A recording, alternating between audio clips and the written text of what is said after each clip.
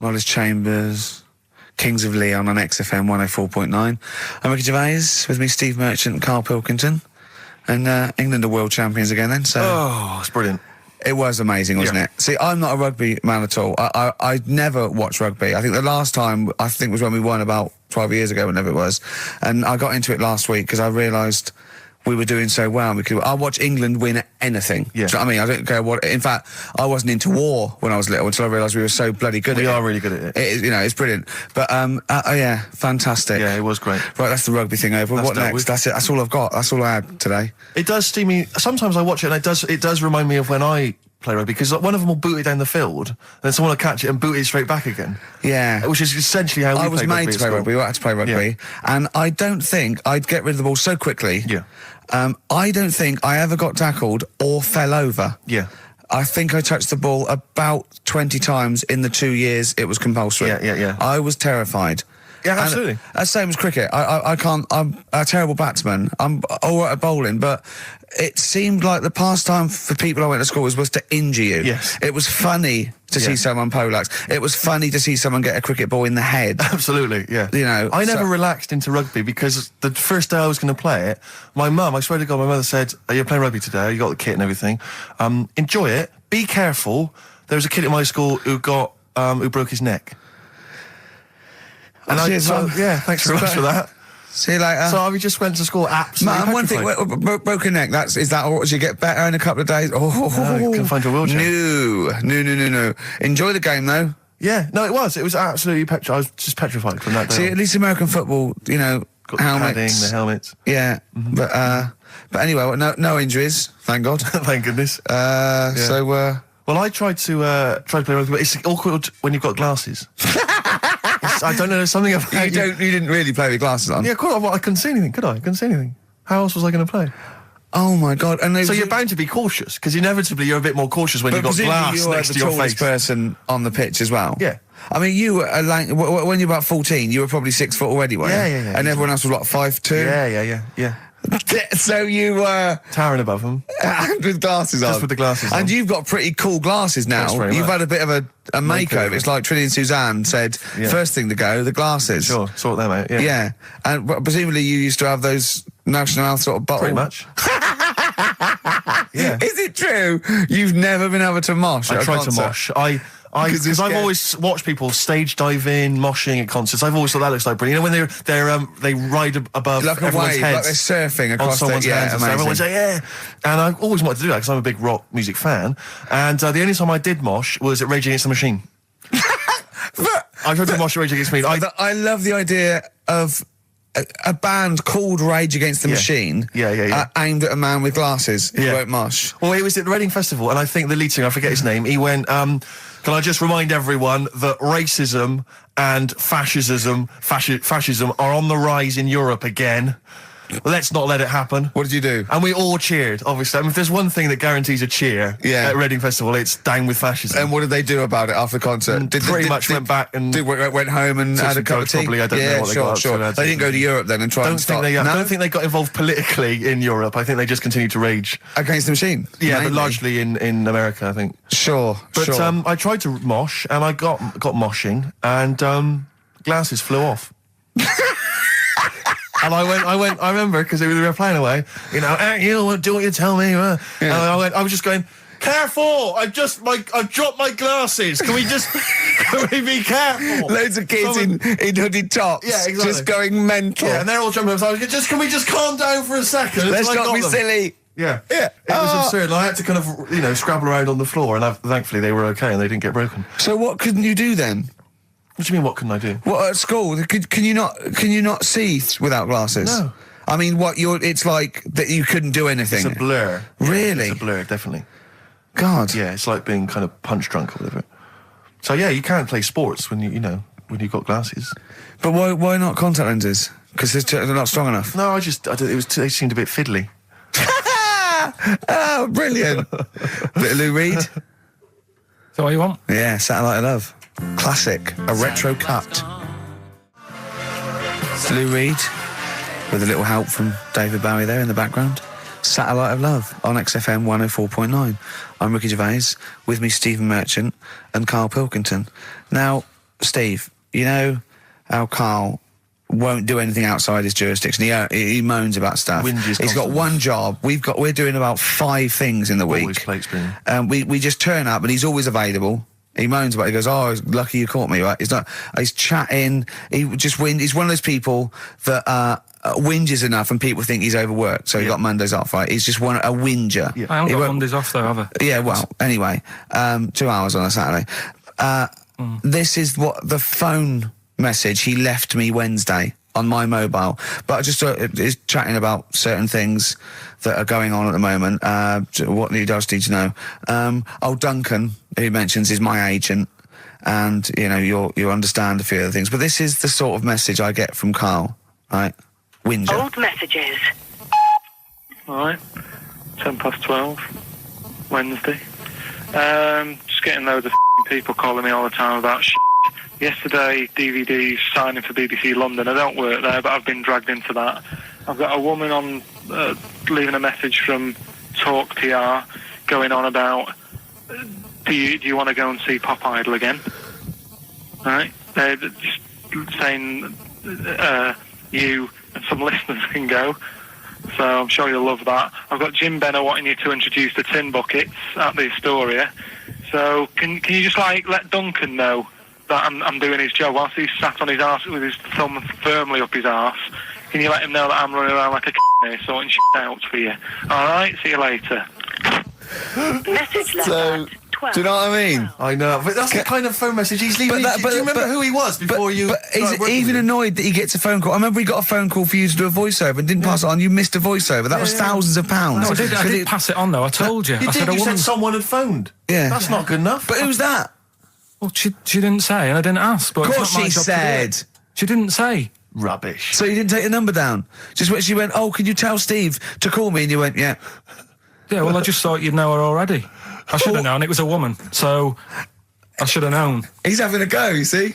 Unbelievable. I don't know how it's come back on me. You're the one who was picking on it. Yeah, exactly. I'm saying. I'm defending. Why is he having a go at But you? he never Because picks on Ricky because he knows you are his bread and butter.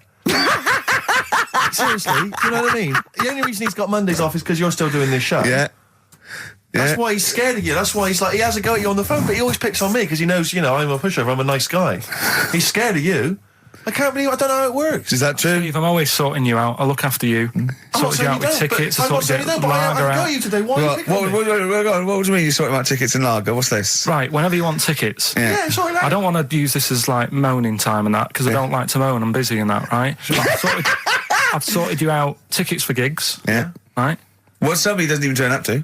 Yeah. We won't even go on about that. Yeah. Right? Lager. He was sorting out the Cure. He complained it was boring. Yeah. There was that big drum of lager that you had, and you said, "Oh, put that in your room for me, Yeah. because I don't want to carry it home." Right? Lazy. So I said, "All right, then I'll put it in my room." It goes missing, it gets nicked. Then you have a go at me because it got nicked. Yeah. I get you another one. You make me carry it around town for you for half an hour. Then you say, "Oh, I can't be bothered taking it home. Can you take it back to work for me?" Yeah. But interestingly, this is like a year ago, so it's obviously it's still pressing on you. Oh, is hang it? on. And I forgot the one when we had an argument over 50p. When we went You out didn't for a want to coffee. give me 50p back that you owed me. That was the same day you'd given him about 40 quid worth of lager. But see, this is my problem. This was my point at the time. It's not the 50p in terms of money is not what's important. The fact that you think you don't have to give me money back because it's only 50p, that was the point at stake. It's me who makes a decision. Oh, don't worry about the 50p, not you. It's only 50p. I'm not going to give it to you. Do you know what I mean? There's got to be rules, otherwise it's chaos, Carl. Come on, mate. All I right. don't want to fall out about No, it. that's not all right. Should we kiss and make up? Do you want that? Do you No, want to do it's that? all right. Yeah. Well, should we play a little record and come back to this? Because I can't believe it started with you slagging him off, Rick, and I've ended up I know. as the monster. I know. Bit of REM. Yeah. REM and Animal. To sing like animals would be REM and their animals. What are you talking about? Well, no, I'm just thinking. I wonder if they've done a video for animals and the animal What? on a DVD, an animals DVD. Huh? What are you No, I'm talking just about? saying. It's REM there. It's just a good link. REM animals on a DVD would be. I've got an animals DVD out. You've got an animals yeah, my DVD DVD, my live stand-up's out. Buy it. HMV and I don't Virgin. think you should- Well, no, I don't I'm think just you should saying. plug Animals. your- No, it's I don't funny. think you should 'cause plug no, your no, stand-up no, I'm on not the show. plugging it. It came up in the animals from REM. Came I don't up. think you should plug your DVD. Well, buy it now. It's a really good stand-up DVD. And It's out if you're going to for- buy anything, I think I ought to balance this out really. If you're going to buy a DVD, you should probably buy the Office series too, because Well, I get no, money for that's that. been on telly. Animals. See, Animals hasn't been on telly. The Office has been on telly. It's bored with it. But I don't get any money for No, the I know, Animals but that's DVD. what I mean. I get wasn't everything involved. from Animals, whereas I've got to share The Office royalties with you and some of the other actors, whereas I get the lion's share. Lion's an animal. The lion's share of Animals. It's all mine, you see. So, The truth of it is that it's not. I mean, it's your stand-up, and it's not great. It's a bit no, but weak. nor's my A acting. lot of the observations Nor's my are quite acting or poor. writing. No. You're a but great actor. I'm rubbish in The Office. One trick pony. Well, I I just agree with touch my that, tie and I look at the camera, bored with that. Yeah. Animals, whole new side. Yeah, but 15, frankly, you've been 15 quid. You've been doing so much publicity on TV that, you know, if people have seen it all, they'll have probably seen all the best clips. Yeah, And, I The mean, there's only a Office. couple of decent It's gags. only really the dance, and you can get that on a JPEG. So Some other great stuff. Don't in buy there. The Office. There's some other great stuff in there. No. Phoenix Nights is better than The Office. So buy Phoenix Nights. Don't buy The Office. Okay. What? Right. Let's get on with it. That's Yeah. that. Right. What else is You've happened? probably heard most of the stand-up observations on this show, so... Right. What have you got for us? Available in HMV. Go on. Oh, wow. I'm annoyed. Office. I was walking away from the show last week. I was walking towards Berry Street. I like to look at the records and the record Sure. shops. And I was on my mobile phone, and I was chatting away to someone, and what can only be described as a prostitute Go on. stood on the street corner. Was she a woman that gives you sex for money? Yes. That is a prostitute. Yes, that's what I thought. Go on. And as I was walking by, she said, "Do you want to buy sex?" Now, You sure it wasn't a market trader giving 6 plums or No, it was something? definitely 6 for a quid? No, it was definitely Go a on. prostitute. Yeah. And what annoyed me about it, what I wanted to pick her up on something, was the fact that I was on my mobile phone. It's like, So can you she was imagine? rude. Who would what am I going to hang up? Sorry, Mum, can I call you back? I've you just know, had an you know, offer. you say you want me to meet more women. And you sent me that 30 quid Exactly. for my birthday. Yeah. Sorry, Mr. Johnson, I'm really excited about the job. Can I call you back? I'm just going to negotiate with a whore. And it was just sort of, you could tell that she was clearly probably desperate for crack or a latest fix of smack. So she was literally the normal etiquette of prostitution. You know, that they hang around, they show some thigh. I've seen this in They films. will woo ya. Yeah, They exactly. will- yeah. Take you out for a meal, I that sort of know, thing. That straight had sort of into gone it. out of the window, and she Yeah, was just sure. there, desperate, running around Did the she streets. go out of a window? Like a Because that's zombie. another thing they sometimes do, specialist Exactly. ones. But I was Yeah. shocked because I've never been propositioned before like that. Really? In London. It's weird, isn't it? Carl, thoughts? I think you'd be sort of approached a lot because they tend to sort of go for people who look like they haven't got much chance. Sure. And I'm not being mean. No, you know no, what I mean, no, mate? no. I've known What do you a you long mean? time. and Sorry, stuff. I'll let you go back to it. In what way aren't you being mean? By saying that No, Steve... go on. Steve knows is a little bit odd looking. I don't think... Well... No, he does. Do you know Yeah, before... no, but it's not what he thinks of his looks. No. It's what he thinks of you talking about his looks on... No, but it's on. like how you were talking before about, you know, your eyes are bad. It's nature's little way of saying, look, nothing to see here, right? Don't get that! I don't know what you mean. But when you look in the mirror and that, they've gone, look, he hasn't got the looks, let's make his eyes bad, right? Yeah. Nothing to see here. Yeah. That's what I'm saying. See, They're I- balancing it out, right? Yeah. And it's funny, right? Now we're on the topic. Sorry, right, I wasn't- Johnny Depp. No, listen, but I'm gonna... My chest is gonna burst at this moment. Whenever we go because- into this conversation, I always think to myself, Carl, do you know what you look like? I'm gonna... Do you know, seriously, can I be honest with you? You look like, you know, if you've got like a balloon, a hot air balloon, right? Just a little balloon, like a party balloon. If you drew a little face on it, right, and inflated it about halfway, that's what you look like. right, I wasn't... No, play a record. I don't want to get into this. Listen, It's too now, intense. now you've got onto this. Let's just nip it in the bud now. I'll tell you something that I wasn't going to tell you because I think it was I out don't of want to order. hear it. I don't want to hear Well, it. right, it was on the tube, right? Well, I wasn't. Someone told me they were on the tube, right? And the tube pulled into a station, right? And one of the women saw the poster that's out at the moment with you and Rick on it, right? Yeah. So this woman apparently goes, oh look, there's Ricky. Ricky's on the radio, right? And the other woman goes, oh yeah, don't you listen to it? So she goes, oh, I didn't know he was on the radio. And she goes, oh, I'm sorry, Steve. look at... Because he didn't sound this bad. She said, oh, look at that look at that person he's with. So she goes, yeah. She said, that's Steve.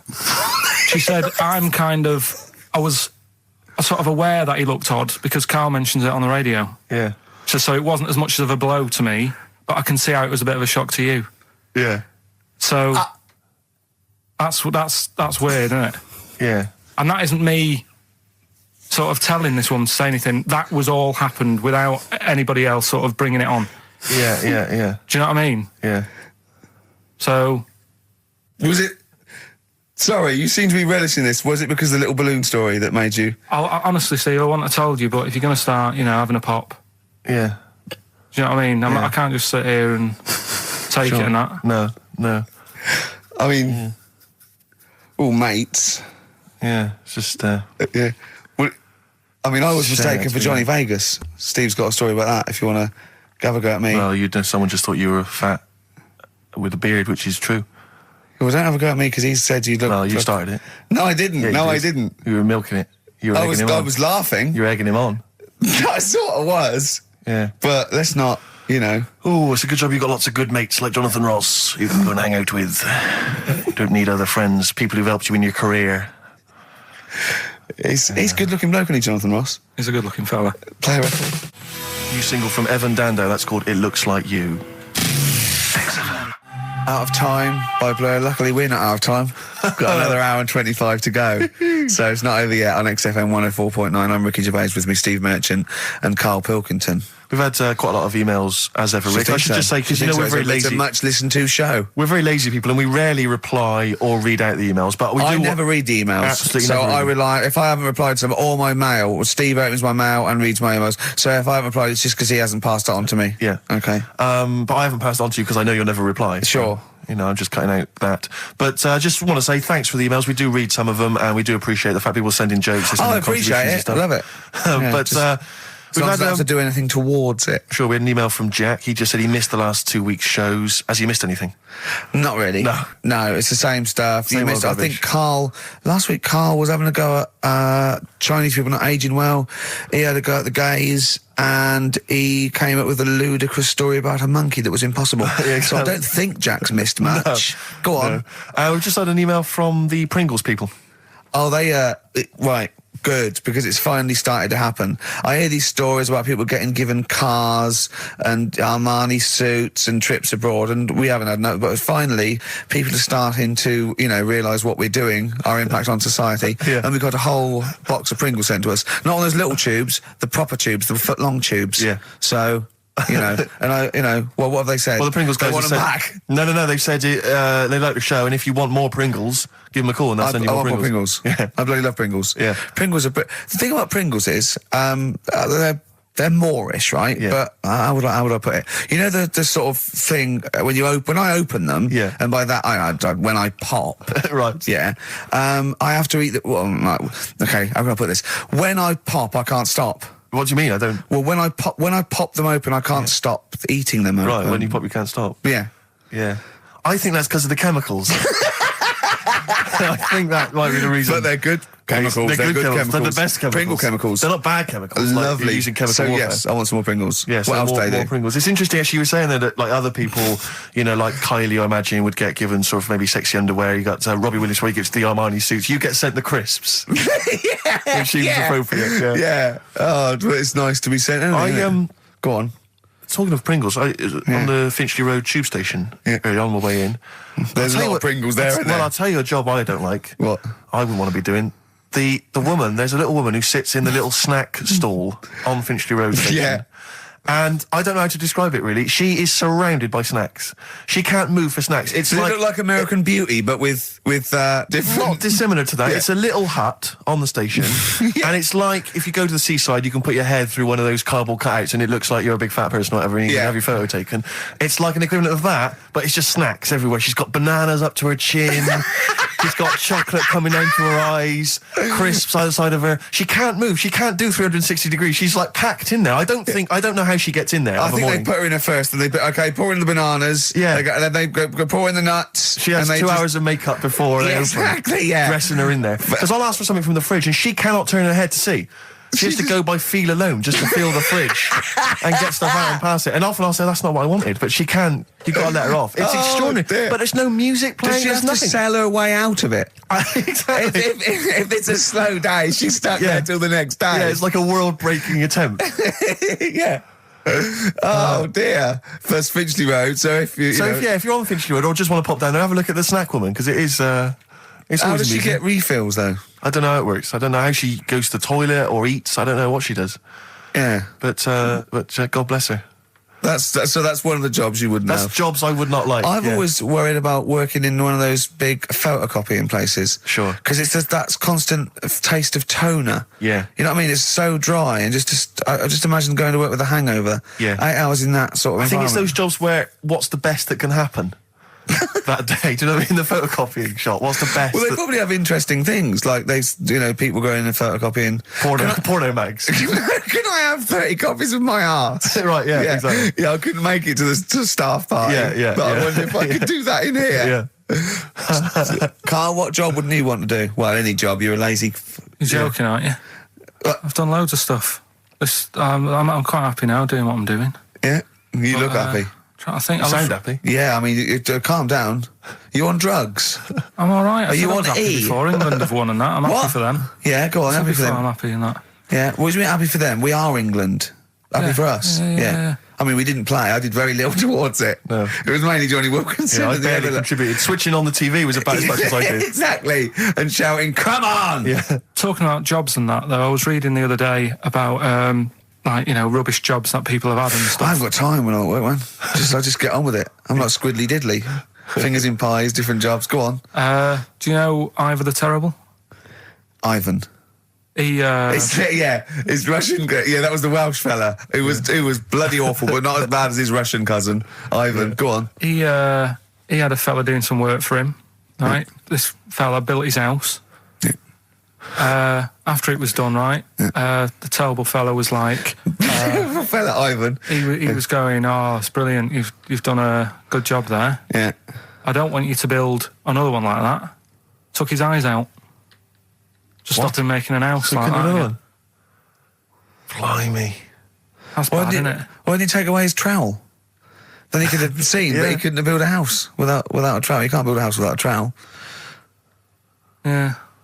Makes you I think, suppose doesn't he probably later thought that once he'd been nicknamed Ivan the Terrible. it? Yeah. He Go, thought, why? Because you I- gouge people's eyes out. Yeah, but I didn't want to build another house. I know, but Take his trowel away. What would I have been then?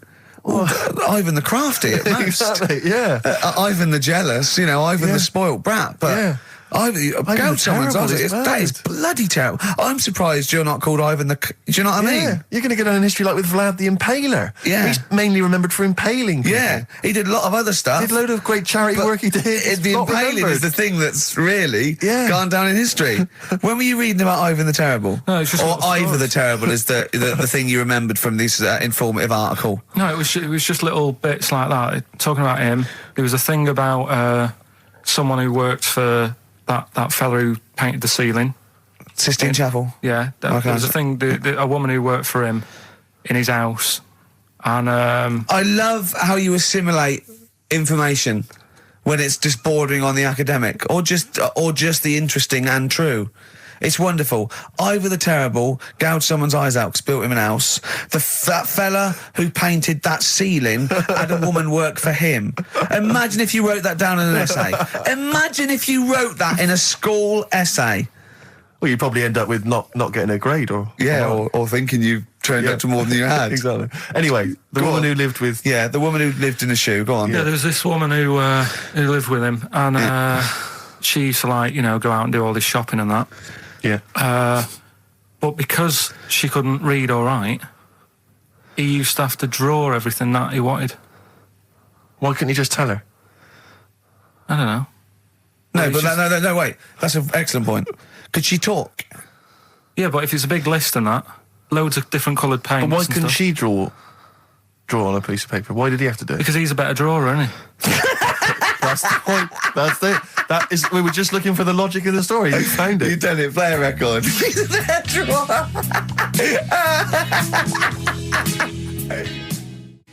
I Don't Owe You Anything by the Smiths on XFM 104.9. I'm Ricky Gervais. With me, Steve Merchant and Karl Pilkington. Karl, over to you. This is the time where we play, well, the world famous quiz, isn't it? Rockbusters, isn't it? Yeah. Which is Blockbusters, but with music. See you later. Cryptic clues and that. Do you want to say? Not really, Steve, not really cryptic, but go on. We've got a number of DVDs to give away, including some teachers' DVDs. We've got a bunch of CDs here, and also Ricky Gervais's live stand-up DVD, Animals, brilliant. which Cool. is not good at all. I really would not encourage people to buy that. It is Well. weak observations, poorly performed. I would recommend The Office Series 2 on DVD. Rubbish That's in still that. I'm available. awful in that. You can actually see me forgetting some of my lines. That's true. Go on. Right then, so cryptic clues. Just an example, might be new. I reckon people will be staying in today because it's raining and that, so might not have heard it before. So, like... Or they have and they're not listening. yeah. Well, whatever. Oh, good. You gave up on that, did you? Well, give us an example of the sort of thing. Jesus. All right, maybe don't. Listen, It's gonna take that long. I'm a broadcaster. Yeah, words are my tool. Go on. All right, forget that. Come on, Baldy. Right, three clues then. Here's the first one. It's a band or an artist. Yeah. Right? I'm going to the northeast. What are you going there for? Good point. Good question. Right? Oh, no. Yeah, if it had been why you're going to the northwest, that's a different matter. Go I'm on. going to the northeast. What are you going there for? Right? Yeah. S is the initial, so it's a band or an artist who starts with an S, and that's the clue. Right? Second one. Oh yeah, she's related to the man in the lamp. Right? That's G. Right? She's related to the man in the lamp. Right? And the third one is the Jamaican fella would love to live there, but it's a little bit pricey. Oh, God, I feel an accent coming That's on. one way you're going to have to think about it with the accent. I imagine. Initials there, DS for that one. Right? So the Jamaican fella would love to live there, but, you know, it's a bit dear and that, a bit pricey. So, So give us some again quickly. right, the first one, I'm going to the northeast. What are you going there for? That's S. She's related to the man in the lamp, you know. That's G. Changes a and bit. the Jamaican fella would love to live there, but a little bit pricey. Mm-hmm. And that's Okay. DS. So email in or text and that. Ricky.gervais@xfm.co.uk. What's or the text? text 83XFM. Yeah. You What's can win that? those prizes. All right, Brilliant. play some ads. Yeah. Steve, is there anything wrong with a bit of old-fashioned rock and roll, yes or no? I do not believe so. Well, then there's Jet, so roll over DJ on XFM 104.9. Who are you? Ricky Gervais, who are you? Steve Merchant. Who's that little bald mank whinging twat over there? Karl Pilkington. Yeah, sure. One and only. All right? Now, Oh, go on. Rick, as you know, there's always junk lying around in this studio, and not all of it is Rockbusters prizes. No. And there's, I've just been flipping Some of through. it's the playlist. Yeah, exactly. And I was just flipping through an old copy of the Guardian Guide from last week. Sure. You know, the little listings thing. Yeah. And, you know, I don't know if people might have seen it. There was a documentary on this week about the transfer of British sitcoms to America. Yeah. And we did an interview for that because I'm remaking the show over in the States. I'm just flicking through and I noticed there's a little write-up about it here. And it says, blah, blah, blah, blah, and it says, quoting me, it says, "We don't care if David Brent becomes a woman," burbles Steve Merchant, eyes bulging with imagined riches. No, my eyes bulge normally. That's not me being greedy, that's you know just that thing me. I did on it when I sort of like rub my fingers together and do that stupid Brent... People take that seriously. I know. Yeah.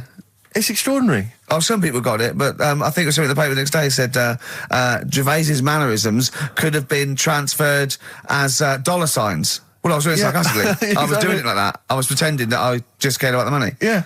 So, Yeah. irony... you see, people say Americans don't get irony. Most people here don't get irony. Absolutely right. That's Yeah. why they think this show's rubbish. Yeah, I know. We fooled them. Yeah. We've had the last laugh. We Exactly. think it's really good. Exactly. Karl, come on.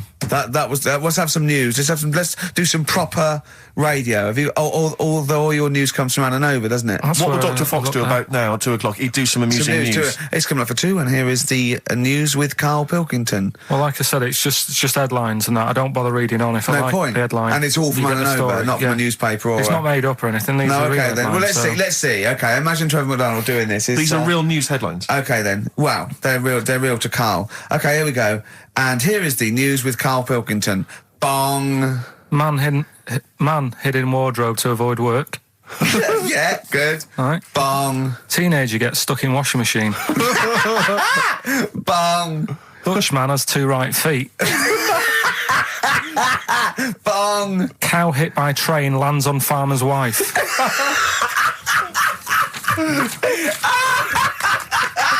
That is the real news to you, isn't it? That's brilliant. I was just thinking the cow flying through the air. Yeah. And the wife going, oh no. Yeah. Oh dear. Dutch man has 2 right feet. Yeah, he's having some operation or something, and What, they put the wrong foot on him? he's got 2 right feet or something. Well, maybe it was only a right foot that was available. Good dancer. Yeah. Oh dear. What Well, else? in real news, I followed that thing with, it was that fella that got into the palace when Bush was there. Right, an undercover journalist, Yeah. I mean, it would have been a problem if he was a terrorist, but it's sort of like, and as the palace said, you know, all our tests are to expose terrorists, not journalists. Yeah.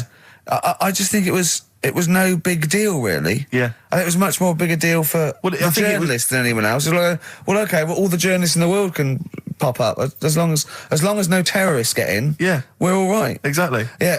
A bloke just got through a terrorist. No, an ice cream seller. Yeah. That's all right. Then. It was like they're waiting hand for thinking, I can't believe it, it's Baz Bammingboim from the Daily Mail. Yeah. And I think that's Gary Bushell. That's fine. That's fine. Don't worry about it. Yeah. But it was just that all he did wrong though was just lied on his CV. Well, I think he did. But everyone lies on their CV. Of course. Of Oh, course. Everyone actually, gives references. I don't think I've ever done a CV. I tried to lie. I did one once when I was at UDO and I was an events manager. I applied for a job at Radio 1 for events manager. Didn't even get an interview. Yeah. So I just stopped the CV lark. Sure. And I just, you know. The one knocked back and that was Exactly. it. Yeah. No, yeah. So, You've lied on your CV, have you, Carl? Yeah, loads. Yeah. It's just it's like someone from Little Britain. Yeah, no. Yeah, loads. Yeah, go on. Come on. there was It's one radio. when Come on. there was a job going at Granada. In fact, this isn't even lying, and I still didn't get the job. Go on. right? But Well, you Granada, don't get a job just because you don't lie. It's not, have you lied? No, you got the job. Yeah. No, but there was they ask you loads of stuff, don't they, that you think, well, that's got nothing to do with the job. I don't know why you're bothering me asking me certain stuff, right? Qualifications, things like that, yeah. Yeah. But, well, it was languages, Yeah. right? What did it say? It just said, you know, put your name, put your address, languages, right? And, What? Oh, yeah. And I What, just- you don't speak any other languages, do you? well, I just thought English, quite good. You didn't. No, I did. Honestly, asked Suzanne. I think you told me this before. Did you really put English quite good? Yeah, honest to God. Didn't hear back. Well, you know what they meant now. That you know what your error was, don't you? Are you fluent in French, German, Chinese? Yeah, but I didn't want them to think I've got loads of big words and that. Do you know what I mean? Well, I don't use loads of big words and stuff. No, they There's meant. no Do you point. speak any other languages? It's any other languages, Carl, not the They one assume your that you native can language. speak English because you're filling out a form. Yeah. Oh, well, it's like language is none. Yeah. They assume you can speak something, and they probably think it was English. And to put quite good when you are English. Yeah. English is your first language. Yeah, I'm quite good at it. I see your point, though. It's true, though, isn't it? I'm not sure quite good is accurate. No, poor. English, weak. poor. Weak. You didn't get the interview, no? What did Suzanne say when you told her you'd put that? She just laughed. It was Really? too late. It was too late to do anything. How's her hair? Do you want to talk about it? So she's off today, so It's all right, is it? Oh, she's listening, you mean? she's at home today. But it's probably all right now, isn't it? Because a bad hair day, it Yeah, doesn't yeah, last. it'll be nice. It'll be a little nice, not today. You're scared of her, aren't you? No. I mean, I don't want to... You've learned your lesson that, you know, you can't talk about people like that. because it upsets them. Well, plus I can't do it all now because we're doing Pulp Fiction later, and it sort of involves her head. So Brilliant. So let's... Excellent. There's me thinking that you're being considerate. Yeah. All worried about You don't want to use up the material until later. Play a record. Wild is the Wind by David Bowie from Station to Station on XFM 104.9. Adverts. XFM. Travis, beautiful occupation. What's the best job you've ever had still, Carl? Talk about occupations. It is still Paper round. Is it still the paper round? Yeah. That's ridiculous. No, it was good though. If you look at it, like, you know, what I liked about it, you're your own boss. No, you're not. You're not your own boss. No, The guy who runs news the news agent agent. is your boss. All right. But then once you get out and you've got your papers and that, you're on your Do own. what you want can as long think as you about deliver the stuff. papers exactly to the places he said you are in the time he said. Yeah. It's and I did. freedom, isn't it? Any jobs you wouldn't do? Go I've just thought of one that you wouldn't do on. with your sort of mild homophobia. Well, I'm not. Proctologist. What's that? Basically sticking your finger at other people's arses. Right, well, no, I wouldn't do that, no. Why have you got to do that? What do you mean, why have you got to do Well, that? why does anyone need that doing? Does they got to look if they've got an arseache or something? Which trainee doctor makes that their speciality? Do you know what I mean? That must be, right, we got a place for proctologists, and it's you, Meadows. You Yeah. came last. Oh, seriously, what? I'm not the arse doctor, am I? Yeah, you came last. Oh, I'm a bum GP. I can't yeah, believe it. yeah. You got to, oh, I can't believe this. Yeah. That must be it, mustn't it? Well, presumably Or- no one would choose it. No one would purely. If they can have the brain surgery. Well, heart- what if you were brilliant but you were shy? You couldn't look people in the face. yeah. You could you could do anything you want. No, I just don't want to look at them. I just want to do their asses. Yeah. Really? Just want to do the asses. Yeah. Yeah. Look at Carl's face. You didn't know there was such a thing as an arse doctor, did you? No, not really. Specialised. He does nothing all day but that. Well, he probably has a sandwich about 1 o'clock. Yeah. Washes his hands. What do you mean he does nothing all day but that? You don't say that about a brain surgeon or thoracic surgeon, do you? No, but that all day. That's not good, is it? I love the fact that I can blow his mind with just things that people take for granted. A dentist just looks in mouths all day. Yeah, but that's a bum What? job, that. Bum job. Just think of that. Oh. So what do you need to know then there? It's a lot to know. You got to have nice nails. Yeah. No rough edges. Well, you'd be alright, because you got that job handing out biscuits to the old people because you had nice hands, didn't you? So, yeah. And I know a lot about biscuits. I know my biscuits. Do you? Yeah, I know which ones they like and that. Do you? What do they like? What do old people like? Just Bourbons, rich Do they tea. really? Because that's my least favourite. I would never eat a bourbon. I could be starving and I wouldn't eat a bourbon.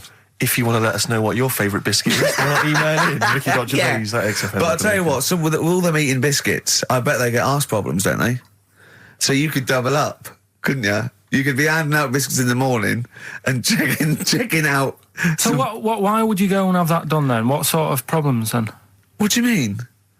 Loads of problems. Oh, what? Prostate.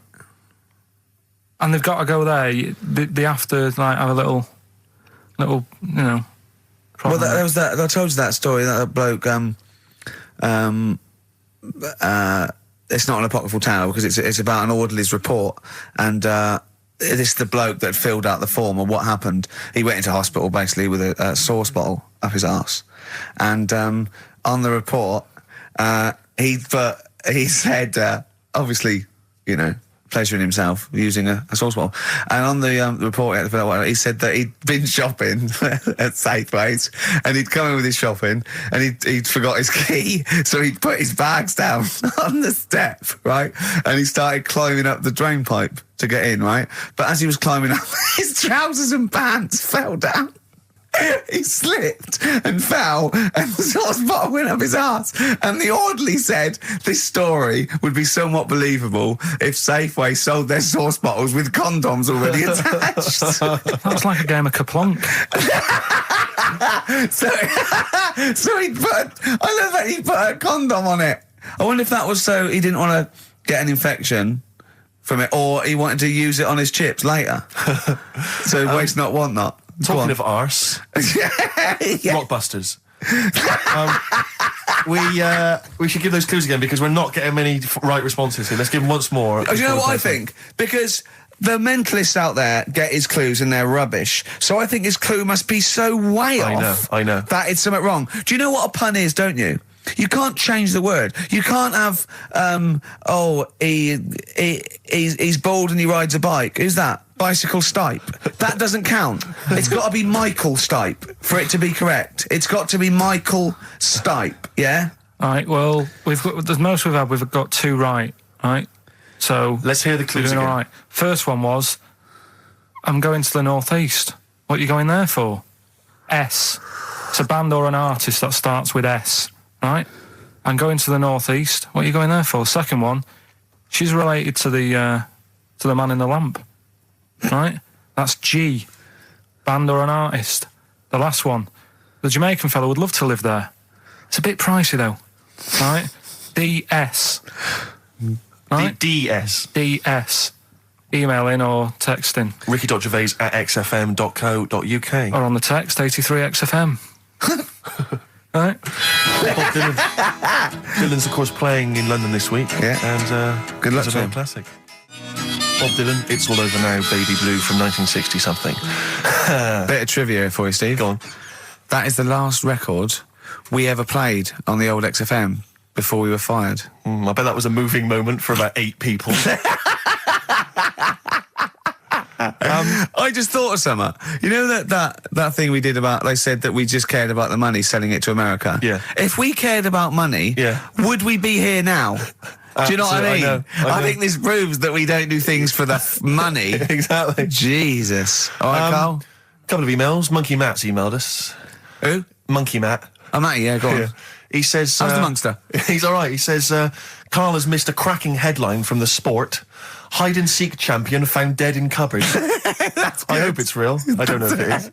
I doubt it. Just looking through some of the news stories that Carl did make it into Carl's news roundup. Yeah. Just this one you might be interested in. Headline, woman says partner ran off to become vampire. Yeah. And it says a young mother says her partner has dumped her to become a vampire. Rebecca Roberts from Somerset says Matthew Barrett fell for a blood-worshipping woman in a US cult. The 23-year-old mother says he began shaving all his body hair, dressed in black, and used Rebecca's lipstick to redden his eyes. Rebecca caught him performing weird blood rituals in front of his computer at night, cutting himself to prove commitment. She said, I thought it was just a hobby. Everyone's got a right to one. I was pleased he'd found an interest. Brilliant. This is apparently from The Sun. Apparently he's left. He's gone to America. He's living in this Ohio-based cult. But it's the last bit where she's been asked whether or not, if he came back, would she take him back? Sure. And this is where I wonder if the journalist, you know how journalists are supposed to just report the news, be objective. Yeah. I wonder if maybe the journalist here has maybe had some interference. Made the quote better for them than go on. Because it says, I never thought this would take over his life. Now, if he came back, I'd say fangs, but no fangs. Oh, dear. I can't believe. Imagine you're the woman, Rick. Okay. And I've come round. You're the to you. journalist. I'm the journalist, and I've come Okay. in and I've said, okay, I read about this. All I have to do is not say that thing. You've Okay. You've come. I understand. You're obviously quite upset. Your husband's gone gutted. off. If he came back, would you take him back? Definitely not. Right. What would you say to him then if he came Just back? get lost. Right, but I'm really pissed off with you. Would you perhaps say something a bit more pithy? Not in this situation, no. You're upset? He cuts himself, he drinks blood, he's left me. No, sod off. I'm not interested, mate. Because I tell you what. Go on. I mean, I like what you said there, but I wonder Yeah. if we could condense that a bit more. If he came back, would you say... Go away. Would you say something? Would you ever say something like thanks, but no thanks? No, because it makes it flippant, because I'm really angry. I know you're annoyed, And I'm but- upset, so I wouldn't Sure. say... I certainly But what- wouldn't say thanks. I might say no thanks. But what if you sort of said it like aggressively, like you were giving him the finger? Thanks, but no thanks. Like you didn't really What, mean sort it. of sarcastically? Sarcastically, would you possibly say I that? might say thanks, but no thanks, and that'll Right. be it. And that's Right. and I'd leave it there. I'd never change that. Sure. I'd never change those words. Can I ask you a question? Go on. Do you like puns? Hate them. Right. I don't like It's Countdown. interesting. I don't like QI. I don't like any of those posh Cambridge, Oxford types. I hate puns. If you had to say thanks, but no thanks in the form of a pun, what would you maybe say? I wouldn't. I never would. Right. I'd say thanks but no thanks. I would. I mean, I feel embarrassed that I'd even say that because I don't think I would even say thanks but no thanks. Okay. But if I did go that far, I'd leave it there. Sure. So- have you ever noticed, as I have, Go on. the similarity between the word thanks and fangs. Not really. It's very similar. Not Fangs, really. fangs, F-T-H, there's a K. Fangs very much. G. It's A and S. Well, the A, the N, and the S, but that's about Would it. you agree it sounds marginally similar? Yeah. Is sort it of. possible you might one day say fangs but no fangs? I wouldn't know. Right. I could put that though, could I? But don't say I said it. Right. I mean, yeah. Fangs, but no fangs. Yeah. This is the thing. Just if you ever read an article in The Sun, The Mirror, anything, do not believe it. Really seriously question and query it, because If it ends with fangs, no if fangs. it ends with a pun, Yeah. almost certainly they never said it. Feeder. Do you know what? I'm annoyed at now, right? We've got another ad break coming up. How many ad breaks have we had in this show? I know. Carl, how many ad breaks have we had in this It's only show? about 3 or 4 an hour. 3 or 4 an hour, so about 3 minutes. So 20 minutes. 20 minutes is wasted on shite. I mean, apart from the stuff we talk Well, about. it's funny you should say that, because someone said to me last week that they felt that there were more adverts now on the show than there used Are to there be. more adverts Rick, in I this show? think, though, I think, just checking some of the emails, I think that's because people are requesting them. They find them more entertaining than what we're giving them. But can't we sort this Oh, out? don't go on about it. No, can't we though? Why can't we have less? Why have we got so many? Is it? It happens, doesn't it? Well, no. You can't listen to radio in after every record. It's bad enough trying to keep them listening with the rubbish we come out Yeah, with. we've got Rockbusters here. Let's get them back. Right? Right, Come on then. first, it's, Right, has anyone got all 3? No. No, right, okay. So there's some. I'm going to ban Rockbusters. Okay, go on then. What are the clues again? Tell me the answers. Well, give us the ones that they did get. All right. Well, they did get. She's related to the man in the lamp. What's that? That was G. Gina. That was Genie. Genesis. All right. Genesis. Like Genesis. So it's the sister of the genie. Genesis. They got that one. No. What's the band's name? Genesis. So no, say Genesis. the band name. Genesis. Right, okay. Well, I don't get it, because Genie is just nothing like that. Well, they did, so don't worry about it. Stop worrying about the ads, stop worrying about that, all right? The third one was, the Jamaican fella would love to live there, Go on, but it's a little bit pricey, go on. right? That What was the initial? DS. Deer Streets. All What? right? It's a Deer Street to live on. Deer Streets, oh yeah, I haven't heard of them. But they're a band. That's Dire Straits. No, it's not Dire Straits! It's not Dire Straits! I'll say- Deer Streets! The Jamaican fella. Go would on, love to live go on, there. make it sound like that. Like Deer Streets. Deer Streets. Do Dire it again, no, Straits. it's still not, keep going. I haven't got it yet, go on. Deer Streets. Deer Streets. They got that one as well, so... All right, well, let's hear the one they did Can I get. do an impression of a Jamaican fella saying Dire Straits? Right. Dire Straits. The first It's not one, the same. The first one they struggle with was I'm going to the northeast. What are you going there for? When you say struggled with, no one got this. No one got it. Go People on then. didn't even attempt it. Okay, do on the northeast. What? I'm going to the northeast. What are you going there for? Seal. Seal? What? Hull's up in the northeast, isn't it? Hull is, yeah. Sea Hull, yeah. Yeah, so... I haven't heard of them either. Is that- That's a seal, right? So that works. Who's Sea Hull? Seal. Oh, Seal. Yeah. What's that got to do with the north, though? Seal. That's the way I'd say it, innit? Okay, that's the end of Rockbusters. Unbelievable. That's the end of Rockbusters. I can't believe we even brought it back, Rick. Right, I'm serious. That's the end of Rockbusters. Can I be honest with you? Go on. I'd love to hear some adverts now instead of that. Well, hang on So a would minute. I. Adverts are better than that. I'm just saying Laura. Doesn't matter. Laura's the Fine. one with... Well done, Laura. Right? She only Well got done, 2, Laura. but we'll give her that. Yeah, just play the So, ads. I'm actually looking forward to the ads. Really looking forward to it. I hope there's a Black Rebel Motorcycle Club. We're all in love on XFM 104.9. Sorry about Rockbusters. That's the end of it, definitely, because it was dreadful. Do you know what I mean? It's not. Do you know what I mean, Steve? Yeah. It's quite funny, but that was awful. I mean, we've apologised for that quiz so many times. I know. We've given it. I think it's 2 People like comebacks. it though, don't they? No, they People don't like it. They don't like it because do it's like it, they that's love it. too. That's people. No. That's the end of that. Less adverts next week. Sort that out. Yeah. Because it's awful. 20 minutes of adverts. Do you know what I mean? It's not what people listen for. So, right, redeem yourself. Have you got the film thing you're in? Right, yeah, I'm in a film. It's Pulp Fiction this week. Right. Right. Changed it a little bit, tweaked the storyline a little bit. Okay. It's just To make it better, yeah. It's just do you know I've talked about Suzanne's hair and that, Yeah. about when she got it cut, didn't like it and that. Yeah. So it's sort of about that. Listen to it. There'll be a question at the end.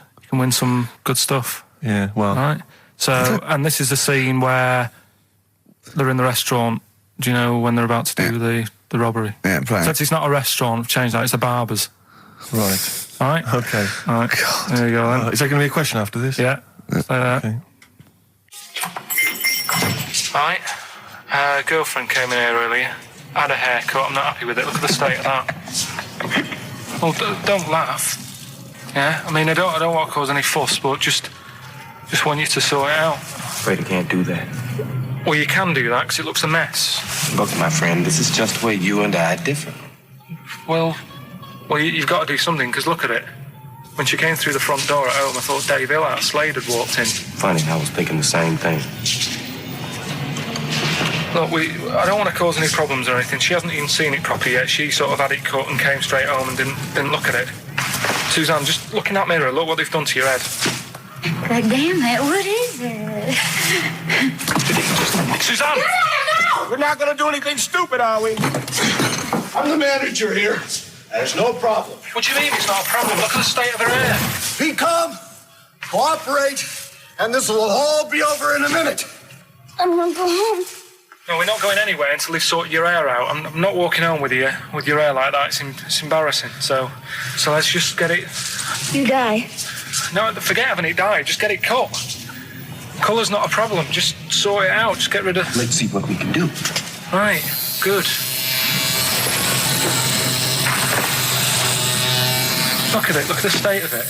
I'm trying real hard. Suzanne, just keep your head still there so you can. Just hang in there, baby. You're doing great. I'm proud of you. Just sort that bit out there. Just cut that.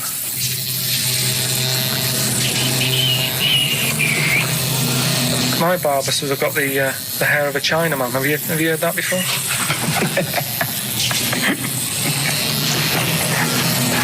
Oh, man. What? What's so funny about that? Is it serious or what? Freaking me out. If my answers frighten you, you should cease asking scary questions. It's almost over. There you go. No, it's not brilliant, but that'll have to do, won't it? I reckon we'll have to buy her a hat on the way home. Yeah, that's probably a good idea.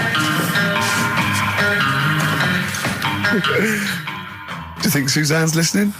It's all right, isn't it? I like the fact that in that she's represented with a sort of dimwit southern accent. Yeah. Your girlfriend. So I'm sure she'll have appreciated that. All right, It was nice, yeah. It was a nice. I don't know what kind of copyright infringements that has made. Yeah. But All right, well, the question is, what did I say is odd about my hair? odd about your hair. Yeah. Yeah. Oh, well, All yeah. right. Fans of the show will know that already, I'm sure. Yeah, so email in, ricky.gervais@xfm.co.uk or, just email, actually. Yeah. Bored? All right? Yeah. You can win some tat. The usual address. That is a beautiful record. Yeah, this is Thunder Road by Bruce Springsteen, as recorded by Badly Drawn Boy. You'll enjoy it. Good job. Badly Drawn Boy doing his version of Bruce Springsteen's Thunder Road. Good effort. XFM 104.9. Tricky song to do a good version of, but not Good bad. effort. Not bad. Badly. Tell you what, who's also made a good effort? Go on. Stephen Gunning of Tooting. He's correctly identified that Carl's hair is like that of a Chinaman's. Or it was. Yeah, and many other people have emailed in saying, how can we know what your hair's like? Because you are a bold mank. Yeah. So people have correctly... Is picked up our on that. language okay on this show in general? I've told you that, to be careful on that. Yeah, why don't you try putting some effort into it as you get Mondays off for this 2 hours? You come up with Rockbuster clue that no one can get because it was impossible. It wasn't even a clue. Yeah. I've got your headlines. I've done Pulp Fiction, right? I taught you about that fella, the builder fella, and his eyes and that. You don't even know what you're talking about. You don't even know what you've taught me. It's sort of like you borrow information. It's like one of those things that, what are those things called, write once, read many. You can just pass it on, then it's Yeah. one of those CDs you can just play once. Well, it struck me that when- is you and information. It goes in. If you tell someone once, it's like you've lost it. It's like passed the parcel with knowledge. It's gone now. You don't even remember what you told me. The chain letter. What? You mean chain letter, don't you? Shut up. it struck me when we were listening to his phone call to you at the very beginning of the show. I don't know if you might have missed that, but basically there was a message that Karl left for Ricky. But about halfway through that message, there was the feeling, I don't know if you noticed, but like the words started to fall apart. It was like he wasn't going to make it. Every time Karl opens his mouth, it's the equivalent of walking across one of those rickety bridges in Indiana Jones. That you might not make it to the other side. I know, yeah. Oh, look at him. Anyway, we've had a few laughs and we've had a few insults. Yeah, but, so we'll try and sort of really, honestly, I'll try and sort out something else as opposed to Rockbusters next week. Less adverts, I think. Ideally. What else? Oh, better chat, better music, better presenters. No, come on. They got rid of Monkey News. What's it? Oh, no, is there no Monkey News? No, it's gone on this week. Don't talk. There must be some Monkey News. It's not like it's real news. You tell us stories about chimps from the 18th century. It's not. Don't give me nothing happened this week. You just didn't look at the internet. Did look. And there's no news. Nothing happened. There was one little bit of Monkey News about how you can now buy tea that's been picked by little chimps because it tastes good. Right. That's what they're saying. Right. Why does it taste good? What do they do to it? I don't know. It just annoyed me. Is it those chimps from the PG Tips Act? Well, that's the annoying Are thing. they dressed up, having funny conversations? Well, like that's in a the house thing. somewhere? Everyone made a fuss about, that's cruel making them pick a piano up. Yeah. If I was a chimp, I know what job I'd prefer. Sure. Do you know what I mean? Doing removals rather than standing in a field picking tea and that. Yeah. I love the fact that he probably thought that was a documentary. Yeah. He thought it was a trailer for a Channel 4 programme. Oh, we'll be back next I've week. got a little treat for them. Right, that winner of the DVD, watch the behind-the-scenes footage because you see Karl's little round head. So they're enjoying that. Who won that, by the way? We've given that away, haven't we? Yeah, we forget what it was. It's gone. Don't bother Laura. watching the rest of the stand-up, though. It's a bit poor. Leave you with 50 Cent's outfit. Fiddy, I called him Fiddy. I called him Fiddy Cent. Back next week. Fiddy. He said, I was away when I came up with Rockbusters. Yeah, indeed. Absolutely. I was buzzing about writing 40 minutes of brand new stand-up. Yeah. He equated that to coming up with Rockbusters. Should I be insulted, Steve, or is Rockbusters as good as everyone's saying it is?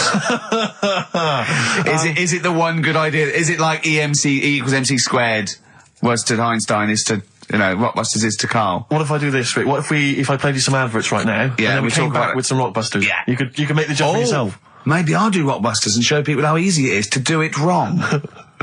Adverts, then Rockbusters. And a cup of lovely coffee. Cup of coffee in the cup. Yeah, Coffee cup. coffee. I want a cup of coffee. Placebo. This picture, XFM. What's Karl doing? What's he rooting I around don't know, at? but listen, while he's doing that, can I just say happy birthday from all of us Rockbusters, to Shan. Her friend Terry said play some placebo for Shan, so happy birthday Well, to that's her. There done. it is. That's done. Cross that off the list. Yeah, that's another thing we've got through Ding, today. Rockbusters, please. Do you want to look at the prizes? I'll have a look at the prizes, see what people can win. It's an email-only competition, please remember that. All right, we've got the Later with Jules Holland Louder DVD. There's stuff on there from the Cardigans, Rollins is on there, Mercury Rev, Sonic Youth, the Datsuns, Queens of the Stone Age. Hold on, wait a minute. They're all great bands, but I think they need a boogie-woogie piano over the top of everything they do. Well, hopefully Jules Holland would have Okay, helped. good, Yeah. good. Because there was something missing there on most of those tunes. Yeah, current album from Goldfrapp, that's there as well. What have we got this on DVD? The Life of Mammals, the complete series of that. A couple of, we've got the Inspiral Carpets, again, a 3 CD set of the best of the Inspiral Carpets. I don't know how they strung it over 3 CDs. And the best one-hit wonders in the world ever. And, let me see. Oh dear. A 3 CD set. A 3 CD the set. best to inspire. I'm struggling. I'm assuming CD3 is just the Corals album. Anyway, there's some good treats there. You've sourced some good stuff this week. All right. Well, all right. Yeah. Here's your prizes, here's your Rockbusters, yeah. All right. cryptic clue, a couple of initials, and you sort that out. Right. First What one. was Dr. Fox on about that we don't sound like proper presenters? It's mad. Go on, Karl. Right, the first one. A customer wanted some paint to darken up a room. Shop assistant knew what to do, right? Customer wanted some paint to darken up a room. The shop assistant knew what to do. The initials there, CB, right? CB for the first one there, right? Second one, it'd be alright if their heads weren't that big, right? And again? It would be alright if their heads weren't that big, and that's SF. Right? SF? Yeah. And the last one... I know that. I know that one. Yeah, go on. And the last one, Chanel have got another perfume out. N-O. Right? Chanel have got another perfume out. N-O. You email in ricky.gervais@xfm.co.uk. That's that done. And those prizes can be yours. Yeah. More music, please. Bit of Bob Marley. Any of these going to annoy me? Oh, I've got to stir it up. Yeah. Brilliant. Are any of these clues going to annoy me this week? No, they're all good. Are they really? Yeah. Right. Alright. Yeah, we'll be the judge of that. Alright. ricky.gervais@xfm.co.uk. Brilliant. Yeah. Brilliant. My favourite Suede track. Stay Together. XFM. Well, nearly time to go. But before we do, a little bit of Rockbuster results. Just checking some of the answers, Rick, and it seems that an awful lot of people have got it right. Go on then. Tell us them again then. Remind us of them before you give us the answers. Alright, Rockbusters number 1 was like this. It was a We're customer. stopping Monkey News, by the way, until you start getting some credible ones. Because that's it's ridiculous. It's not true. No, it seems mad. But no, but it's from the internet again. So anyone can go online, download that story. It's insubstantial. It's get ones from journals or where the source is quoted. Okay, or we're not interested. Or we're not. Well, you don't. Okay. So same with on thin ice. We've pulled this once. We've pulled Rockbuster. We suspended it once, and you came back again. So it's. Do you know what I mean? So go on then.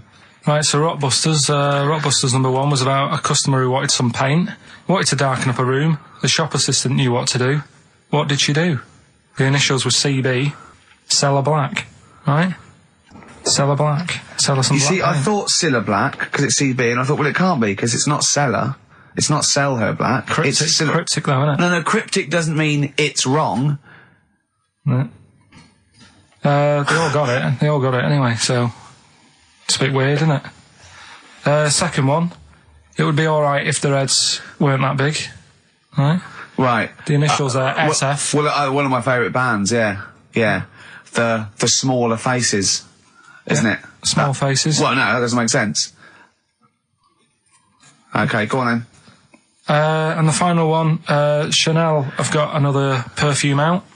Right. I'll just say we've had an email from one of our listeners who said if this turns out to be New Order, he's never listening to XFM again.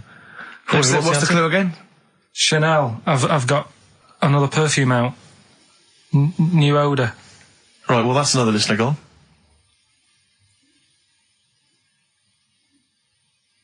What do you mean? There's not a group called New Odour.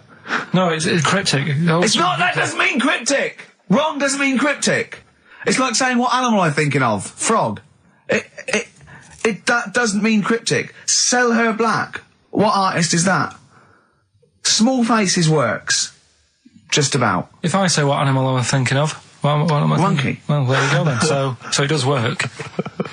Play a record. Right? Play a record. So who's a winner? Yes. Now I'm going to give it to someone who emailed in with the correct answer, and his name is Steve Martin. Really? And I'm giving, I don't know if you've noticed over the last few weeks, I've been given the prize to people with just a kooky element to them, you know, if they've got people to start amusing name. sending their name in, like Barry Bumpfreud. Well, don't worry, because I can spot if it's a fake comedy name. Or What was that last one we laughed at? I For can't no remember what it was. I think it reason? was Gerald something. Yeah, it was. It was just like Gerald Smethurst or something. What's it? Preston? Gerald Preston. Why is that a funny name? Jerry Preston, a great guy, but for Gerald some reason Preston, we laughed at that. he caught my attention. So this week Steve Martin's caught my attention. Right. Yeah. When was the last time Steve Martin made you laugh? This Steve Martin? Or... Dickers hasn't been... Yeah, we've had no correspondence from Dickie Anderson for some time, which saddens me. Little Dickmeister General, what is he doing out there? yeah. Has he got... What? He's got something better to do? Ridiculous. Pathetic, isn't Right, it? Well, that's the end. We've got the last song. So is there anything It's the you end. want It's to the end say? of Rockbusters, and it's the end of Monkey News. Monkey News will give you one more go for it, and it's got to be credible. It's got to be real. It's got to be true. We need to see your sources. It needs to be incorporated. Okay. Rockbusters, they've got to be real band names. New Odour. New Odour. New Odour. Just anything. Just brilliant. Well done to Steve. He got them all. So is that it then? Yeah.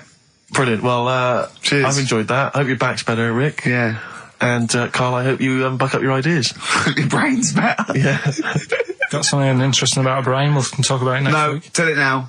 No, Quickly, what is it? No, we'll leave it. Oh, like that's a hook. Like people will be going for a week. Oh, I wonder what things are a girl's brain. Was it a brain that drove a motorbike across to Switzerland? You've heard it. Anyway, Rockbusters, Carl. Yeah, should we get the ball rolling? Let me just find the gifts here, the little treats. We've got the album from the Coral. You know what I think about that. We've got Comfort in Sound Feeder. Well, it's just a novelty record, isn't it? Yeah. We've got on DVD more great comedy moments, favourite clips from the best of contemporary BBC comedy. We've got Partridge on the front there. We've got one of the guys from Red Dwarf and Brilliant. no, there's good stuff on there. Smash Hits, the reunion, more great 80s tunes. Catch a Goo Goo's on there, plus some stuff. Too Shy? It is Too Shy. Yeah. Actually, let me see if you can guess which one's from Tiffany. Well, yeah, I know it. The only one. I think we're alone now. Yeah, I think we're alone, yeah. Mel and Kim. Respectable? Mm-hmm. Human League. That'd be, oh, wow, what would they have got, Don't You Want Me? Of course. Yeah. Yeah. Uh-huh. Lies Take On Me? Yep, Yeah. well done. Madness. Baggy Trousers. Of course. Kim Wilde. Kids in America? Yeah, so there's just all those treats. If you like a song from an 80s band, it's probably on there. Yeah, okay. Plus we've also got on VHS Graham Norton, some kind of best of compilation from his TV show. So there are the Hold on, is it the one where he talks to sort of female gay icons and looks at the internet? Because that's my favourite one. Right, there you go, let's do Rockbusters. Right, email only, of course. Yeah. You email in ricky.gervais@xfm.co.uk if you know the answer. Right, first one. Bit of a cryptic clue if you haven't heard it before. Well, not cryptic, we're on. What is Karl thinking? If you go into France by boat, I'd get your fags on there because it's a lot cheaper. Imagine Bob Holness. Sorry, we're out of time. Sorry, your minute's up. You've won nothing. I was reading that question out. Sorry, Right. so what's the... Right, let's do it again, and I want it to be exactly the same, word perfect. I bet you it will change all over the place. It'll be different. He's lost it. Go into France, buy yourself a boat, Yeah. fags are cheaper. Okay, fingers on the buzzers. You've only got 10 seconds to win the gold run. Okay, first up. Here, I'll tell you what, no, seriously, if you're thinking of going to France, well don't, because go on the ferry, get the fags there, because it's cheaper. Go on. Right, so that one again. If you want to buy some fags, you're going over to France on the boat, get them on there, because you'll save a few quid. BF. BF. Right? BF. Okay. Right, the second one. This little foreign cafe's growing its own steak. This little foreign cafe is growing its own steak. Yeah. This little foreign cafe's growing its own steak. Go on. D. All right. Right? Okay. And the last one, Is that part of it? hang on. He's the best, isn't he? He's the best. The Jamaican fella might have screamed this on the Titanic. What? The Jamaican fella might have screamed this on the Titanic. Yeah. What's it start with? It's CD, that one. Jamaican fella might have screamed this on the Titanic. Ricky.gervais@xfm.co.uk. Please don't phone in. If you can get those, we just don't want to talk to you. Better Nelly? Yeah, It's a summer tune. It's a summer favourite. We ought to give those Rockbusters clues again. Yeah, go on. We've had very few contributions so far, Carl. I think you've really started. This might be it. I've told you, you're on thin ice. If this goes wrong, if it's rubbish, and if everyone doesn't get them all, that's the end of Rockbusters. Right, well, the first one again, right? Yeah. If you go out of France, right, by boat, you might as well get your fags whilst you're on that, because you'll save a few quid. Right? Different every time. BF is the initials of the artist that little cryptic clue makes up. The second one, little foreign cafe, it's growing its own steak. Right? That's D. Little foreign cafe, it's growing its own steak. D. And the last one, if there was a Jamaican fella on the Titanic when it went down, he'd probably scream this. CD. Right? So email in ricky.gervais@xfm.co.uk. Yeah, Right? they're not flooding in, but yeah. Well, we'll see how we do. Rockbusters. Yes. I don't want you to have monkey news right now, because we've just had a little story there. Sure. You don't want to, don't want to go too far. Yeah, go on. So we'll get Rockbusters out of the way. Have we got a winner? Yeah, come on then. See, it worries me that we've had very few entries. I think that even your mental fans aren't getting these, which is really worrying. They must be terrible clues this week. All right, well... Has anyone got them right, Steve? I think there's just one guy, yeah, who I suspect has won in the past. but Well, there we are. so what? Right, the first one. If you go out of France by boat, you might as well buy your fags when you're on that, because you'll get them a lot cheaper. Brilliant. Right? Yeah. BF, Yeah. buy it ferry. Right? That's like, What? buy on ferry. What? Buy on What's ferry. Brian Ferry? What's that? Is that a band? What is it? I don't know what it is. Brian Ferry. Brian Ferry? What's that got to do with buying on a ferry, though? Just because it's quite close to it. Buy on, buy on ferry. What? Buy on ferry. Sorry, what? That's the What's your first first language? The second one. That's rubbish. That doesn't count. No, it's not. Brian Ferry. Brian Ferry, buy on ferry. There's this little foreign cafe. It's growing its own steak. That's Delamitri. The third one. What? Sorry, what? What is that? What is that? Delamitri. Delhi is a little foreign cafe. Yeah? A meat tree and that. A meat tree? A meat tree? What were the initials for that? Just D for that. Just D for that? Yeah. So not DA? So you didn't even give him a chance to get the group. Oh, they got it. Well, no. No, they didn't. Right, it's the end. Go on, right. Go on. Delhi meat tree? Delhi meat tree. One word. D. Or any letter. They're growing their own meat. M's in it. Go on. Okay, so Bayern, I love Bayern Ferry. And Can I just point out, Eric? Oxymusic was brilliant. I love Oxymusic. Go on. Can I just point out, Rick, that we've had David Bowie? Delhi meat tree. Yeah. I don't see why necessarily Aidan, who emailed in, why he doesn't get to win, because he emailed in dire steaks. Seems to me just as valid, as far as I can tell, but Delhi meat tree it is. And the last one, if there was a Jamaican fella on the Titanic... I'm looking forward to this. With a little bit of fear. Jamaican fella, if he was on the Titanic, he probably would have screamed this. Yeah. That's Christ de Berg. Oh, I don't know what to do. Stunning. So who's the winner? I'm not going to give it to anyone. I just don't... What's the Jamaican bit got to do with it? Just a D. Just Christ de Berg. Say it again. No, I think they've worked it out now. Say it again. Christ de Berg. And who's that? What? Who's that? Who's what? Who's Christ de Berg? Chris de Berg.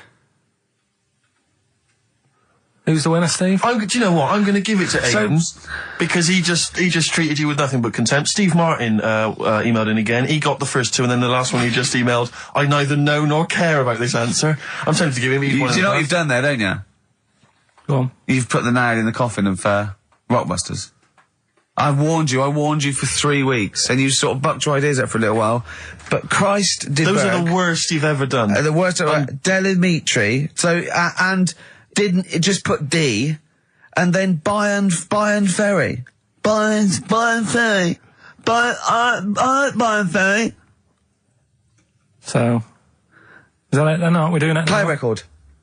Aren't we doing it anymore? I'm ashamed. You're an idiot. Are we doing it anymore?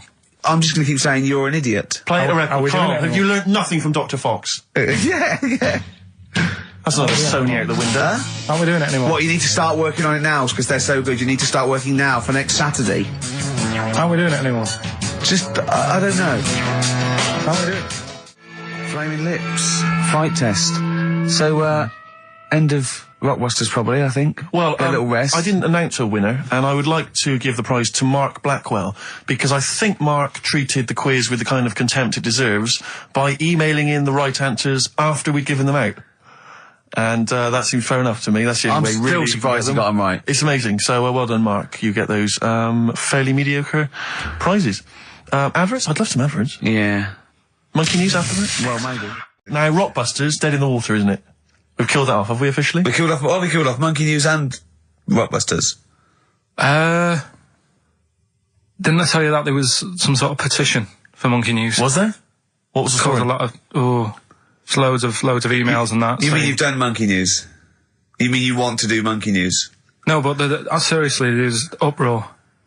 And people were like, you can't get rid of monkey news. Yeah. Don't be doing that. Who sort of what? Loads of people. Was it monkeys trying to write the complete works of Shakespeare? Did Tony Blair get a whiff of it? And he's coming So down we're like a doing ton of monkey bricks. news. And Rockbusters, Steve, if you've got a better competition, then we'll do yours. That's fine. Do you know what I mean? If that's what you want to do, we'll do. What did you want to do? No, I was just wondering whether we should perhaps not do a quiz at all rather than do that piece of rubbish. Might be better to have nothing. Might be better just to have silence during that part of the show than have Rockbusters. I don't know. If I give you the clues and that, and if you think they sound rubbish, we're not doing it. Well, I know that. I guarantee they're going to sound rubbish. All right, let's make it the last Rockbusters then. This is the last Rockbusters. Well, it depends. This is okay. This is if it's good, you get a reprieve. It's all about this. Okay. Okay. Go on then. Let's do Rockbusters then. Oh, we're doing it now. Should we play a record and do it after that? Do it after. Well, I'll tell you what. I'll tell you the prizes and then we'll come back with the clues. Because I've dug up that REM track. Excellent. So it's an interactive show. Okay, we've got the best summer holiday album ever. What we got on there? It's got Brilliant. Elvis versus Junkie XL. That's brilliant. Yeah. Holly Valance is on there. Yeah. Laz Ketchup. It's all the stuff that the XFM listener is craving. Tribute to the Ramones album. We got Red Hot Chili Peppers are on there. Metallica. Street Legal from Bob Dylan. That's nice. Brilliant. Did you just buy that in the 4 for £20 from HMV deal? Fair enough. Once That's a again, good album. The Talons of Weng Chiang, a Doctor Who classic. Yeah. And there's something for the XFM listener, 8 Mile on DVD. I thought that was nice, that film. That was the last bit was funny. It's a good film. Some good rap-offs in that as well. Yeah. So let's play a tune and then we'll come back with the Rockbusters clues. REM, go on. Give it to him. Anyway, listen, Rockbusters. Oh, come on then. Let's get it done. Really? Yeah. Come on then. Right, so cryptic clues and initials, you work it out, it's a band and stuff. Yeah. Right, Brilliant. first one. Bob Holness. The first clue, the doctor said part of the foot and the leg was no good, so he took him off and he threw him away. That's the clue, the initials TB. TB, right? The doctor said part of the foot and the leg was no good, so he took them off and threw them away. Second one, the Scottish monster has got a bit of a tan. Right, the Scottish monster has got a bit of a tan. Okay. That's TD, right? And the last one, well, the 60s singer had a heart attack whilst he was having it away. We won't be seeing him again. Right, and that's FNM. FNM. Well, the 60s singer's had a heart attack. He was having it away. We won't be seeing him again. Email in ricky.gervais@xfm.co.uk. Remember, this is to save Rockbusters. If people don't get this, right, it's no more. So you better, if you want this feature to stay, you better get the clues. Right? Good work, Carl. We'll give those clues again after the next tune. What are we playing? Yeah. Oh, you love it, don't you? You love it. Good, it's a good stomping pop #1 rock. Right. Getting through it. It's the Rockbusters. It's the Rockbusters results, really, because this is a very important result. It's whether they stay in the Premiership or are relegated. This is the playoffs for Carl. Okay? You need 3 points. You need 3 points to stay up, Carl. Go on. Right, we had a lot of right answers in that. Right, okay, that's in your favour. You know. Okay. The first clue was the doctor said part of the foot and the leg was no good, so he took them off. He threw them away. Yeah. The initials TB. Yeah. Right. Go on. Tony Bennett. All right, that's Tony Bennett. Tony Bennett. Tony Bennett. Yeah. Okay, that's a warning. That's a yellow card. That is a yellow card, but you can still get the points. Right. Because his name's not Bennett. Tony, brilliant. Tony, perfect. A pun. Knee, his name's Tony. Perfect. Bennett, no, his name's Bennett. See? Well, he's in London this week as well, so I don't know if it's sold out. I won't mind. Are you on drugs? Or did I actually crack your head? Did I actually give you some brain damage? Because you're worse than usual now. It's like, go on. Right, the second one. That's a Scottish fella. We've got to speed this show up. Hang on a minute, hang on. I've just got to make sure it's right. We don't want to look stupid. Right? That Scottish monster has got a bit of a tan. I don't think we can look stupid with material like this. TD, that Scottish monster's got a bit of a tan. The answer there, the darkness. I'll give you that. Right? Well done. And the last one. Goal. The 60s singer, he had a heart attack the other way whilst having it away. You won't be seeing him again. The initials FNM. That's Faith No More. Adam Faith. Right? No! Doesn't count! Why not? Adam Faith No More. Right? Adam Faith No More. So, sorry, what is the clue? Is the clue Adam Faith, or is it Faith No More? Just Faith, I suppose. Just Faith No More. He's a 60s singer. So we got that. That's that. Safe for next week. Who's the winner? What do you make of it? You've got the deciding vote, Rick. Well, Come on. I mean, you know my feelings. I mean, it works Faith No More, but he's mixed up what cryptic is and that, because the fella, I mean, Adam Faith did actually die having it away, didn't he? Yeah. So it's all about him. It's all right. All the facts are right. Anyway. Okay, I think he's got a reprieve. I think I'll give it to him. I think I've got to give it to him, Steve. I think I have. He actually pulled that out of the bag, that one. There's no Jamaican fellas seeing icebergs or, you know, Whitney Houston. The closest he came to is Bennett, and I'll let him off that. I've got to be a fair ref here. Well, fair enough, and well done to, you know, I'm always a fan of names that for some reason just strike me or tickle me. Yeah. And this week the lucky winner is, Dave Suckling. There's nothing amusing about that. Oh dear. So well done to Dave Suckling. Okay. Suckling wins it. Suckling takes the prize. He takes the prizes, and well done to him. I guess there's more of that next week, and we're fast approaching the end of the show, Rick. I know you are excited about that, as am I. Well, I know, but the best to come, because we've still got Bruce Springsteen coming up now, followed by Monkey News. All right, Monkey News It's after amazing. What an amazing show this is. Right, we're doing Rockbusters. Yeah, come on. Listening Steve, do online. you want to do the clues? I won't do the clues, I'll never be able to piece them together, but I'll give you the prizes. The Old Grey Whistle Test, Volume 2, Kumar's at number 42, Volume 2, or maybe that's Volume 1, who cares? Porridge, Series 3, Volume 2, The Office, complete second series on VHS, for anybody who's still got grandparents. And U2, a best of 99 to 2000. And Smash Hits, the reunion, that'll be the kind of stuff you'll love. Spice Girls is on there, Liberty X, Atomic Kitten. Do you see that? Do you see Steve's enthusiastic? Even though the competition's rubbish, the prizes are second rate, Steve is going, well, I'm not going to punish London, right? I'm going to big it up. You're there. Oh, do you know what I mean? Come on. Right, here's Clue the one, first come clue. on, Clue one. Come on.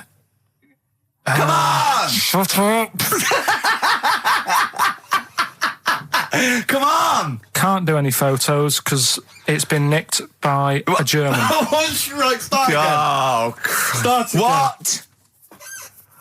Clue 1. Rockbusters, Clue 1. Okay, this is Rockbusters with Karl Pilkington. Go! I can't do any photos because it's been nicked by a German. And what's the initial?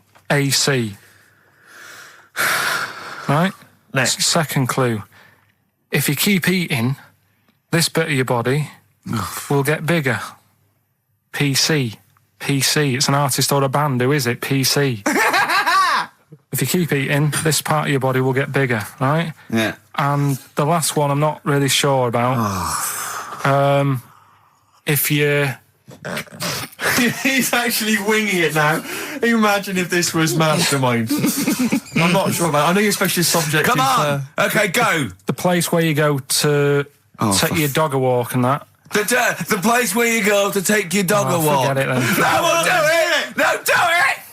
Get you! Tim Burgess. Oh my Corazon, is that? Yeah. What's that mean? I have no idea. Phone in if you know. No, don't bother.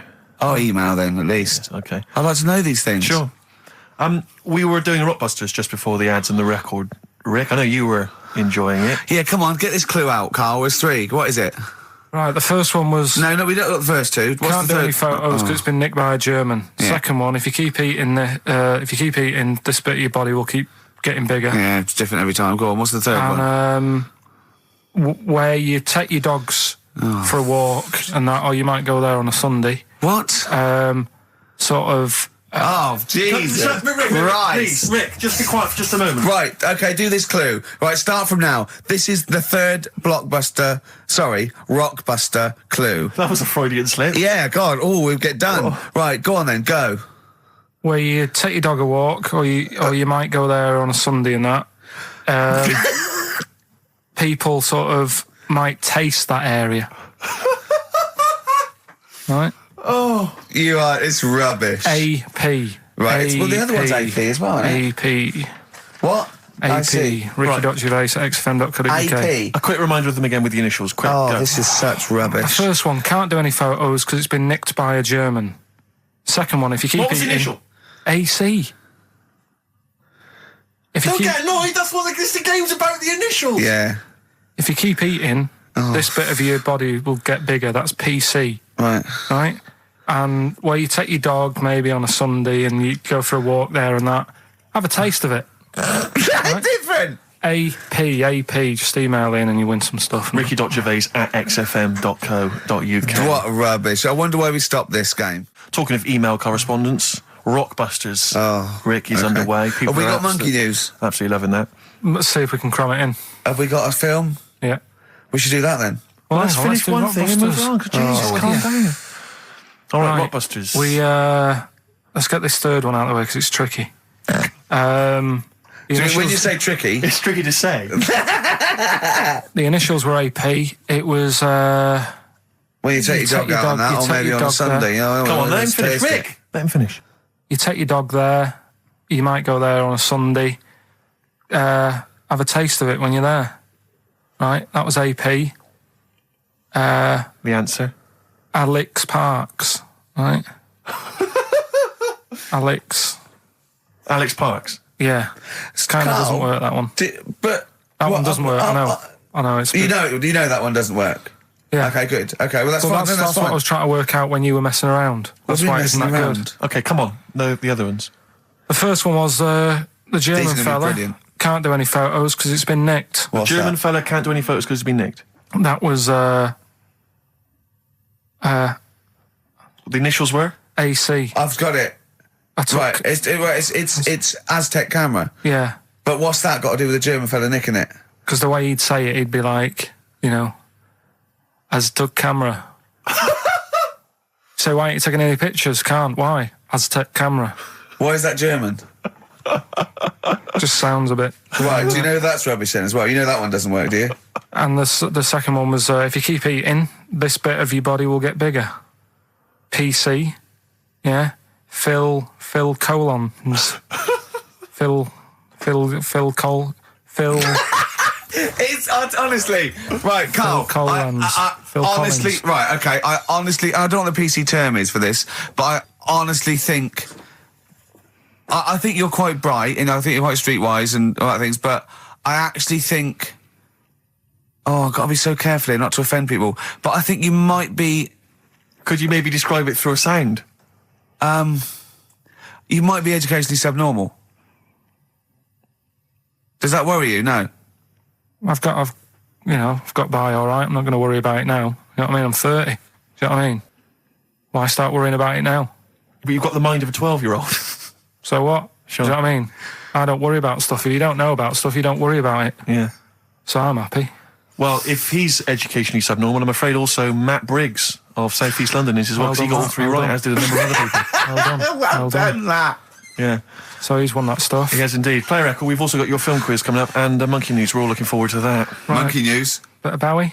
Yeah, one of my favourite Bowie songs of all time, Letter to Hermione from Space Oddity. Have you got any Christmas shopping? I should shoot off and do that now. Rockbusters. Yeah, brilliant. Right then, this is where I give you a little cryptic clue and some initials, and it sort of makes up a band or an artist and stuff like that. Yeah, brilliant. Sort of being the operative phrase there. Yeah. Let's see how he reads this clue. Yeah. This is going to sound like Oscar Wilde. Clue number one. 3 different clues. Clue Oscar number Wilde 1. was Chinese, apparently. Was it? Yeah, it was illegal then. Right. Will you leave the entrance to my garden alone? Sorry? Will you leave the entrance to my garden alone? Are we back on the gay thing, or is this... This is the clue? That's the clue. Right. Clue for Rockbusters number 1. Will you just leave the entrance to my garden alone, will you? Right, that doesn't count because I know what it is. And what were the initials? What are the initials? GG. Correct. Yeah, right. But you've got to pronounce the artist correctly. I'll pronounce the artist because I know what it is. Don't ruin it. No, no. People- When the answer comes, I'll pronounce the artist. Right, can we just focus, please, on the quiz? Go. What was the clue again? Give it again. Will you leave the entrance to my garden alone? Stop messing with it, right? GG. Okay. Right? Next. Doesn't count. Next. Incorrect. Don't phone, but you can send a message on my mobile if you want, right? That's Yeah. T. It's another little easy one. And the last one, we were sharing out the mail sheet. Right, that doesn't count either. Can we just fuck Rick? I know what that is. I know what that is. I don't care. We'll come to that later. Yeah. And number 3, we were sharing out the mail sheet, and I think I got the best one. Right? DG. DG. Yeah. So quickly again, will you leave the entrance to my garden alone? Stop messing about with it. Yeah. Right? GG. Yeah. Don't phone, but you can send us a message on my mobile if you want. Right? That was T. And the last one, we were sharing out the mail sheet, and I got the best one, so that's good. Right? DG. All right, ricky.gervais@xfm.co.uk. Have we got any prizes? Do you want to have a look? Well, don't worry about it. Oh, this is don't worry about it. pathetic. Have we got any prizes? Just look, the Yeah, clues fine. are rubbish. The clues don't work. The show is. I mean, this is pathetic. Play a record. That's what it should be called, and the clues don't work. Well, I think it's Rockbusters results, isn't it? Okay. All right. Brilliant. Do you want the prizes, by the way? Not really. Not bothered? No. Right, there's some videos and DVDs and that, some good stuff. in there. VHS hype.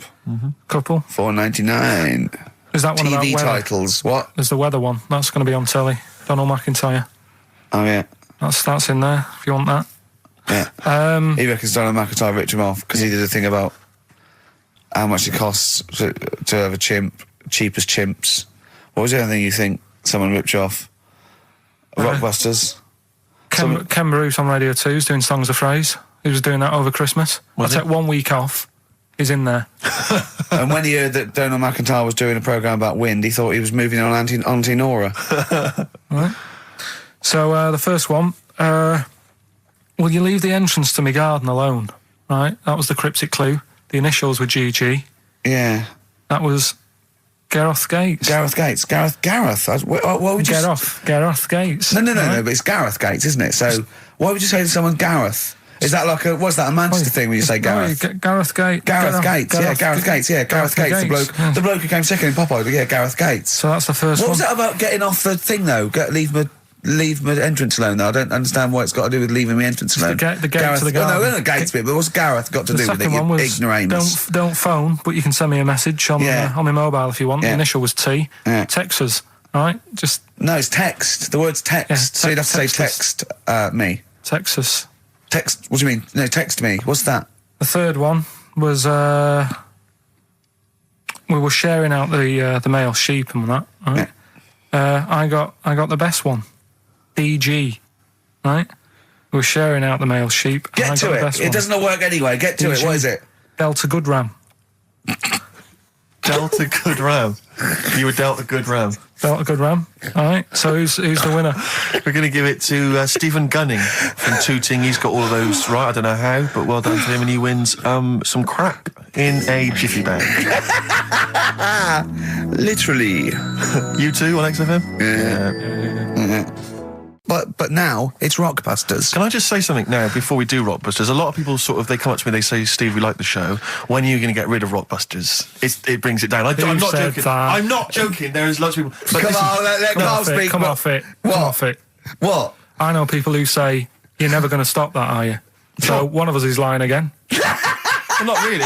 You know, I'm talking about. I'm talking about people who've listened to the show. You're talking about Suzanne, your girlfriend. Martin, he'll be at home now with a pad, getting ready to play. But I should just. Mike Freeman did encourage Carl on a couple of occasions. He even tried to get him through with the answer egg when we were doing that naming animal round. Yes. So, but I should just say that people think that somehow Ricky and I are endorsing Rockbusters, that somehow by allowing it on the show, somehow we think it's good and we appreciate it. And I need to point out that it's more like when a child comes back from school and they've done a painting. Yeah. It's crap. Yeah. But of course you've got to stick it on the fridge. bigger than the house. You've got to stick it on the fridge because otherwise the kid's going to get upset. In this next episode, you've got to remember the cat is bigger than the house. Exactly. Okay. It doesn't look like anything. The humans don't have bodies, their legs has come straight from their head. Yeah, mummy and daddy. Please welcome to the stage Karl Pilkington's Rockbusters. All right. Right, so cryptic clues, No, not initials, cryptic. and you work it Rubbish out clue. and you email in and that. Yeah. First one. Yeah. Don't be stealing my tools. Take your sister's. All right, and the initials NK. Don't be stealing my tools. Take my sister's. Yeah, so that's like the cryptic clue, and the initials of the artist or band is NK. Right. Second one. Buy it if you want. Not bothered. Think about it. Come back. Right. Come back if you want. Start again, Karl. I lost halfway through. Right, start that second one again. Right. Well, you can buy.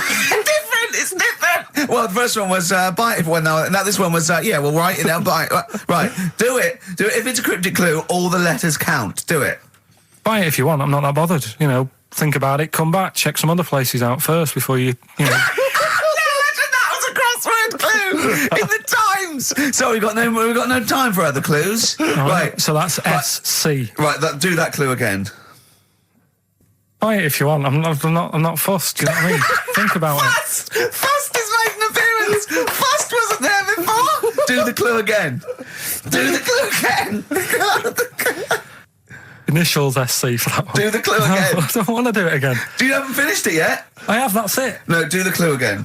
I can't do it again. Do the clue again. Buy it if you want. I'm not fussed. Right? Shop around. Come back. It's up to you. I'm not pushing you into anything. It's all right? up to you. It wasn't there. SC for that one, right? And the final one. That's good. I can play 10-pin bowling again. Okay, and what's the clue? Christ. That's O for that one. O. All right, so they're the Okay, three now I things. assume that I'm not going to bother to look, but I assume there's a jiffy bag of tax Yeah. which people can win. All right, well, great, good luck. Ricky.gervais at xfm.co.uk is the email Play a address. record. Thorns. No, buy it if you want. I'm not fussing. Come back, have a look around. I'm open Wednesdays, by the way. Shut up, for. See you later. No, it was Rockbusters, well on the way. Any right answers yet, I'll Karl? just check. Let me see, we got one email. One email. No. No, because they probably don't make sense. Yeah, no responses whatsoever. There's some on the text and that. Really? 83 XFM if you want to do it on the old text. Speak up, Karl. You do can do it not on- just we're on the me, radio. Steve. No, we're on the radio. Yeah, we're live. Just letting you know, do it on the text if you want. Send it in on the text. And what? Well, what is it? Say it. 83 XFM. Right. Right? What's the email address again? Ricky.gervais at xfm.co.uk. Are you tired today, Karl? Are you just bored or? No, I'm all right. I'm good. Yeah. Yeah.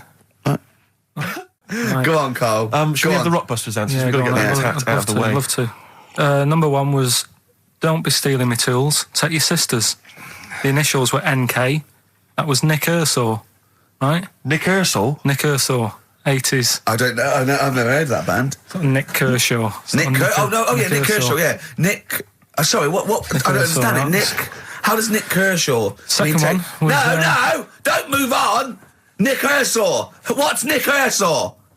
Jesus. All right. It doesn't Second count. one. It's Come on, not a moving clue. on. Let's just leave it behind us, all right? Second one was, buy it if you want. You know, I'm not bothered. You can think about it, come back, have a look around, think it over. I'm not fussed. The initials were SC. That was soft sell, right? That works. Yeah, Well done. That works. right. And that's good. I can play 10-pin bowling again. That's O. That's outcast. All right. What? What does that mean? Outcast? You're out. You broke your arm. Right. Got the Oh, cast that's off it. ridiculous. That's ludicrous. I mean, that's You ridiculous. broke your arm, you were in a cast, you got rid of the cast, you're outcast. Did Yeah. anyone get that? Yeah. I mean, I am stunned. I think, to be fair, that was because how many bands begin with O? Yeah, I think that's why people got it. exactly. But there were guesses, yeah. I could probably make Oasis work if I tried hard enough. We've done that. Oh, pardon me. So, outcast. That's ridiculous. Why is it ridiculous? But We've it's had worse than that. ridiculous. We've had worse than The that. leap to We've had bowling. worse than that! No, Imagine that! I remember when I did my wrist in, then it fixed. I went 10-pin bowling. Why did you do your So wrist it's what in? you did. Brilliant. So next week's quiz is what am I thinking? You're an idiot, Karl. Play a record. Who's the winner? Why did you do your wrist in? Crash. I had a bit of a what? crash. Had a crash. You had a crash? Yeah. That sounds like a story we've not explored. Not much to it. I just went on a free sort of rally day. Got in this car. I'd been working all night, right? So I wasn't the best condition to be whizzing around a track in a car. Sure. Like a Formula 1 type car. Yeah. Spun out of control, hit some mud, smashed it all in, wrote it off, and I didn't realise I'd done a load of damage until... Well, you landed on your head, but you were fine. Yeah. Who's the winner? Mike Godliman. I sort of feel like, you know, one thing we've never done, Rick, is we've never pandered to people. But as it's the last show, we've got to give the audience what they want. Rockbusters? Well, yeah, and I was going to say things they don't want as well. And, you know, and well, just basically to keep a smile on Carl's face. Yeah. I say a smile, a sort of not quite a scowl. Yeah, he never really smiles. So, yeah, it's just really as a chance for him to have a go. It's like, you know, you indulge an annoying child. The only time Carl laughs is for no apparent reason. Yeah. What do you think, like... What do you mean? Well, sometimes you'll go...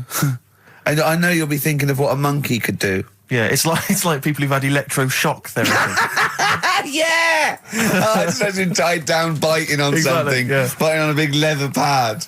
Let me just tell you briefly what the prizes are. It's That, the number. that looks like a piece of shit. What's that? Well, let me tell you, Ray. Let me tell you.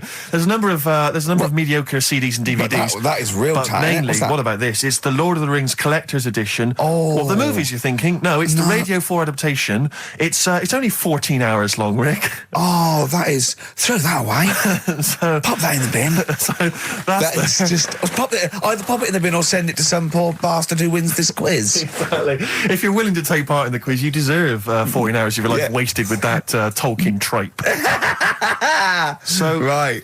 yeah, what are the clues then, Carl? Right, as always, just, you know, cryptic clues and that. Initials of a band or an artist, Yeah. work it out, Yeah. win the stuff. Yeah. Email only. Yeah, ricky.gervais at xfm.co.uk. First clue is as follows. The Jamaican fella wrote a review for... It's the good old Jamaican He's fella. back. The Jamaican fella. It's the last show the little Jamaican fella's made an appearance. This normally suggests that you need to think of the answer in a Jamaican accent. Yeah. Or not. Yeah, or not. Yeah, so any hang on, accent. hang on. Or an accent. Or pronounce the word slightly differently. Yeah, okay. Yeah, go on. The Jamaican fella wrote a review for Phoenix Nights. All right? Yeah. DC is on the initials. DC, D for Yeah. Derek. Yeah, Okay. DC. The Jamaican fella wrote a review for Phoenix Nights. That's the first one. Second one, it's three of them. Second one is we should all vote for Paul Daniels, David Blaine, Copperfield, The Great Soprendo, Tommy Cooper, and Darren Brown. We should all vote for them. Why is that? What's going on? I've just got the first one. ES. ES. Right? ES. Okay. And the last one, Steve, what did your dad do? Huh? Steve, what did my dad do? What did your dad do? Is that the question, or are you asking me? Well, Ricky, what did your dad do? It can work on anyone. What Right. did your dad do? All right. Right? That's E. Right? What did So- your dad do? Quickly again, the Jamaican fella wrote a review for Phoenix Nights. Right? DC. Second one, we should all vote for Paul Daniels, David Blaine, Yeah, all Copperfield, Great Soprano. No, but that's important. Right? ES, and the last one, you know, Steve, what did your dad do? Right? Okay. The initial E. Ricky.gervais@xfm.co.uk. We don't want to speak to you. Please don't phone up. Remember, you could win some Lord of the Rings tripe. Faith no more on XFM. Right. Last Rockbusters ever, thank Christ. What Play a record! I'm not sure you Rockbusters can. answers. Let's do Rockbusters answers. Rubbish. I don't want the gig anyway. Like they were seriously considering him. Thanks for coming in! Brilliant! Go on. Did I tell you my dad's always been asked to go on that? Why? He's always been asked to go on. Is Okay, he a woman trapped in a man's body? No, they want to talk about you. They So it's right. disappointing. Go on. Anyway, Rockbusters, right? Right, first clue was Jamaican fella wrote a review for Phoenix Nights. Yeah. Right, that was the cryptic clue. The initials were DC. Yeah. What is it? Come on, no, you tell me. It's Define Comedy. All right? Define comedy. It's a divine comedy. All right? What is that? That's I'm a just Do Jamaican the accent again. Do the accent again. Oh, it's just divine comedy. That's just to help it along. That's Do it just again, to do the help accent No, I'm again. not doing it again. You've got the answer. It doesn't matter. Let's move on. Right? Second one. We should all vote for Paul Daniels, David Blaine, Copperfield, Great Soprendo, Tommy Cooper, and Darren Brown. Why is on. that? ES were the initials. Go on. Elec, Trick 6. Right? What? electric 6. It works, so don't say it like that. I don't know what it means. Right, well, there's 6 people there who do tricks and that, right? I'm saying we should vote for them, so you elect them. Yeah, but he said elect. Yeah, electric 6. No, It elect works, though. it Elect. works. No, elect's not a word, is it? And the last one, I don't think elect's a word. Elect. Steve, You don't mean Alec, do you? It's not Alec Steve. Park. You're not trying to do Alec Park. The one. third one, Steve, what did your dad do? I don't know. That was E. Could work for anyone, it didn't have to be Steve, right? That was erasure, right? Erasure. Erasure. No, it doesn't work either. It doesn't work Kinda either. does work. It No, does it doesn't work. work. Doesn't work. Who's the winner? None of them work. None of them Well- work. Another pile of crap I'm gonna from give you. for the mind of little stupid. Go on, Oh, Steve. what a I'll give the prizes dopey to. little. I'm going to give the prizes to Martin Williams from Oh, Flintshire. I don't know where Flintshire is. He says that he's promised to listen to the Lord of the Rings. By listen, he means sell them on eBay. Yeah. So, thanks God. for coming in. Stupid. The end of Rockbusters from the stupid little shitty brain. I'm going to say it of Pilkington. Bobby Womack across 110th Street on XFM 104.9. I'm Ricky Gervais, with me Stephen Merchant, and over there Karl Pilkington. Can I just remind people that... A man so stupid it isn't actually offensive. I just want to put that out there. Yeah. Okay, good. No, just wanted to remind people that they can get in touch on the text, 83XFM. You'll need that text number shortly because we're going to be playing Rockbusters very soon. Gav has texted in, and he says quite simply, "What's happened to the webcam? All I can see is a bald monkey." Well, you're absolutely right. We'll try and get that sorted out for you. But we're rockbustering now. Do it now. Should we do it now? Set it up now. Okay, great. Yeah. So Well, you should just remind people, Rick, particularly if they're trapped in Antarctica for the next few months, what this game is. Well, this is Blockbusters, just totally ripped off, and the clues are bands and artists. Carl says they're cryptic clues. They're not cryptic clues. They're more like, what word am I thinking of? They're tenuous. Some of them don't work at all. So it's really, are you in tune with a shaved monkey? I mean, it's nearly embarrassing to get the clue. I pride myself on that I don't really get them. And I'm sort of proud of that, because you shouldn't. Yeah. But anyway, I think I've given it a big sell. Yeah. Now, you do win Tat today, but the big prize is going forward to be in the draw in 5 weeks' time, when there's a signed Homer that I got Matt Groening to draw. If you go to rickygervais.com, you can see him drawing it. It's an original. Well, if they want to see it, they can go to xfm.co.uk/Ricky, and it's actually, just click on it, you can have a look at Oh, it. you can see all the pictures there, can't you? There's also a signed Nigel Tufnell poster, and us three as Flanimals. But there's a little actually video clip. I was on rickygervais.com. You can actually see Matt Groening drawing it. Well, those prizes are the ones, the big prizes you can win in 5 weeks' time if you get to the grand final. In the meantime, it's the usual selection of mediocre gifts which will be given away. that if you we win found this in a week. draw that people have sent us to give so away. first up, we've got I think I think most people agree, the mediocre John Travolta film Ladder 49, which I think barely made it into cinemas over here. No. We've also got on DVD. And we're giving that away. We're giving that away. Brilliant. On DVD, the TV series Grumpy Old Men, which I think is repeated every single night on BBC Two. Oh, and that's free as well, is it? Yeah, that's very well. okay. Very well. We've got the complete third series of Alias. Great gift, only if you've seen the previous 2 seasons. So Is that the one I'm in? I don't know, possibly. French and Saunders at the Movies, a collection of all their hilarious movie spoofs. Again, on television, I think, every Friday. And the TV series Operation Good Guys. You know, fine series, but you could see that on UK Gold most nights. So once again, an excellent selection. But if you win all those and take them straight down to Record and Tape Exchange, you will be able to get 2 albums that you actually like. That's exactly right. So, Well, people send us them, so they sort of get bigged up on the radio, so that's done. We don't need to, worry about that. angry. So, anyway then, three clues. Well, and hang on, that. let's play the jingle. No, I haven't got one. You not got a jingle for Rockbusters? No. Well, do one quickly now. Okay. Rockbusters. Brilliant. All right, so we got 3 of them. Cryptic clue and the initials, the band. It could be a band or an artist. We've done all that, haven't we? No. All right, first one. The fella Oh, let his wife know how he got the bruise on his leg. Right? Give us that again. The fella let his wife know how he got the bruise on the leg. He got a little bruise. Yeah, it's all, imagine Always that in the tricky. Times crossword. You read it again, it's slightly different. Every time I look back at this crossword, it's slightly different. All the words change. The It can't be initials- cryptic. The initials there, CL. Right, CL. Fella got a bruise on his leg. He let his wife know how he got it. What's going on? Right, second one. All the muttering. And what's the next cryptic one. clue? Second one. That Potter lad had a lot of bottle doing all that stuff with the wizards and that. Right?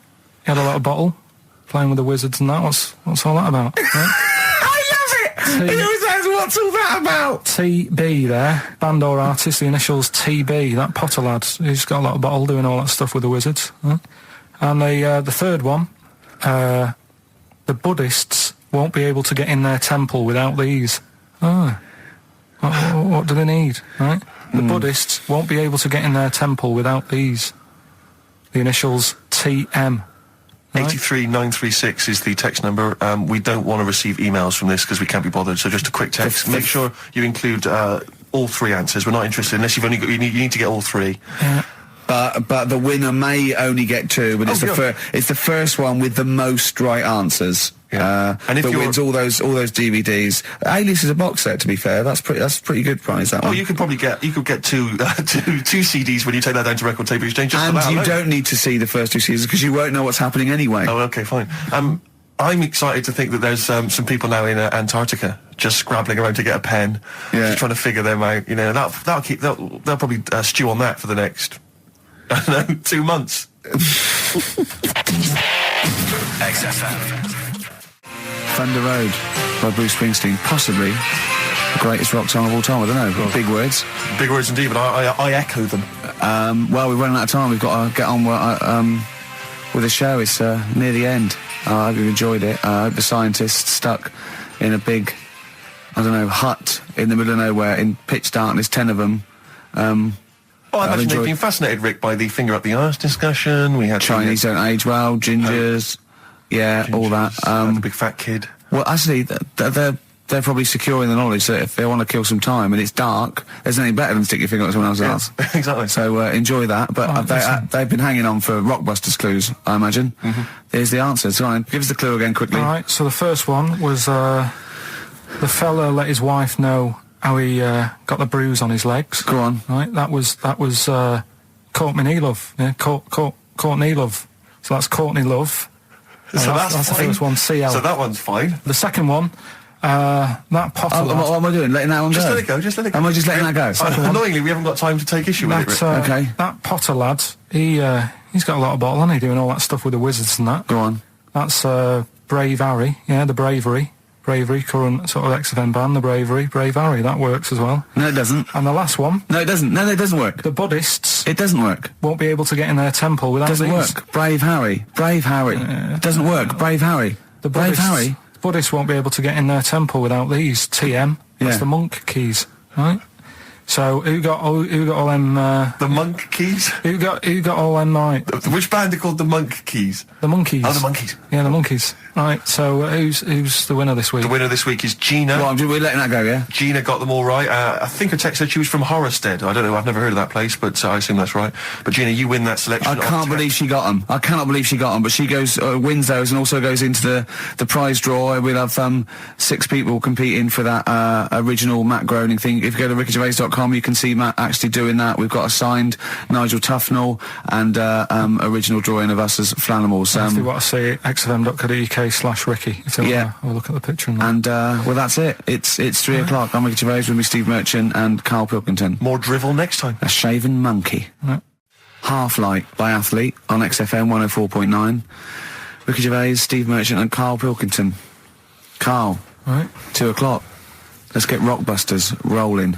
I should just, if people aren't familiar with Rockbusters, then someone has actually sent in one of their own to test Karl. They've used, I think, the same principle that Karl has, which is, utterly random. Yeah. As you said before, Tenuous. really just trying Not to really think of cryptic. something Yeah. that he might be thinking of. Sure. So I'm going to, she's done it quite coherently, but I'm wondering if I should sort of say it more as Karl might say it, just slightly less. More different every time. Yeah, slightly less coherent. So, Karl, this is one for you, all right? Go on. It's Sunday morning. I'm just, I'm in bed, but I don't sleep, but like Hollyoaks is on, the omnibus, I'm just watching that, I go and make a lovely cup of tea, in the bed with Suzanne, aren't I, having a cup of tea. What's going on there? Just watching the telly and that, but hang on, I haven't got anything to dunk in me in my tea. I haven't got anything to dunk in my tea, have I? Yeah, I mean, I haven't got anything to dunk in there, and I'm just having, you know, what am I doing? Is it LB? It's LR. Oh. LR. So, have a think about that one, Carl. I think I know it. Yeah? Do you? Go for it. Go on. Is it Lionel Richie? It is Lionel Sort Richie. of. What's your logic? Sort of lying in, lying ill, and it's like No rich tea. No rich tea. Yeah. No biscuits, no rich tea. Lying, no rich tea. I think we Lionel Rich tea. Lionel Richie. It works. We've It's done one- just we've as done one a coherent bit as one of like yours. it. What's that? We've done one a little bit like it. There's no wrong with that. I cannot believe you got it. That's a You got it taster. instantly. I cannot believe you got it. I might not have got it without the initials, but that's why we chucked them in, just to help you along. Right? So what have you got for us right, this so week? we've got three of them. Oh, by the way, don't bother calling in Kate Bush because Carl doesn't want to answer the phones. He says Kate Bush is not going to call, so it's all going to be nutters. So we apologise. He's got one thing to do. He didn't even get the sound right because someone was complaining about they couldn't hear Steve. He's got to do Monkey News, which is always twaddle, and he won't even answer the phones now. So I don't know why he gets paid. He takes off Mondays because he works Saturdays. He I gets don't. paid for Saturdays. He takes 5 weeks Not off holiday a Mondays. year. Not off Mondays anymore. and he moans. Not off Mondays. Wow. Right. What have you got for us? Right then, the first one. There's a vehicle that sells kebabs. Right? There's a vehicle that sells kebabs. Initial B. Right? B. Right. Right? Have you worked that one out? Of course I haven't. Right, the second one. You're asked if you want that bit of the egg. You what? You're asked if you want that bit of the egg. You Yeah. think about it, but we sort of decide against it. And again? What's going on there? You're asked if you want that bit of the egg. You think about it, but you go, nah, I'll go against it. Right? I've got it. Is So it that's is what's initials W-Y-O? Yeah. Got it. Right, so... Okay. yeah. That one works. No, it doesn't. No, it doesn't. No, it doesn't. And the last one, I don't think this burger will catch on. I don't think this burger will catch on. Yeah, and the letter there is M. So you just text or email in with the answers and win some stuff. What have we got? We got some prizes. We got another box set of the League of Gentlemen. This is instant gratification, but you go into a draw for something bigger. So what have we got today? Yeah, well, today, this is what you're taking home today. You've got the League of Gentlemen, the complete collection on DVD. That's Yeah. that's worth having, definitely. We've got Catterick, which is the current Vic and Bob show on BBC Two, which is good. The Aviator, the award-winning Leonardo DiCaprio, Martin Scorsese biopic, and once again, Ladder 49. We're giving that away again, are we? Yeah. Apparently, we got. Did we get a job like those? We got loads of them. We got boxes of them, stacks of them. Oh, Yeah. excellent. So, Email in if you just want a copy of Ladder 49. I'm sure we could dig one out for you. yeah. Or phone in, because Carl does not answer the phones. Right. And remember, the winner goes forward into the chance to win the big prizes, the signed Homer drawing, the signed Nigel Tufnell poster. And you go to rickygervais.com and see Matt Groening actually drawing that to verify it. But Lloyd Cole won't. Never wrote anyone, has it? Has it? Roxy Music with the old Dylan classic Hard Rains on XFM 104.9. Mixing it up, just mixing it up, Oh, mixing and yeah, matching. sorry, We've got Neil Young, we've got a bit of Roxy Music, we don't care, do They're we? all right up, bang up to date with some of the latest tracks from Feeder and the like, so... Yeah, big time. But it's what they're waiting for, is the Rockbuster dancers. That's right. Right. Okay, give us the clue, give us the answer. Right then, first one. Hurry up, because we haven't got long for Monkey News. Don't worry about it. Don't worry about it. First one. There's a vehicle over there that's It's changed. selling kebabs. Oh, it's changed, go on. Initial D. Yeah, what is it? That was Donovan. Okay. All right, yeah, okay. Yeah. That Good. worked. I'll give you that. Yeah. Second That's a one. real clue. Well, they got it, like they always do, so they're always real clues. Second one. You're asked if you want that bit of the egg, right? You think about it, then you decide against it. I think I know this one. What was the initial again? Y-O. Is this John Lennon's wife, Yoko Ono? Yeah, that's right. I think that was her name, Yoko Ono, wasn't it? Yeah, it's Yoko No. That was- Yoko No. No, you've got it no. wrong. You're thinking about it. You're asked if you want a bit of the egg. Yeah. You go, yolk. You think about it. Oh no. Oh, so you say it twice, you stutter. So No, it's no, Yoke, no. Yoke, oh no. No, you didn't No, her wrong. name's Yoko Ono, though. Yeah, Yoko Yeah. Ono. Listen to the clue again. Okay, no. Listen to the clue. So what you say is, do you want this bit of the egg? You think, oh, the other bit. No. Yolk. Oh no. Yolk. right. Oh no. Yolk. Oh no. Yolk. Oh no. Oh yolk. Yeah, go on, brilliant. Yeah, okay, yeah, Yolk. No, yeah, go on. works Yeah. perfect. Next. Yeah. And the last one was, I don't think this burger will catch on. That was initial M. Yeah. McFly. Right? So, there's your 3 clues. What's There's your that? 3 What do you answers. mean? It won't catch on. Well, who'd want to eat that? You know what I mean? It's like a Mac burger or whatever. Mac chicken. McFly. Don't want one. Put it back. I'll have a chicken. Right? So who's got the 3 then? Well done to Ian Shillam from Mansfield, who's got all those answers right amazingly. And he wins all those great prizes, including Ladder 49, starring Joaquin Phoenix and John Travolta, which I don't think anyone's ever seen. There's 49 of them. And he wins that, but he also goes forward, as you say, to the big draw, which will come up at the end of It's our little to run. win the signed Homer saying I like Carl 'cause he's stupid like me, and you can see Matt Groening drawing that to know it's real on rickygervais.com, and you can win that and a signed Nigel Tufnell poster. Brilliant. XFM. We've got some rubbish to give away now, haven't we? We have indeed, yeah. If only we hadn't opened that, we could have thrown that in the mix. I But, know, no, it's too good to give away. it's time for Rockbusters, the quiz that no one looks forward to. And we've got, as usual, the bunch of CDs, DVDs, I should say, which... Just tell me we have got another copy of Ladder 49. Ladder 49's right here. That's Brilliant. in the mix, yeah. How many did they send you? Joaquin Phoenix, John Travolta, Ladder 49, the movie that no one's seen. Yeah, I've never met anyone who's seen it. but it's owned by every single XFM listener. Exactly. Also in the mix, as I said before, we've got Priscilla, Queen of the Desert, which, if you haven't seen that on telly, I'd be very surprised. French and Saunders at the movie, the best of all the French and Saunders movie spoofs, which is, I think, on TV every single night. Yeah. It's a very gay giveaway so far, It's a very isn't it? giveaway. Well, this got will- Ladder this will- 49, the people in uniform. You've got Queen of the Desert and French and Saunders. Well, the gays love them. You know how much a fan of Chevy Chase. You know I love Chevy Chase. Yeah. Well, we've also got here National Lampoon's Christmas Vacation 2, which doesn't feature Chevy Chase.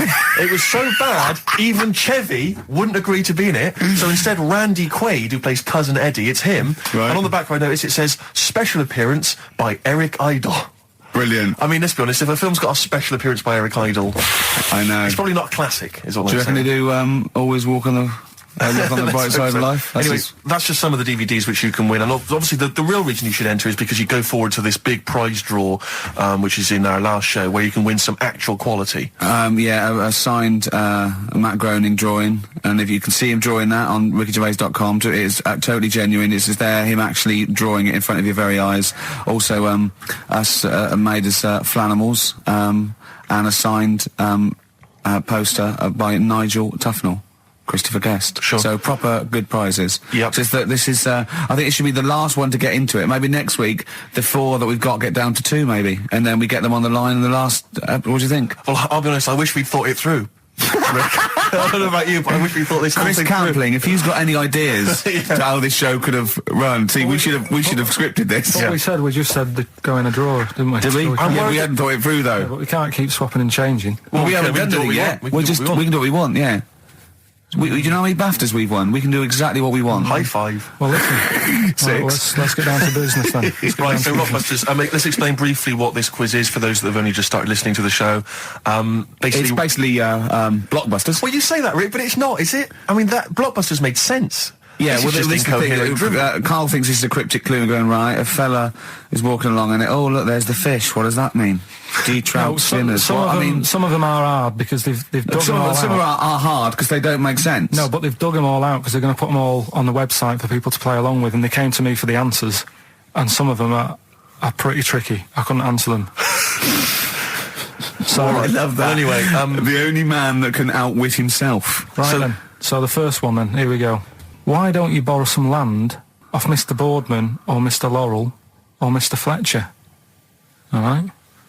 Why don't you borrow a little bit of land? Oh, it's changed already. Already changed. Already off changed. Mr. Boardman. Well, no, do it again and do it exactly the same each time. Do it again. Why don't you borrow some land off Mr. Boardman or Mr. Laurel or Mr. Fletcher if you need a bit of it? What's changing? Okay, and what are the initials? Right, LS. LS. That's a band or an artist. Who am I talking about? Huh? Second one. I'm gonna. Sorry, he's got a sweet in his mouth. I'm gonna annoy those seabirds over there. Right. I'm going to annoy those seabirds over there. Well, just those seabirds. It doesn't matter where they are. I'm gonna annoy them seabirds. I don't know what he's talking about anymore, Steve.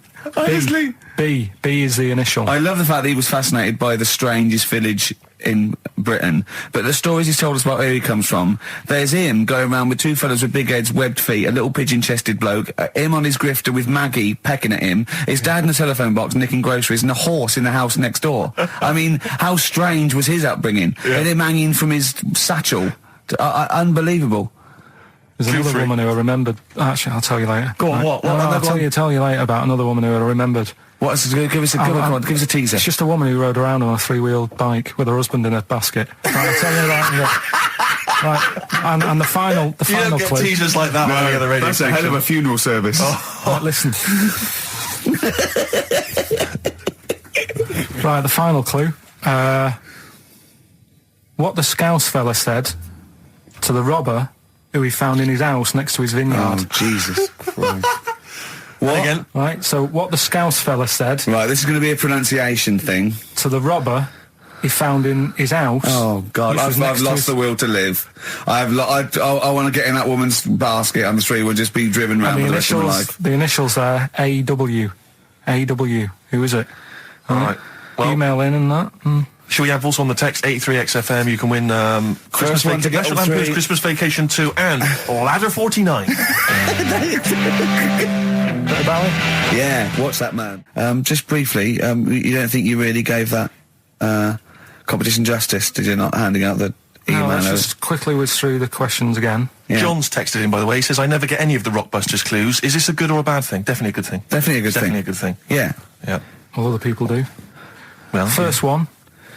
Why don't you borrow a bit of land off Mr. Boardman or Mr. Laurel or even Mr. Fletcher? Right. LS.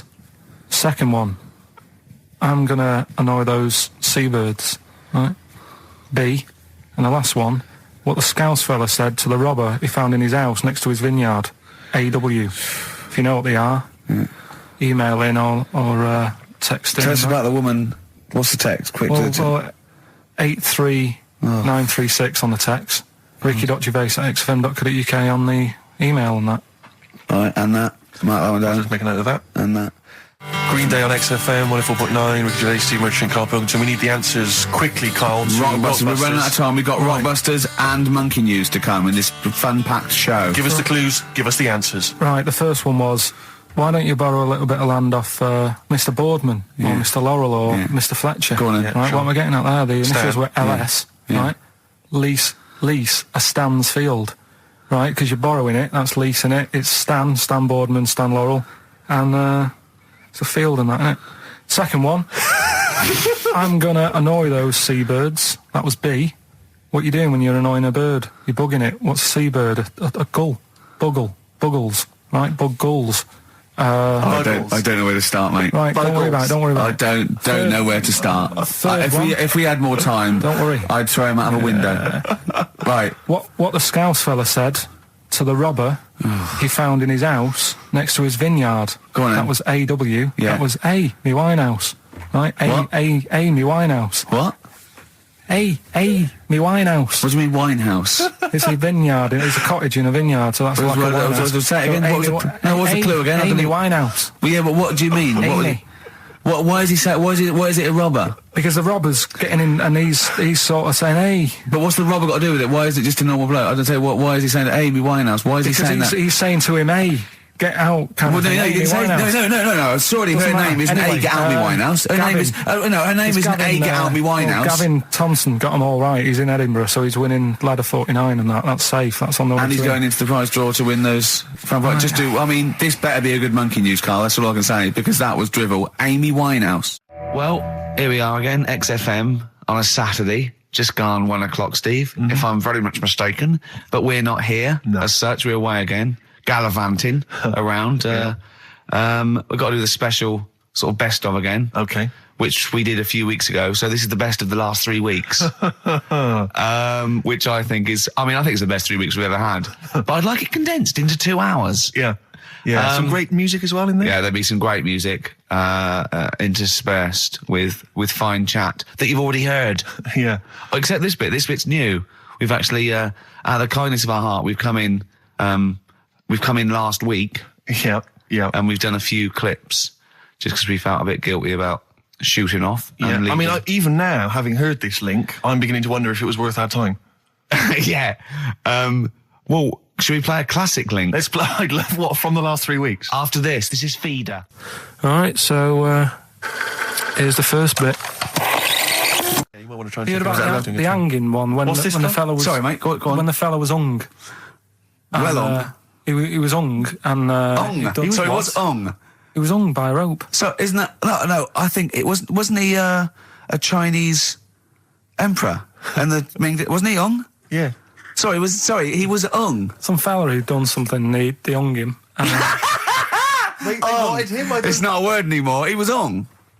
look, don't be doing that again, because you said squoze wasn't a word, and then I showing you a menu today that someone sent, and it said fresh orange, squoze. Inadvertent commas, and next to it was the word colour, spelt COLOR. So presumably either the American menu, right, in which case there's loads of American words that we don't use, or it's just a badly typed piece of work.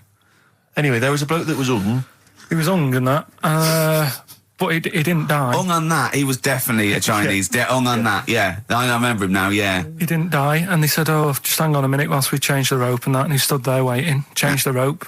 They tried to, do it again, and didn't work. It didn't work, right. So, they got another rope, right? Didn't work. And then they had to let him go, because it's like there's a well-known saying or something from this thing. Yeah. What do you make of the first genetically modified baby? Oh. Are you worried about this? Do you know what did they do? What? Let me see what it says here. It Well, says, isn't it just choosing the, eye colour? Well, this is the concern, isn't it? That in the future you'll be able to decide whether it's a boy or a girl, how intelligent it is, what it looks like, is it handsome, is it ugly? Obviously, no one will choose an ugly baby, and so on and so on and so on. And so it means that where will it lead? Where will it end, Carl? Are you concerned? I've thought about this a lot. What will us three look like in the future if they're being, genetically modified beautiful people? What will we be like? How will we be considered in society? True, yeah. But we've talked about this before, haven't we? About the cloning thing. Yeah. That's a bit weird. Yeah. But I don't think it matters, because at the end of the day, right, you might look like some other kid, but it's the way you're brought up that will change your features and the way you are, your personality. If you lie, you get a long nose, don't you? Well, no, but listen, right, because I remember when we, I was growing up on this estate. This is going to be good. Go on. No, it's not. It's just an example of how this doesn't work. Go on. So we don't need to worry, sort of thing. Sure. Right? Okay. So I'm growing up on this estate, and there was this woman about 4 houses down, right, who's a bit rough. All right. Didn't fancy her. Oh God, no. Right, but she had a Why? baby. Well, tell me about her first. I'm interested in this woman. Why was she? It was a very... Was it like being a man in a dress? I mean, I didn't grow up in a posh house or anything. And I'm not saying that if you live in a bit of a rough house, you're a bad person. What does she look like? But anyone can Tattoos? clean up. Look like Tony Green with a fag on. They didn't clean up much, right? Oh. Which, even if you've not got a lot of money, you can still try and make the place look nice. Yeah. Right? But she didn't, and a kid used to take a horse into the house. Sorry. Whoa, Neddy. What do you mean a kid used to take a horse into the house? Where did they get a horse? Must have nicked it from somewhere. Must have done. You've seen a horse in it? No. What, is that from outside the saloon round the corner? Yeah, was it just tied up with a bit of leather? Right? And, oh, that's great. Did Big Jake come looking for it? I'd been out. So let me get this. This was before the lynching stopped or after. Where did he get a horse from? What do you mean he must have nicked it? His mum said, where'd you get that from? I bought it. All right then, but keep it out of the kitchen. I don't want you going cattling rustling. Where did he get a horse from, Carl? And how long did he have it for? Was he leading it or riding it? Mum, open the door, I can't stop. I can't stop it. Open the patio door as well. Looks like we got us a runaway. What do you mean? I don't know, but the thing is, they couldn't afford to buy one because they're not cheap. So I'm just guessing. Maybe that's wrong of me. But I think He had a horse? Yeah, right. So That's why the family didn't have any money. They'd spend it on the horse. No, I don't think, that's what I'm saying. I don't think they would have bought it. So anyway, Yeah, it's wise to whisper, Carl, in case they're listening. Yeah, and They could be in the room next door. It's not buying it; it's keeping it as well. Oh, so I was like in the car with my dad coming into the avenue, and you used to have to drive down it to turn round. And, and you know, sort of go back to our house. You had the traditional method of transport. Yeah. And the horse was in the lounge. Reading a paper. Just like walking around. Oh, God! What? And when I was doing, I tried to earn myself some money once by flogging little flowers in plastic cups. What? This is genius. It just keeps coming. What do you mean you're trying to flog little flowers? What do you mean? Wait. Let's play a record. Let's play a record and come back to this. Because the story's going to just unravel and unravel. It's going to go for hours. Let's play a track, deeper Carl. and deeper. It's like an onion, isn't it? We've created a whole world here where there's a man living with a horse. Just walking around the lounge. I come from the West Country. I've never heard anything like that. I just think of a big sort of like orange carpet and a rediffusion telly and this horse going, I'm fed up in here. Exactly. This is really... I am not taking the rubbish out again. Yeah. Right, play a record. Let's have Velvet Underground. We've got that lined up. Oh, yeah, the classic from the first album, I'm Waiting for the Man. Let's come back to the horse in a second. Little flowers in pots. What do you mean? Carl's found love on the street before, haven't you? How's it going with your bird, Carl? Are you married? No. How long have you been out with her? 7 years. Because, I mean, you're quite a simple man. Yeah. You're sort of a simple in a nice way. I mean, you're like Helen from Big Brother. Yeah, you're sort of nice enough, but I look normal. Well, yeah, you sort of do. But you could be one of those that just suddenly go mental with a pen. Yeah, do you know just what I mean? Stab people through the eyes. Yeah, you sort of look normal. But if I wouldn't really want to wind you up to a point of frenzy. How did you meet your girlfriend? Through work. What, through her work? What, you phoned up and said... We worked at the same place. Oh, you're right. Yeah. You're quite an enigma, aren't you? Could you give us more on that? At work. You met her at work. What, she came in selling sandwiches? She was going through the bins outside. What do you mean you met her at Why are work? you having an attack on me? You're the one who's sad and lonely. Oh, he's done you again. Yeah, but what I thought was interesting was I just scratched at him and he just went mental. Yeah, no, it's like a bear caught in a trap. It's funny, isn't it? You'll never learn. Carl. No, I was just interested to find out what the story was because it might be a really romantic story. Well, it's not. All right, jeez. I love the fact he doesn't want to talk about his love affair. I was thinking about you in the week, and like, does it worry you? I mean, you sort of joke about it now, and we're talking about it in the office, you know, like, oh, is Steve really touchy about the way he looks? And, oh, what's this? Where's that come from? He's done it again. He's done you again. I was walking home the other night, and I was thinking about it. And do you worry that when you're old, you will be on your own? You did start it though, didn't you?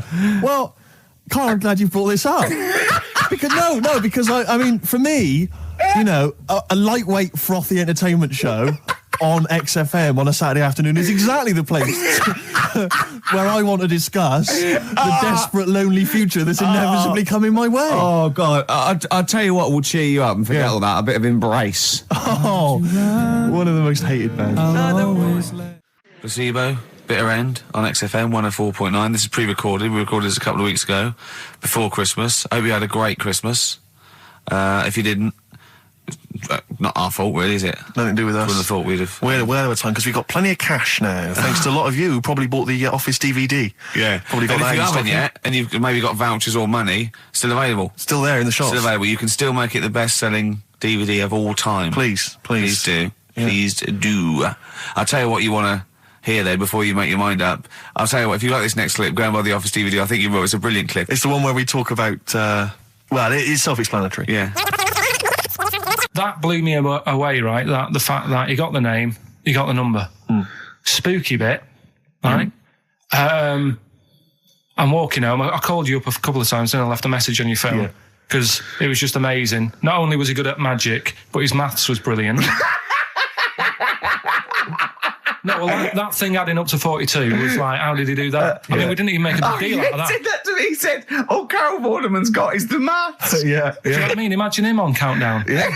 He'd even know what they were going to write down. Do you know what I mean? So a bit of a wasted talent. I should see him again about that. I think he's... So I get into my flat, right? And what they do in my flat where I live, they put the post in like these little pigeonholes. Right, and I don't normally check them out. I leave it for Suzanne to do, right? Sure. But this time, for some weird reason, I thought, right, I'll check it, see if we've got any post. Open it up. There's only this. A letter for Miss Harris. Yep, there it is. Bona fide in front of us. A letter addressed to a Miss Harris. Well, does she live there? No, it's my address. She doesn't live there. Did she ever? Don't know. It doesn't matter. It's weird, isn't it? But We've never had. Normally, I think there was a guy who lived there called Yaki Shoki. Mr. 42. It was definitely wasn't an Harris, right? This is the first time we've had a letter for this woman. Yes. Right. But what are you claiming? Because Darren Brown himself admits that it is not paranormal, it is not supernatural, it is a trick. It's a trick. Is it? But he would say that, wouldn't he? Hitler said that. Play a record. Well, can we open this? No, it's illegal. No, but I'm thinking if it's What a if we opened it birthday off card air? for someone's like 42nd birthday. Right. You can't open that letter. Go and put it back, or you cannot open that letter. Why not? You can't open someone else's mail because you think Darren Brown's supernatural. What if we steamed it open, then resealed it? No one would know. It's only a letter. You can't. You can, but I don't want any part of it. Carl, I if think you should open it. No, you open it. I'm not opening it. It's against the law. You should open it, Right, then. we won't open it then. They won't send you to prison. Look, forget it. You'll get off. Cure? Yeah. Bit Bit of of cure? cure, There's yeah, no it's cure, a no. version. I'm looking. Well, I'm tempted to open it. Well, do you want to, Steve? There you go. No, I'm not going to open it. But I think you should definitely. 6 Different Ways by The Cure from the album The Head on the Door. We've enjoyed that. The head on the door, Carl. Ooh, bit of a coincidence. Spooky, isn't it? It was only 4 weeks ago you were talking about a head and a door. Exactly. Has the door got a number on it? 42. Oh, dear. So we're not opening it. No. Well, I can't open it because as the producer, right? Oh, yeah, because your standing in society is such that they'd make a real example of you. Yeah. That a producer of a tin pot radio show once a week. Yeah, he should know better. He can press buttons and talk at the same time. Sending down. But they wouldn't try you in an adult court. You would Carl. get They away. wouldn't be You allowed. would get away with it. Just they hear you speaking for a little while, and the judge would end up squeezing your head and letting you off. It'd be like those people who train monkeys to break in. Do you remember down in South London? We talked about it in the past, and they were going around robbing stuff, Hackney. and they trained them to do it. Yeah, think so they I did think some time I don't think those monkeys would have got in trouble. It would have been the keepers. So, I think XFM would probably take the rap. Will you open it? No, I can't be seen to open it. No, he's I'm a an writer award-winner. director. Exactly. So am I. I can't be seen to open I'll it. give it here then. Right, I'm having no part of this. That's against the law, but Right, I'm having no part of it. open it. Come on, you started now. Right. The thing is, right, if it's important, we can say maybe she's listening. But do you need the stress? What it could be anything. What are you going to say? We're going to say, oh, and if you are listening, Mrs. Harris, you have got gonorrhea. Call the clinic. Do you know what I mean? It could be anything. Oh dear. Oh well. I think my talk did well. Well, what is it? Is the number 42 on there? What is it? Can you say? Be careful. What? Let me see what it is. What is it? Dear Sir, Madam, your periodical dental inspection is now due. Would you kindly contact the surgery to make an appointment? Harris, Mrs. Harris, if you're listening, your periodical dental inspection is now due. You might want to contact the Yeah, but dental surgeon that you normally go to. she could have a faulty tooth. 42. 42. 42. I don't believe it. 42. 42. Oh my God. God, that Darren's good. isn't he? Darren Brown's good, isn't it? Oh dear. Well, listen, still to come, right? We've got the monkeys thing. Oh, chimpanzee that. And when I was out last Sunday, right, at Johnny's birthday party, Yeah. Steve was there. Yeah. Got talking about stuff. And a debate that we didn't really finish cropped up. It blew your mind, didn't it? Amazing. Oh, I know about this. Steve told me. This is the infinite amount of monkeys. Or a monkey with a typewriter and an infinite amount of time would eventually come up with the works of Shakespeare. Yeah. There was no debate. It's a philosophical, mathematical problem. There's no debate. It's true. It wouldn't happen. No, listen, Carl, listen. Infinity sorts it all out for you, right? An infinite amount of monkeys at a typewriter, right? they do everything. They type everything. Infinity just sorts it all out for you. There's no getting to it and they're going, oh, well, let's have a look what they've done. This one's come close. Did Romeo and Juliet? It would do it all. It would type everything ever possible, conceivable. Yeah, but it's a mathematical Well, infinity. we've heard your side of the argument, Rick. And I'll be honest with you, it's a persuasive one.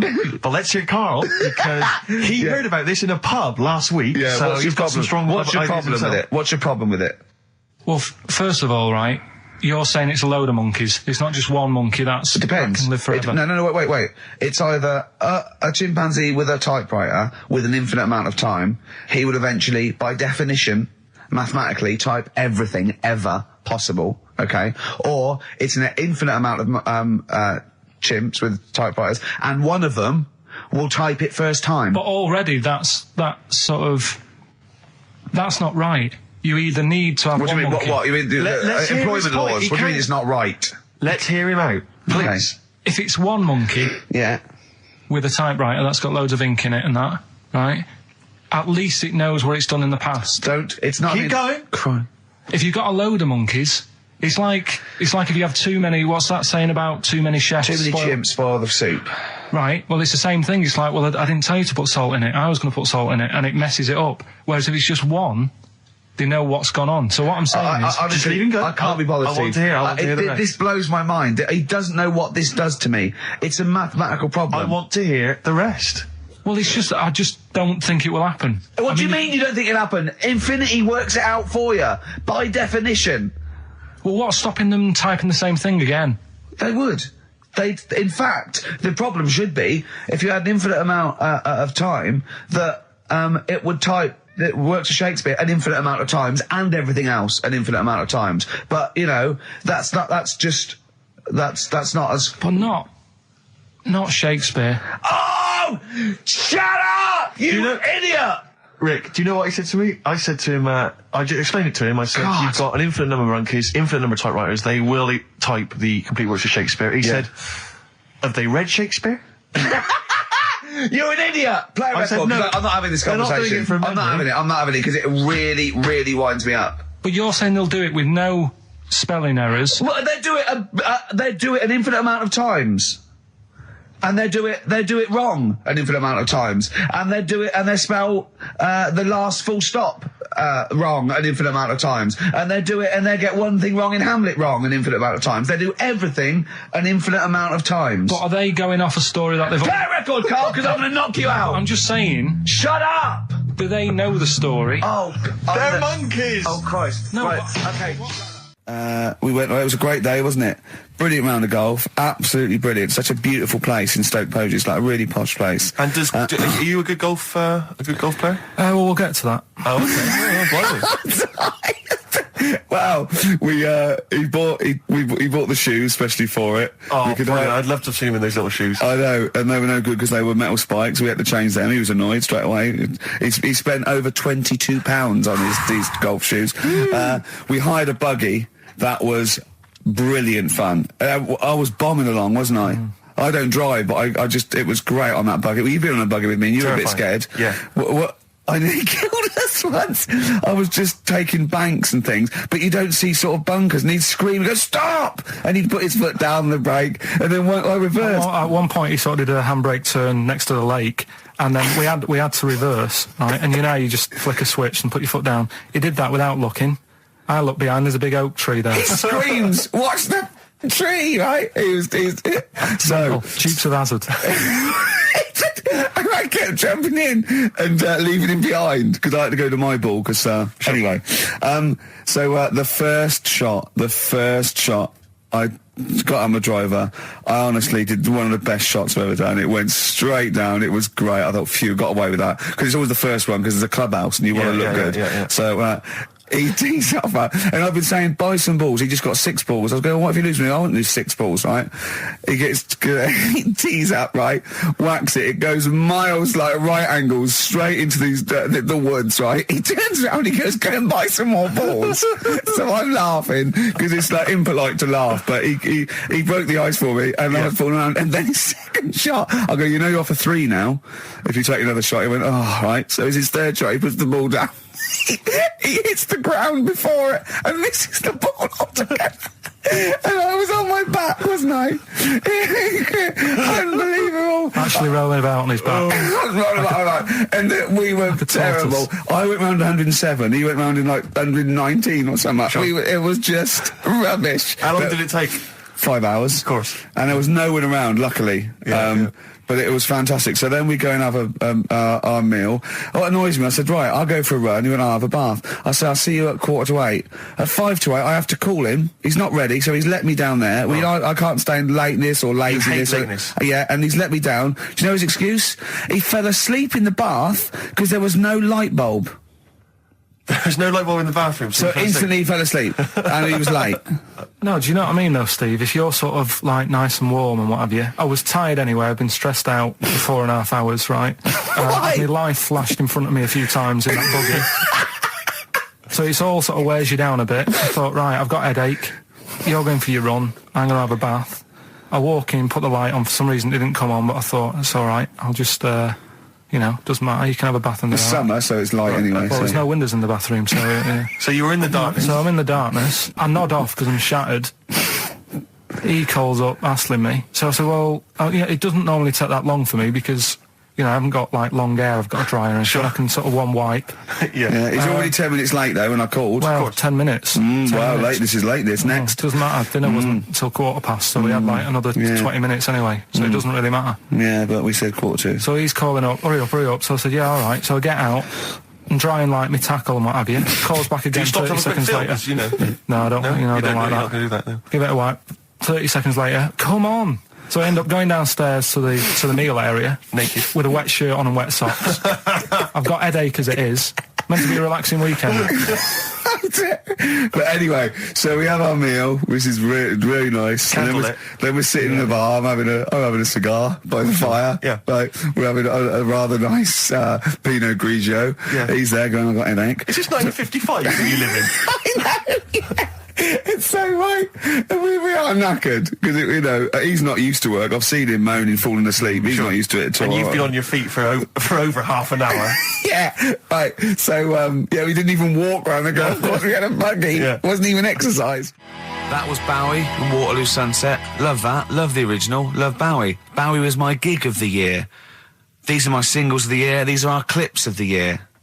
I'm Ricky Gervais, with me Stephen Merchant. We're just picking some lovely little bits and pieces. Do you remember when we talked about this?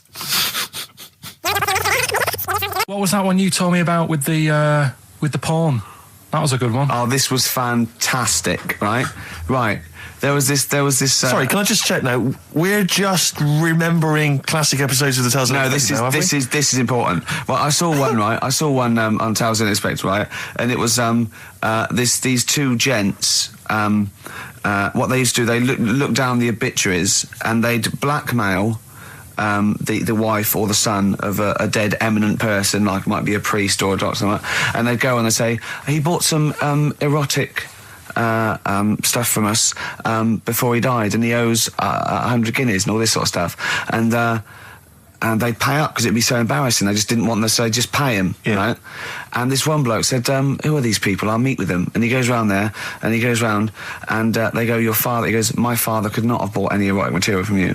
They did it, he goes, he couldn't have, he's blind. Right, and that was the twist. And Carl went, so it was magazines, not videos then. Yeah. Now think about it, Steve. Is that so stupid? Well, presumably it was set in olden times because people, professional pornographers don't tend to call it, erotic material.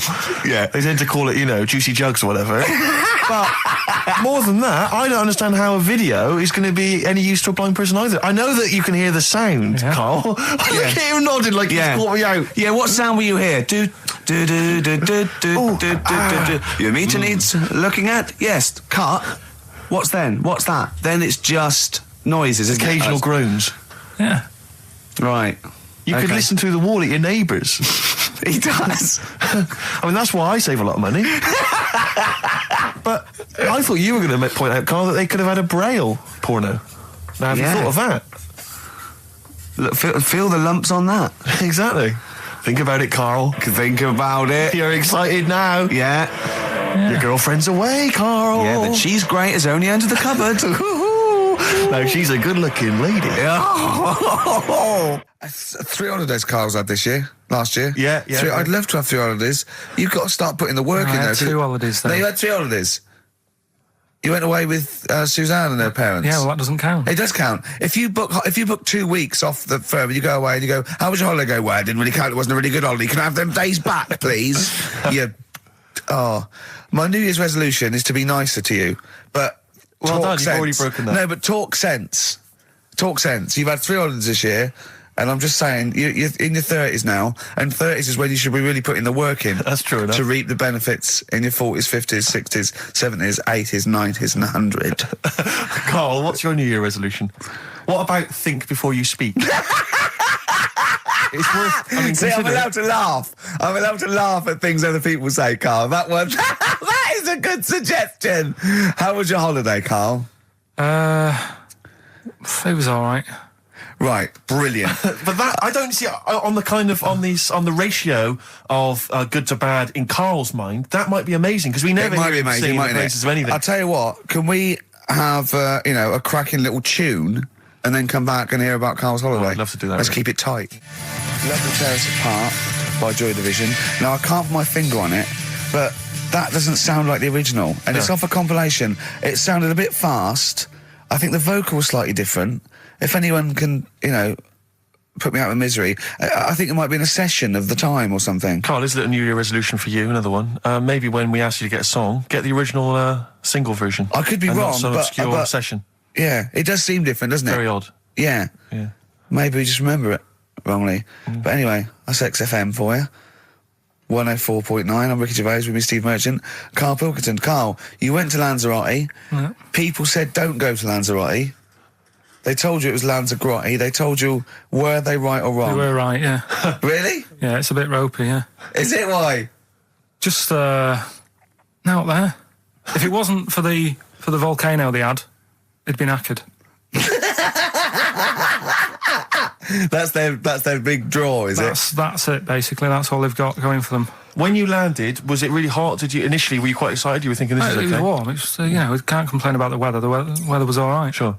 You know what I mean? That's what I went for, but it'd be nice if there just was something else. Yeah. What did you do all day then? Did you read your ritual book? No, I didn't read that. I read that book. Do you know the book that I bought and all the chapters were messed up? Oh, yeah. I bought a better version of that, All right. and I read that, Excellent. and then, Did it make more sense in order? yeah, a lot easier to follow. Yeah. And then we went and had a look at the volcanoes and that. They've got 36 of them to look at. How many did you look at before you realised that you've pretty much, you've seen one volcano, you've seen them all? Probably about 6 or 7. Really? And then when you got to the 8th, you thought, now I know what this is going to be, Suzanne. This is going to be like a mountain with a hole in the top. Yeah. Really? But it happened years ago as well. It's like, just keep a couple, fill the rest in, tidy it up. Fill the rest in! Yeah, no, Well, yeah. getting some builders. No, seriously though. Okay, They're a 4 death million tons of concrete, please. They're an absolute death trap. Yeah, what do you mean fill them in? Do you know what a volcano is? It's just a hole, isn't it? That's happened. Well, it's It more than the happened back hole. It's in- more a portal to the magma in the centre of the earth. Back in 1730 it happened, and they still haven't sorted it out. Well, when you say it happened, volcanoes were made a lot longer ago than 1730. No, but the one that did Lanzarote in, Right. sort it out. What would you suggest? Well, How tidy can it they up. fill it in? It's joined. It's all joined. No, but what I'm And saying is, it was the a- big it was- plates of the earth are all joined. It All was the a disaster, magma's wasn't it? joined. With the trade centre thing, that happened. They cleaned it up, sorted it out, they've moved on. That's what I'm saying. Whereas Lanzarote have just gone, leave it. It happened back in 1730. You misunderstand me. How, in the name of God, can you fill in a volcano? You ignorant twit. No, but it's not just the holes. They've actually left the lava everywhere. That's what I mean. It's not just the big holes. There's lava everywhere. But it's molten rock. They can't just pick it up like they're like a carpet. Put it in the holes. The holes are there ready. Just push it all in. That's what I'm saying. Right, we've got who's that on the line? It's Rob. Rob, and are you a doctor? I'm a final year medical student. I'll be a doctor in 2 months, touch wood. That's close enough, isn't it? Yeah. Excellent. So, Where do you study? Do you want to give more details, or do you want to remain anonymous as you're calling in to I study at Barts Hospital. All right, great. So, why do GPs sometimes put their finger up a man's anus? To see what's there.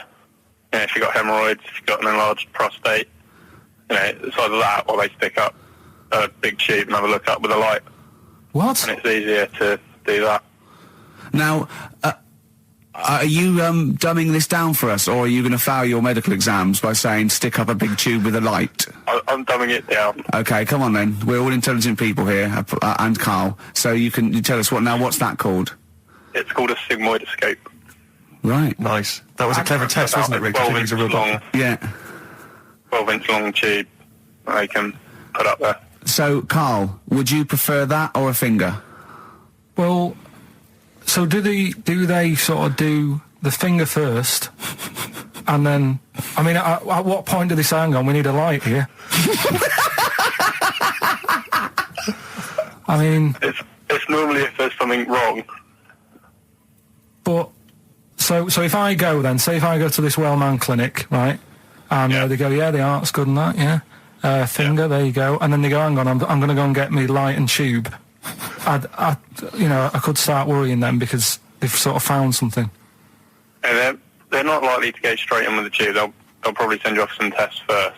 But Carl, there's nothing. But you go to these places to put your mind at rest and to know where you are with your health. I mean, it's not that you go along. That's what most people worry about. They think that because I'll go along and they'll find something. Well, one, that's illogical. It doesn't heighten the fact they'll find something because you go along. And two, if they do find something, it's a good job you went along. I mean, I'm a hypocrite because I don't go to the doctor, but I've had that Carl, done. You should be concerned if when they shine the little light in your ear, it comes out the other side of your ear. No, the other ear comes right out the other side. That's when you should be worried. But Rob, right, you said then, if they find something, they send me off for some tests. Why can't I just have the test without that and cut out the middleman? Do you know what I mean? Because you're wasting lots of money. There's hundreds of tests they could do, and they could do every test, and they could all come back with nothing. Or they could do the finger up there and send you for the 3 tests you need to find out what's wrong with you. But in this day and age, with all the technology and that, and like brainy doctors and all that, the only way to find out is sticking a finger up there. What are you worried about, Carl? Is it fundamentally that this doctor who's has done 6 years medical training, is it embarrassing to have a man's finger up your ass? I just don't understand how you can get round to that without... But what don't you like? Is it fundamentally you don't like anything up your ass, or is it the fact that it's a man's finger up there? I don't like going to the doctors. It makes me nervous, because I think if anyone searches you long enough, they're going to find a fault with you, right? And especially if they're going that far into you. They're going to find something. And probably not. Well, you never... I just don't... I don't know how to get round to that sort of... that point where you get a... What do you talk to the doctor about? And he's like, all right, nice day. Strap your trousers. He goes, I'm gonna just, Most people just shut up and let you do it, and then breathe a sigh of relief when you say there's nothing there. Yeah. But is that at the end of the test, or is that the first thing he does? It's the last thing. So that trousers up out the door. Because he knows it ends conversation. He knows it's a bit of a faux pas. The doctor says, I better not kick off with the finger up the arse. What I do is I'll start on with the, the head, and then we're then go, one final thing, Mr. Pilkington. So Rob... He drops his keys and he goes, pick them up, and as you bend over... Will you be doing this, Rob? Is this what you're, like, open to do? You do all these... I'll have to do it at some point. All doctors do it at some point, no matter what they specialise in. So the first one, is the another doctor there to sort of make sure you're doing it right? Not dentists. No, but do you know... Dentists aren't doctors anyway. But do you know what I mean? Like, normally it's like a co-pilot will have someone with them for the first one. So when you put your first finger in, will someone be there going, right, you just want to move to the left of it? I've already done it. Have you? Yeah. So that's the thing with a student, you're learning. So you get people teaching and you learn on these things. Can I just point out, Rob, I think I'm right in assuming that you have a glove on. Yep. And there's lubrication. Yep. And it doesn't hurt. No. There you go. What are you worried about, Carl? Who's this person who everyone's testing on in your class? It's not one person. One person. There's like, when a patient comes in and they've got a problem, your boss, the consultant, he does his finger up, and if he finds something, he goes, to the patient, is it all right if the student has a feel as well? Then the student puts on a glove, puts the bleed on the glove, and sticks his finger up and sees what he comes out with. Rob, I wish you could see Carl's face. I mean, his face when you said, and he says, can this fella have a go as well? He looked horrified that he thought it was a free-for-all, like there's a queue of people trying on gloves and going, let's have a go. That looks good up there. What have you found? No, I mean, how come you had to sort of... Is it not something you could test on yourself rather than waiting for other people to come in? Because then, you know... It's an awkward position to get to, really, isn't it? Well, but you can have a good rummage then without feeling too awkward, but to sort of have a go on your first patient when you don't really know what you're looking for anyway. Do you know what I mean? Never really thought about it. Because you don't... If you've never done it before... You pop your finger in there, and you've got to sort of look. You've got to have an expression on your face, like you know what you're finding. Well, they can't see what you look. They can't see your face. There. You got the big boss consultant man going. Now move your finger there, and you'll probably feel this because he's just done it. He knows what's there. Well, what? Oh, so he's already had a go. He's had a feel, and he's going right. If you feel to the right, that's the conglomerate or whatever. The conglomerate, yeah. Its conglomerate is in perfect working order. Well, that's... I'm still... Thank you, Rob. Thank you. I'm sorry you had to go through this. Carl is probably the worst patient you'll ever encounter in your medical career. Good luck with your finals, and thanks very much. And do you know any female doctors who do this? Or? Thank you. XFM 104.9. Thank you. 104.9. I'm Ricky Gervais. With me, Stephen Merchant. It's the best of. You've been voting in all week, sending your emails. So here's the clips that you wanted. Right. Okay. Right. The results of we ain't got a winner for the first time. Yes, we have. We've got loads of winners. No, we haven't. We've done this feature for 3 weeks. This is the first time I've managed to sort of... What? Well, let's go through them then. What have they got wrong? The first one. The first one? What was the first one? Well, hang on. Let's do them in reverse order for a second. So what's the last one? The last one, the clue was... That bloke does sport on the telly and he's got a little kid. What's that? That's Destiny's Child. Des, who does ITV Sport, has got a tiny child, right? No, that's fine, they got that. Okay, Destiny's Child. What's the middle one? Right, the middle one. Right. Child. The second one was, he doesn't like women, yet he's got a couple of kids. That's a bit weird. Yeah. Right? That was PD, that was Puff Daddy. That is offensive. Go on. But it's not Puff Daddy. It's Puff Daddy. And he's not even called that anymore, he's called P. Diddy. Well... Okay, fair enough. But they got that one. Yeah. And if I'm being tight, these lot are as well. Yeah. Yeah. Tight means something in Manchester. Go on. Right. And the first one that they're having problems with, I don't think them birds should be allowed in this area. Got it. Boyzone. It's not Boyzone. What's the clue again? I don't think them birds should be allowed in this area. That is perfect. A boy zone. No birds. No women. No women, yeah, birds, right? A boy zone. Sorry, Carl. If that isn't the answer, their clue is better than yours. That is brilliant. What was yours? Boy zone, it works perfectly. What's your answer then? Bangles. What? I have no idea what that means. Like seagulls. So you don't want them in this area, so you're banning them. Bangles.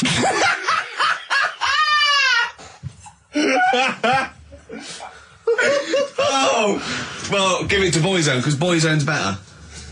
Don't use birds to be allowed in this area, it's a Boyzone. I think we should have a rollover. Carl beat them. You have to use his logic, surely. But theirs works. You can't do what am I thinking. No, that's not what I'm thinking. It works perfectly. I think you've got to give it to the ones that got the Boyzone. Well, how about, right, because they didn't actually get into my head. Heaven forbid. How about we just keep back the David Attenborough, and they can have, I'll chuck in the Hellraiser, right? Okay. And Blondie album and the Madness one. Yeah, okay, pick a winner at random. Pick a winner, Steve. I'm going to give it to Paul Sloman, who got those answers, and he also says, P.S. Carl, you're a moron. So, I'm giving that to Paul, and good luck to him. Right, well, he's got a crazy night tonight. If we can rush these over to him, he's got a cracking Saturday night. Well, if I'm a moron, I might get your address wrong when I send them to you. Ooh. Coming right back at you, Paul. Yes. Carl, you're making noises while I'm talking. Yeah, but you do this all the time trying to wind me up. And I'm not saying Manchester's the best place in the world, but what I'm saying is there's bits of it that I really miss. Yeah. Like last Sunday, right? When I'd met up with Ricky, We had spaghetti bolognese, which was all right. And then I said to her, I need some soil. Damn, I wish you'd invited me. It sounds amazing.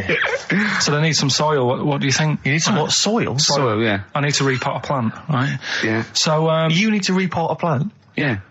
Fair enough. So I'm like, where you can't see these shops in London. You Do you know what I mean? There's nothing around. I took him straight to one in my street. Yeah, but near your street, and that's probably the only one in London. Well, you say that, Carl. No, it does annoy me. Round my way, it's like, you know... You can't move for soil shops. You can't. There's earth. You can just pick up handfuls walking down the street. Yeah, incredible. Which People is- just lean over into someone's front garden. You can take the plants as well. No, Yeah. what I'm saying is, Go on. Manchester, there's loads of decent hardware shops. Yeah. Here, you know, if you want a panini and a latte or whatever, you can't move from. But for soil, I had to go virtually how many miles away from me to carry that soil home and stuff. Yeah. It's not good. I mean, London's all right. But if cities were sort of marked... It's neglecting the peat market, really, Well, isn't there's barely any mulch available in central London. I'm sick and tired of not getting a good, decent compost of a Sunday. Indeed. So, It sickens you know, me. I'm thinking of moving to the north, where there is loads of soil and gravel. Indeed. And animal shite. whatever. Yeah. So, Sorry, you were going to say if you were marking cities out of 10, what would you give London? Well, if you were marking them on, like, you know, on what they have... Right. as opposed to what? Well, as opposed to... How you spell it. Say, like, I think the greatest city in the world is Rome. Right, Okay. It's pretty amazing.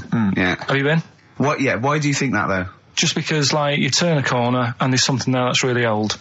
Right? Like, you're going down a normal street. Go and stay in a Derby and Joan club. Yeah. No, but it's like you're going down the road and then you turn a corner and like the Colosseum's in the middle of a busy road. It's like, what's that doing there? Yeah. And just when you think there's no more, you turn another corner. It's almost as if that was there first. Yeah. Well, Yeah. But do you know what I mean? London, Yeah.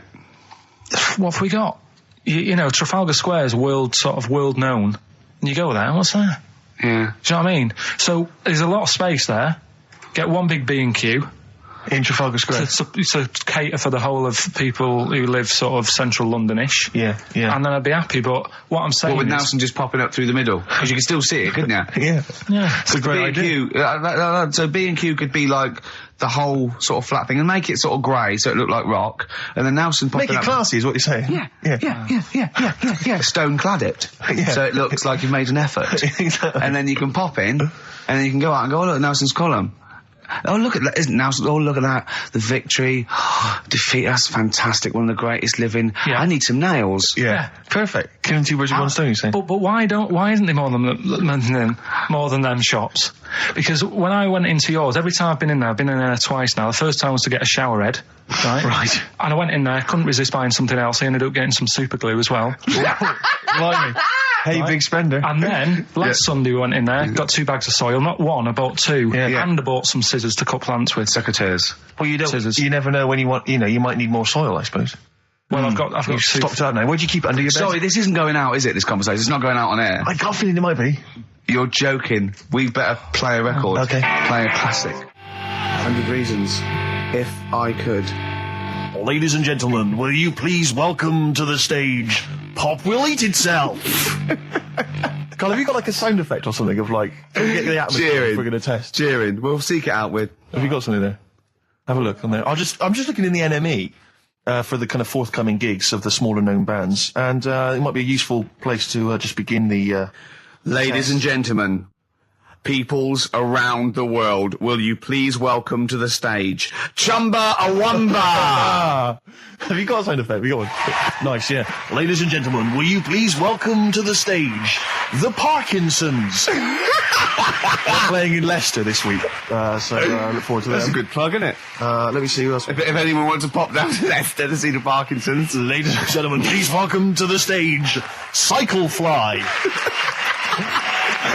Okay. Oh, there's a genuine one here. This is someone. Simon's emailed and he says, "Will you just test this name for us?" Okay, Carl, if you can. There you go. Ladies and gentlemen, will you please welcome to the stage Coach? Not utterly convinced. No, it's not too no. bad. It's not. I'm worried about the sound effect. We start to sound like Chris Moyles or something. When we play a sound He's a effect. top broadcaster. Everyone loves him. Losing weight as well. He is hilarious. Funny man. Just there's one more coming here. I'll just check this one. Ladies and gentlemen. Ladies and gentlemen, will you please welcome, this is Chris in Oxford. Ladies and gentlemen, please welcome, Meanwhile Back in Communist Russia. Is that a band? I assume so. I assume it's his band. Yeah. Steve, I mean, I will play great old tunes till the cows come home. We got to give them a little bit of Dandy Warhols and Air and Athlete. I know that, and they're great. They're good, right? But I wanted to play a Cat Stevens song, but I thought I'd better not because I've, play that a little bit. And we quite like resurrecting old reputations, don't we? People like Elton John who had bad faces, or David Bowie. People whose names now are largely laughed at in the serious rock or people circles. that people might not have considered. I thought Cat Stevens, oh no, Rod Stewart, I thought. Was he Rod Stewart? Many people now are thinking of the leopard hot pants and the ludicrous Do you hair. think I'm sexy and all those sort of awful stadium sort of disco things, but he wrote beautiful tracks from Maggie May through, and I thought, hold on, two birds with one stone. What about a Rod Stewart song written by Cat Stevens? Wow. Is there such a thing? The first cut is the deepest. Let's hear it, Rick. On this album as well is The Killing of George. Georgie Part 1 and 2, remember? About the gay bloke. Georgie Boy was gay, I guess. His favourite song. Carl's favourite song, right? Yeah. And I was going, oh yeah, I remember that, yeah. I said about, and I said, did not intend to take his life. He just pushed it when he gets mugged and killed. Do you know what he said? I was sitting outside, I was singing, he went, well, as I said, they go out too late. They go out too late? He meant gay people go out too late. He went, no, they do. I went, what do you mean? He said, well, they're always out, they go out when people are coming home. He said, if he'd have been in bed by 10, he'd still be alive today. That's a sobering lesson. And he went, Carl. there's one that works here and he's shattered every Monday. Oh, if you're gay and you're listening, just be in bed earlier. Go out when sensible people go out. Yeah. You're right, we're not on the continent, Carl. If you're gay and you're not in bed by 10, go home. Yeah. I don't get it. No, like, again, I spoke to you in the week, and I had much better things, like when I tell you about Brian Blessed climbing Everest, and for some reason it made him, it played havoc with his belly, and he followed through, and he had to clean up. Shut himself? Yeah, using ice and snow. Why are you telling me that Brian Blessed, in what way is telling me that Brian Blessed shit himself once in any way educational? Because I was saying how he was climbing Everest, right? Right. I give it to him, he's an actor and that, but he gave that a go. Yeah. Right? It played... What's the point of that, you'd say, wouldn't you? You'd say, God, he's good. So he's alright. Me doing a boxing match for no reason is rubbish, but him climbing Everest and shitting himself, yeah, he did that. It's commendable. Right, and he's only going to, go and do it again. He's going to climb it again. Yeah, but he might not shit himself this time. Yeah, what's the point in going? Nothing's changed up there. Yeah, good point. Yeah, What's it been? Well, it has. They've probably cleared it up by now. Right, but it's slip on it. I can't even Read about Brian Blessed. Is it actually true, or have you lied with someone else? It was an interview with him in it. And what did he say?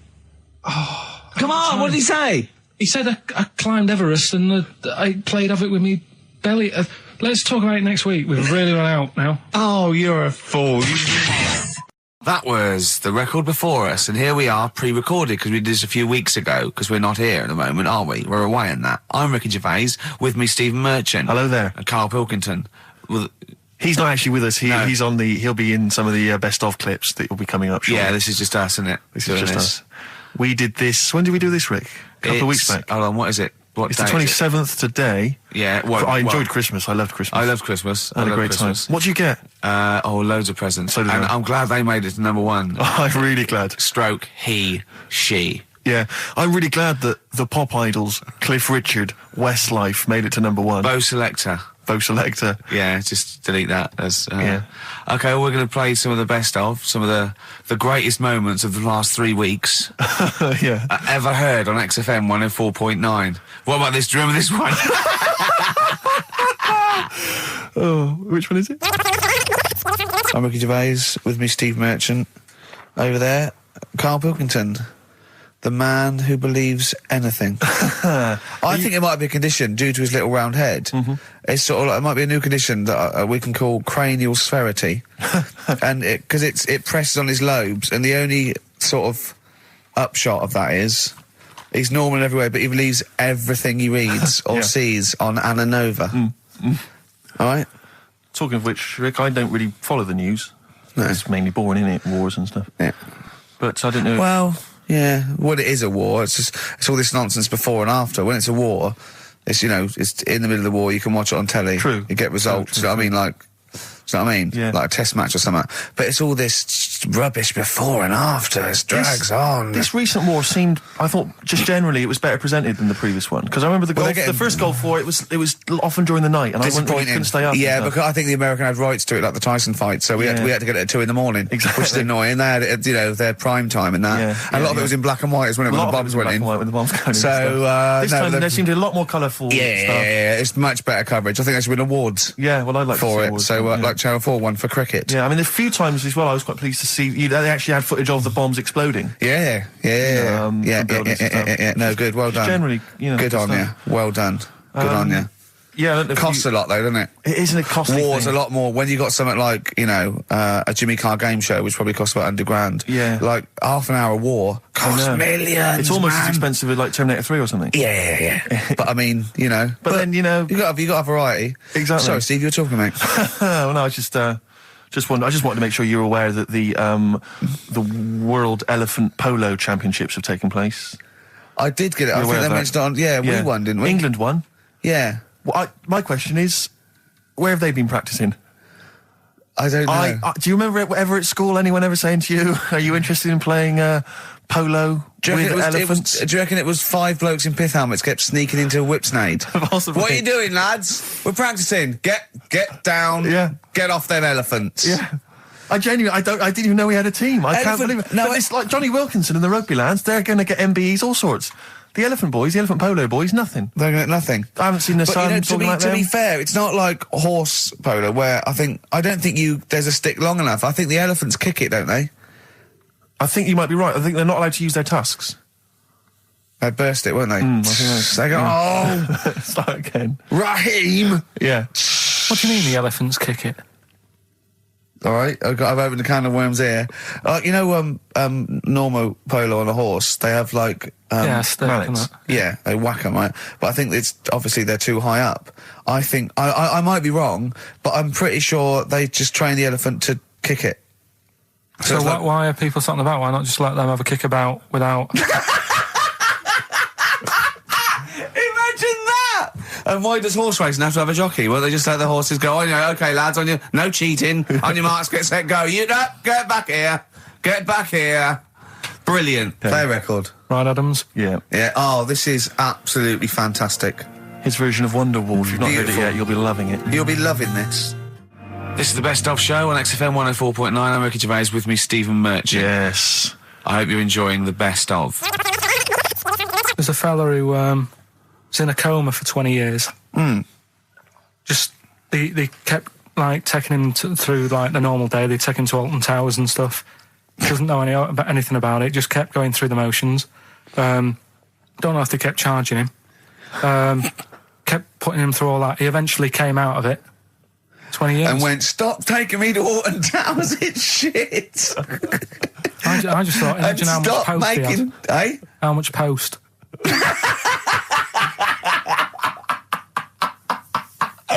Oh, Did you read about that guy in the paper, Carl? He, sorry, on the internet. He in about, I think it was about 1984, 85, he had a terrible car accident. But this must be it. He went into a coma. This must be what he's talking about. Well, they didn't take him to Alton Towers. Of course they didn't. But you've got to try and decipher the truth from the conjecture, from the thing that I mean, don't forget, Carl realises that he's had a dream. He talks to Suzanne and goes, that was good, wasn't it, last night we were in the plane? She goes, no, that's a dream. He goes, oh yeah, where's my cornflakes? You got to, you know what I mean? I can now decipher what he's actually seen, what he's read. But go on, what did you... Well, I'm assuming it's the same guy. It is the same guy. It was a guy in some small American town, and he'd had a car crash, and he'd gone into a coma, and his wife had left him. She'd gone on with her life, because he'd been in a coma since then, and he had just woken up recently. Marriage wasn't working. Marriage wasn't working. He just wasn't paying enough attention. He actually had... She was pregnant at the time, and so now his daughter is basically the same age as he was when he went into the coma. And he's just started coming around. He's just started making jokes. They said, how do you feel? He said, horny, which I thought was quite witty for a man who'd been in a coma for however many years. But anyway, yeah, so he's slowly trying to rebuild what life he can. That's what do you make interesting. of that, though? Because the thing is that he's missed... Imagine what he's missed, Carl. Imagine the music that he's missed, the Live TV Aid. programmes. Missed the Live news. Aid. Live Aid. He He missed The Phil Spice Collins Girls. playing in 2 continents in one day. Which, frankly, I'd be devastated if I discovered that. Missed happened. Bros. Yeah. Yeah, so he doesn't. So he put on ripped jeans and they go passe. They just have to send him a series of those I Love 1986 Exactly. programmes with Kate Thornton filling him in on what he's Exactly. Peter Kay reminding him of space operas. Yeah, he remembers Richard Blackman those. talking rubbish. Yeah. So, Extraordinary though, isn't it, Carl, to think? No, obviously So, not. had he aged much? Because he hadn't had any problems or anything, no worries. well, he Is probably that wouldn't. He probably wouldn't have physiologically. He probably wouldn't have the wear and tear of a 43-year-old man Was that a good because kid? he wouldn't have had sun. He wouldn't have had sort of nicotine, beer. Unless they were just feeding that to him. Yeah, anyway, To try and still. bring him round. Yeah, yeah. So You'd feel groggy though, wouldn't you? yeah, you might feel a bit groggy. Yeah, yeah, Well, he's not fully back to normal. I mean, there's No, some it's- kind of residual brain damage. yeah. But nevertheless, he can form sentences. He's got no real memory, so he can't remember a lot of things. It was just when I saw Carl, it. have That's you been in what- an accident?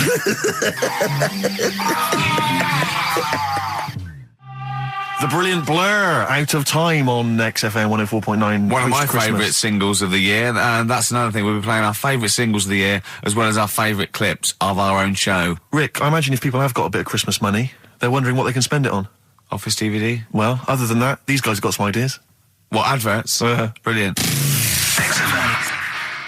Placebo, Bitter End on XFM 104.9. This is pre-recorded. We recorded this a couple of weeks ago, before Christmas. Hope you had a great Christmas. If you didn't, not our fault, really, is it? Nothing to do with us. Wouldn't have thought we'd have. We're aware of the time because we've got plenty of cash now, thanks to a lot of you who probably bought the Office DVD. Yeah. Probably got And that if you in haven't stock. yet, and you've maybe got vouchers or money, still available. Still there in the shops. Still available. You can still make it the best-selling DVD of all time. Please. Please do. Yeah. Please do. I'll tell you what you want to hear there before you make your mind up. I'll tell you what, if you like this next clip, go and buy the Office DVD. I think you will. It's a brilliant clip. It's the one where we talk about, well, it is self-explanatory. Yeah. What's the best job you've ever had still, Carl? Talk like basis. It is still Paper round. Is it still the paper round? Yeah. That's ridiculous. No, it was good though. If you look at it, like, you know, what I liked about it, you're your own boss. No, you're not. You're not your own boss. No, The, guy who runs news the agent is your boss. All right. But then once you get out and you've got your papers and that, you sort of, you're on your Do own. what you want can as long think as you about deliver the stuff. papers exactly to the places he said you are in the time he said. Yeah. It's and I did. freedom, isn't it? Any jobs you wouldn't do? Go I've just thought of one that you wouldn't do on. with your sort of mild homophobia. Well, I'm not. Proctologist. What's that?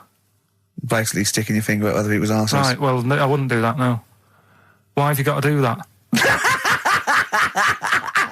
What do you mean, why have you got to do Well, why that? does anyone need that doing? Because they got to look if they've got an arseache or something.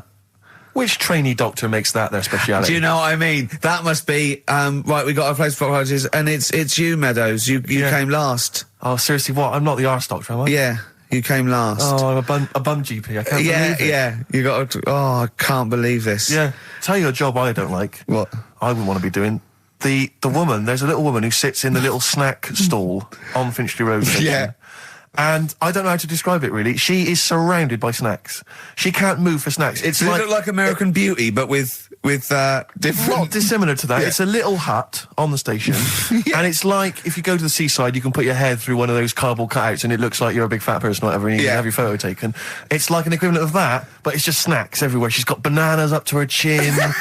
She's got chocolate coming down to her eyes, crisps either side of her. She can't move. She can't do 360 degrees. She's like packed in there. I don't know how she gets in there. I of a think they morning. put her in there first, and they put, okay, pour in the bananas. Yeah. Then they go pour in the nuts. She has and they 2 just- hours of makeup before they Yeah, open. exactly, yeah. Dressing her in there. Because I'll ask for something from the fridge and she cannot turn her head to see.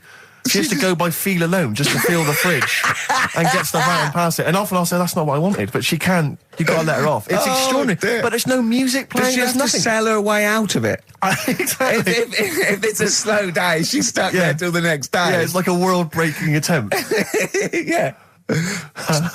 Carl, what job wouldn't you want to do? Well, any job. You're a lazy... You're joking, aren't you? I've done loads of stuff. I'm quite happy now doing what I'm doing. Yeah? You look But, happy. Trying to think. You sound happy. Yeah, I mean, calm down. You're on drugs.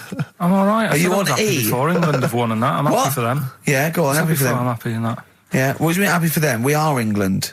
Happy Yeah. for us. Yeah. I mean, we didn't play. I did very little towards it. No. It was mainly Johnny Wilkinson. Yeah, I and the barely other- contributed. Switching on the TV was about as much as I did. Exactly. And shouting, come on! Yeah.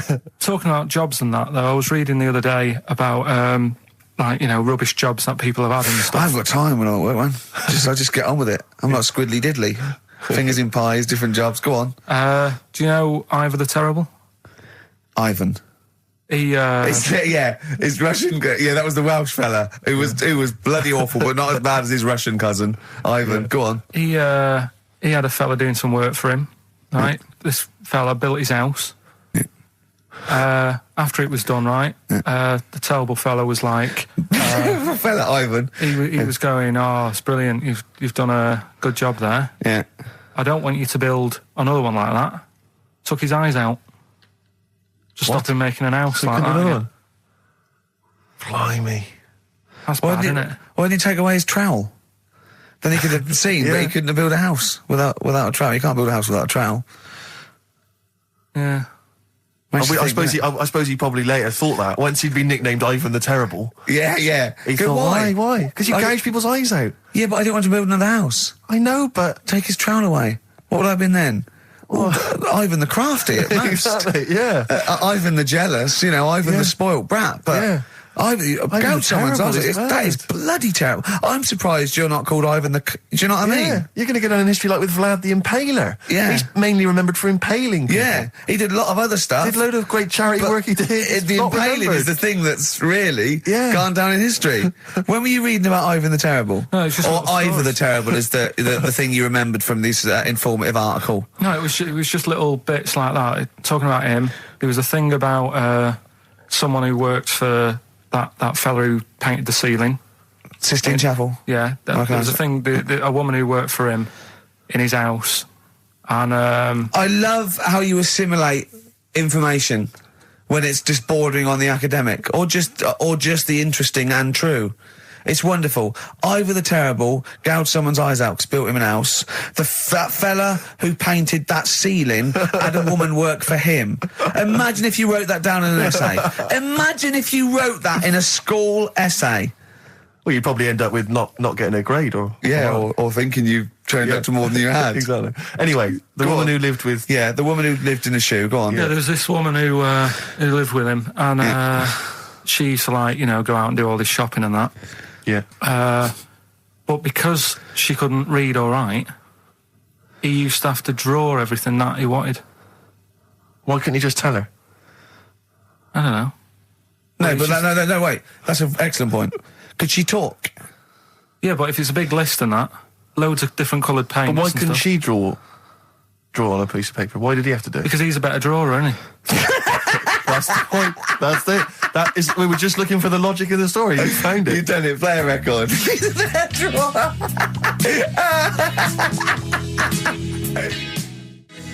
is the Best Of Show on XFM 104.9. I'm Ricky Gervais, with me Stephen Merchant. Yes. I hope you're enjoying the Best Of. I'm amazed that these are the highlights and that we've strung it out this long, Rick. But the good thing about this is, we're not here, we recorded this a couple of weeks ago, just the links, right? This has taken us about 10 minutes for the whole show. We get paid the same. Why don't we do this every week? That's a great idea. High five. Listen to this clip, it's brilliant. I think that my new TV is too big, Rick. I said that I know, when he I don't know bought what it. I was thinking. But I can't believe it. He talked about this buying it. He's got a bit of cash now, of course. And what is it? 42 inches? 42-inch plasma screen. What did it cost you? $3,000 or Oh, something? don't tell. That's Wow, gross. it's $3,500, ridiculous. $3,500. $3,500, big spender.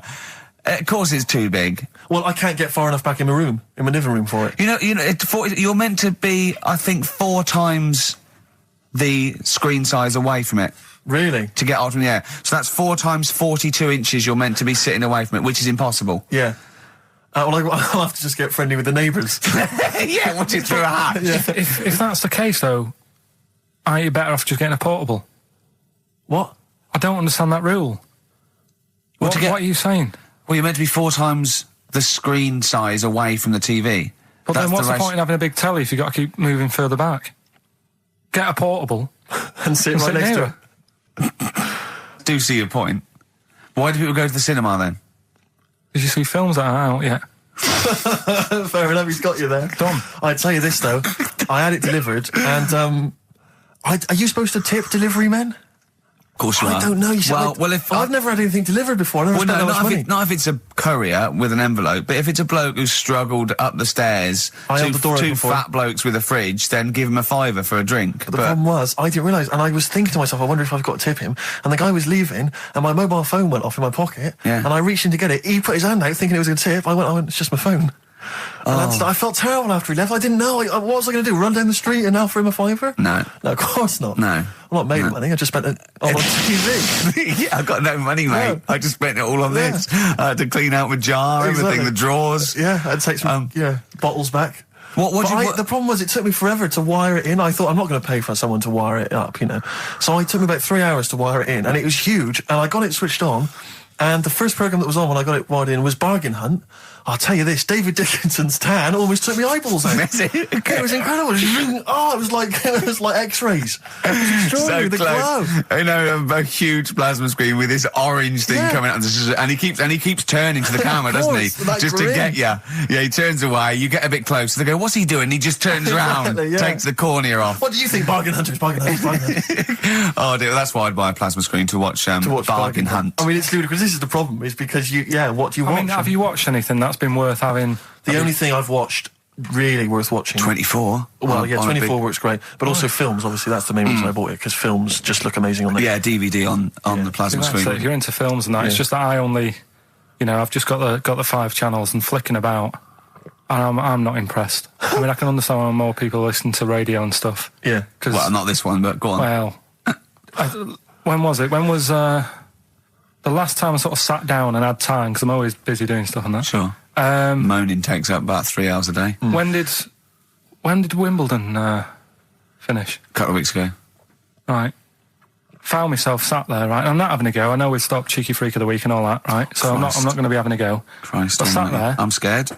No, I'm not having a go. You've always got to remember that. Go on, just get on with it. Get on with it. I'll apologise after. I'm just saying, watching Wimbledon, it wasn't, one of the major games. It was little fellas in a wheelchair having a game. Little fellas in a wheelchair. Right. But for me, I mean, great. They're doing a sport and everything. Don't put it on the telly. What was up with it? There wasn't like a rally going on. Oh, God. No, do you know what I mean? Do you know normally, Christ. Like with the well, not Tim Enman, but with some of the other with some of the other players and that, they're playing for ages, aren't they? It's like, who's going to win this and that? Yeah. None of that. It was just like, hit it, net. Oh, Christ! Oh, God! I don't know what to do! And people were like sat there watching it as well when they've got other games going on in there. That's what I couldn't understand. If you've paid your money to get in, I mean, like I say, good on them. If they, do you know what I mean? But it would have been. And they always start first in the marathon. I just thought it would have, give them a game of swing ball or something. Yeah.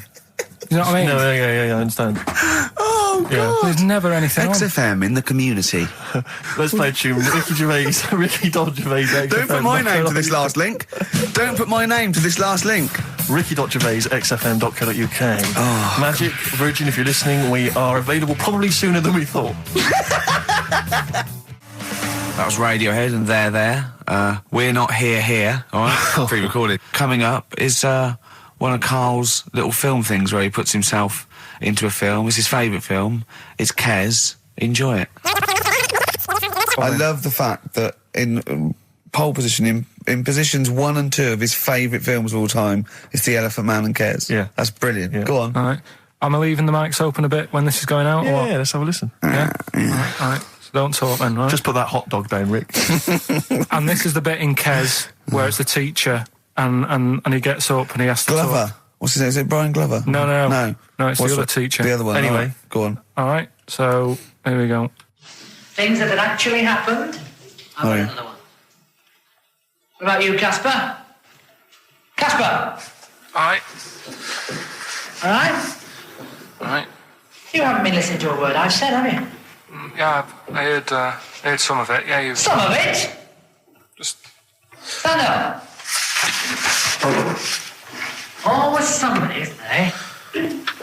Right, now you're going to tell us a story about yourself. What sort of story? I want you to think of an incident that happened to you sometime in the past that is true and that you think will interest the rest of the class. All right? Right. What about I work on a radio show at the weekend. Well, are you going to tell us about it? I'll just do. It's 2 hours, and it's with Ricky Gervais and Stephen Merchant, and just sort of play music and tell stories and stuff. What kind of stories? Well, whatever. Like last week, it was science. We were talking about this lad who was growing a knob on his arm. So it's weird. It's tricky, sir, because like with Ricky, he gets bored quick and he won't listen to the stories, and he'll start squeezing my head. All right. I'm not interested in what he does. That isn't normal, is it, sir? That. I mean, it sure is a bit gay. Is he?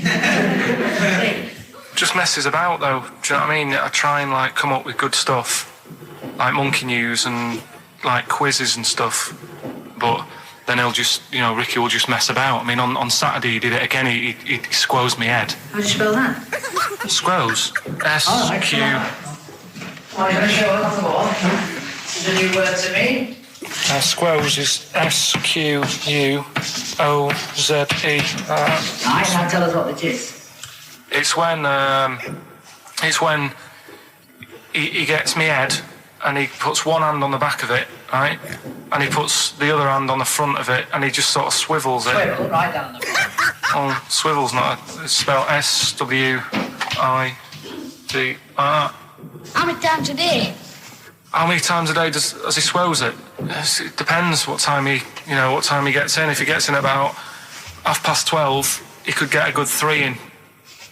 But I think, I don't really want to talk about. You've done enough, don't you? Well done, Billy. Big hand of applause.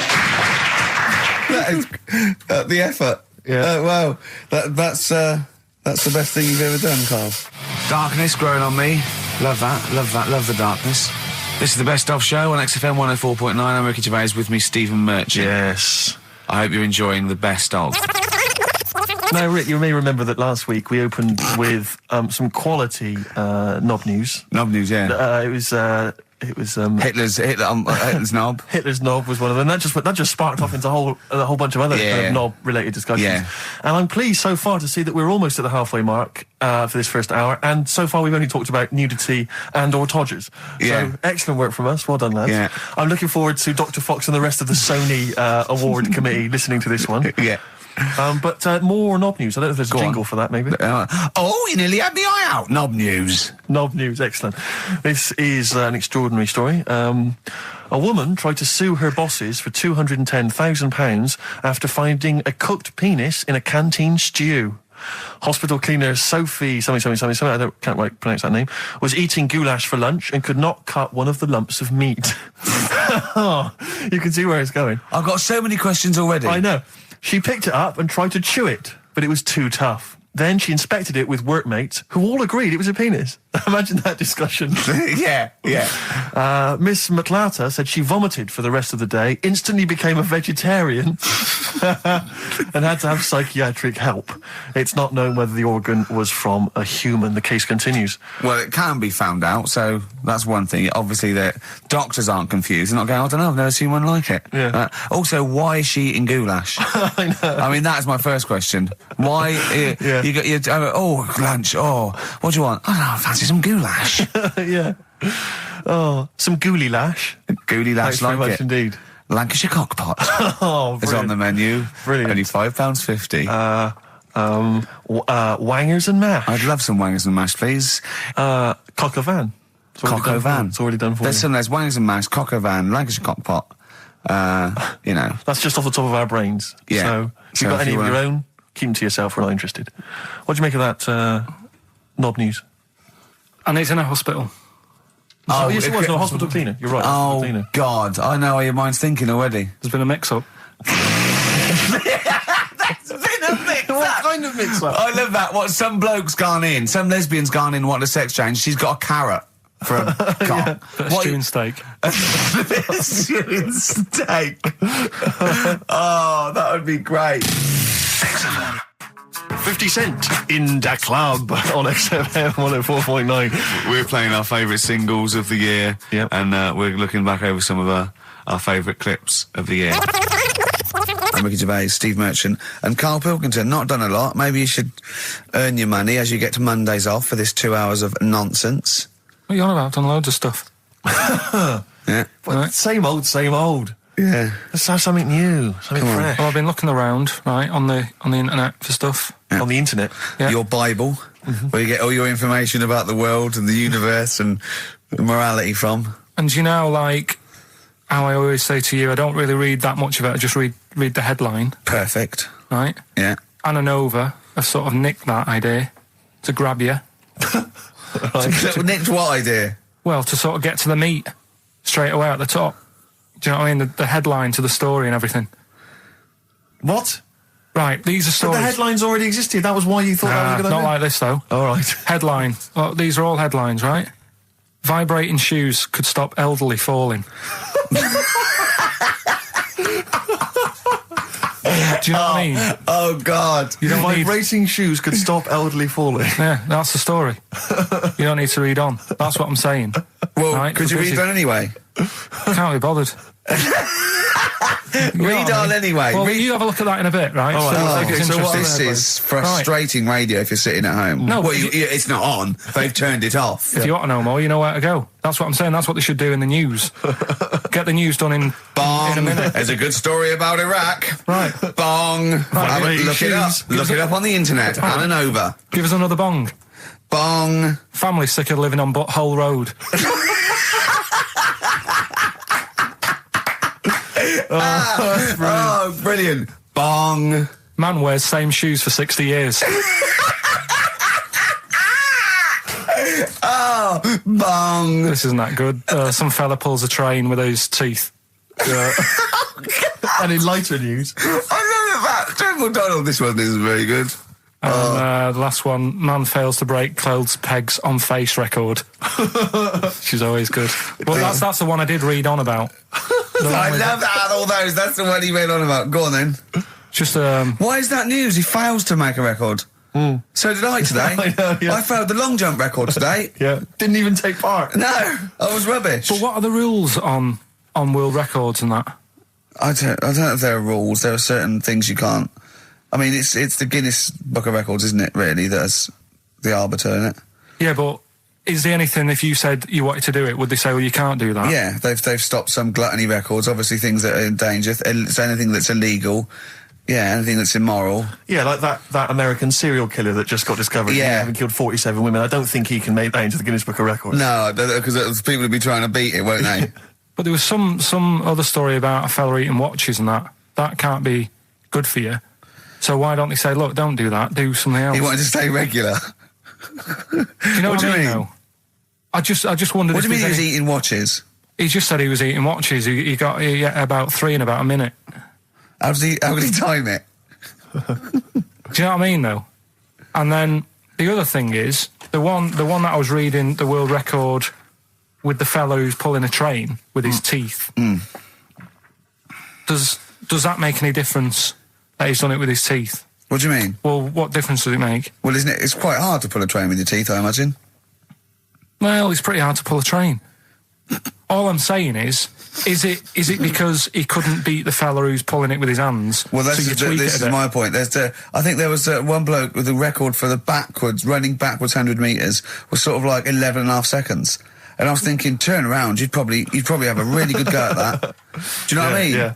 It's sort of like doing a marathon with a milk bottle on your head. Take the milk bottle off and see how fast you can go, you twat.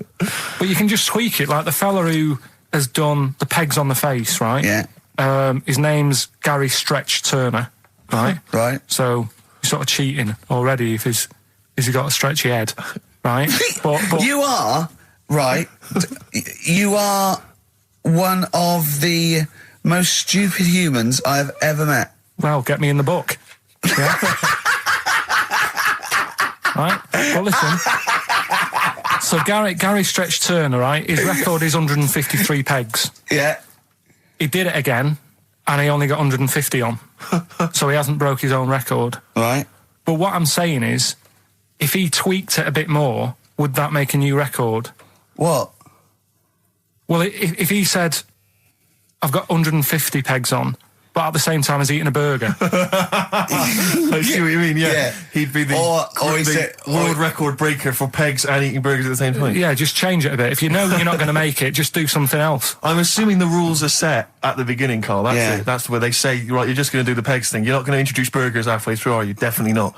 And then they have a go. I was on one leg, not interested. How many pegs? 150. Can I just ask very briefly, I was quite interested by the family had to move because they lived on Butthole Road. Yeah, I quite like that one.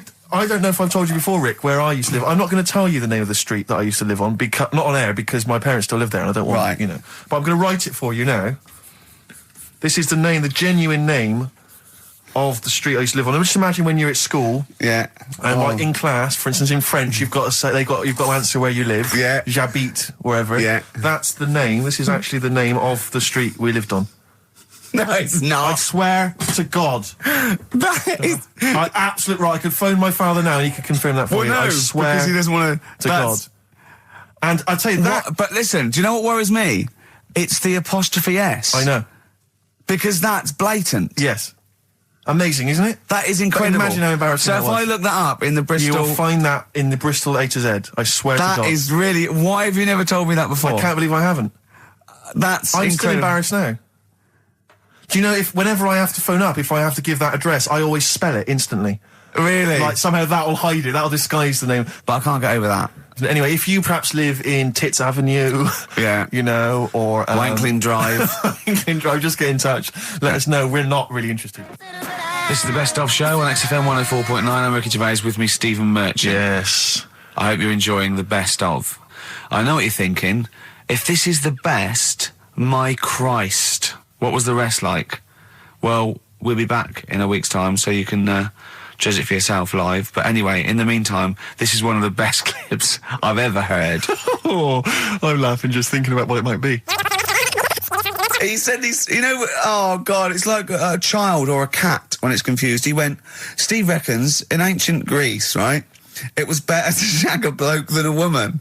And I went, well, yeah. I mean, that's about the male being sort of a first-class citizen, much better, wasn't it? An aspiration to sleep with a beautiful man than a beautiful woman. Women were lower-class citizens, so therefore men were seen as higher class. So to have sexual relations with a man, there was no shame in that. No. In fact, it was looked upon. And I said, well, you know, ancient Rome. I said, you know, Nero, he sit in his big jacuzzi and he used to get, you know, pretty boy men to just go into the water and just nibble at his testicles while he was having a wash. He didn't do that.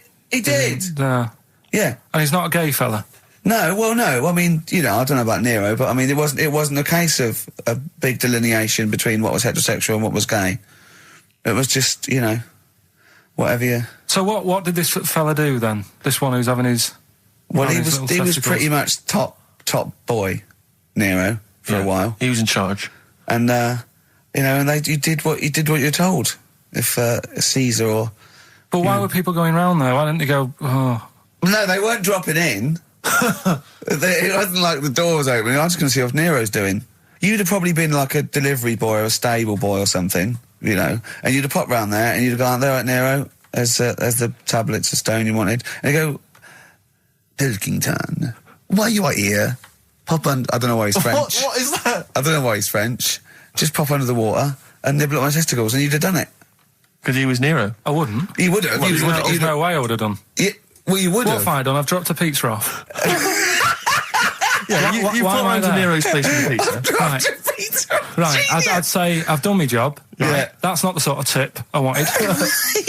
No, he'd have said, get the little baldy chap to nibble at my testicles, and you'd have been under the water. I wouldn't have done it. No, Well, you don't put me head under water. Right. I wouldn't have done it. Can I just say this, Steve? Not only would you be nibbling at his testicles, you'd have been going mad. You'd have been noshing him just for extra. You'd have been doing everything he wanted. You'd have been going, he'd have gone, I didn't ask you to do that. You'd have been going mental. They'd have been chewing, slurping, smacking, poking. You'd have chopped, you'd have gnawed his packet off. You'd think you were eating Walker's crisps. There'd be bubbles, there'd be flood. Oh, it would be horrible.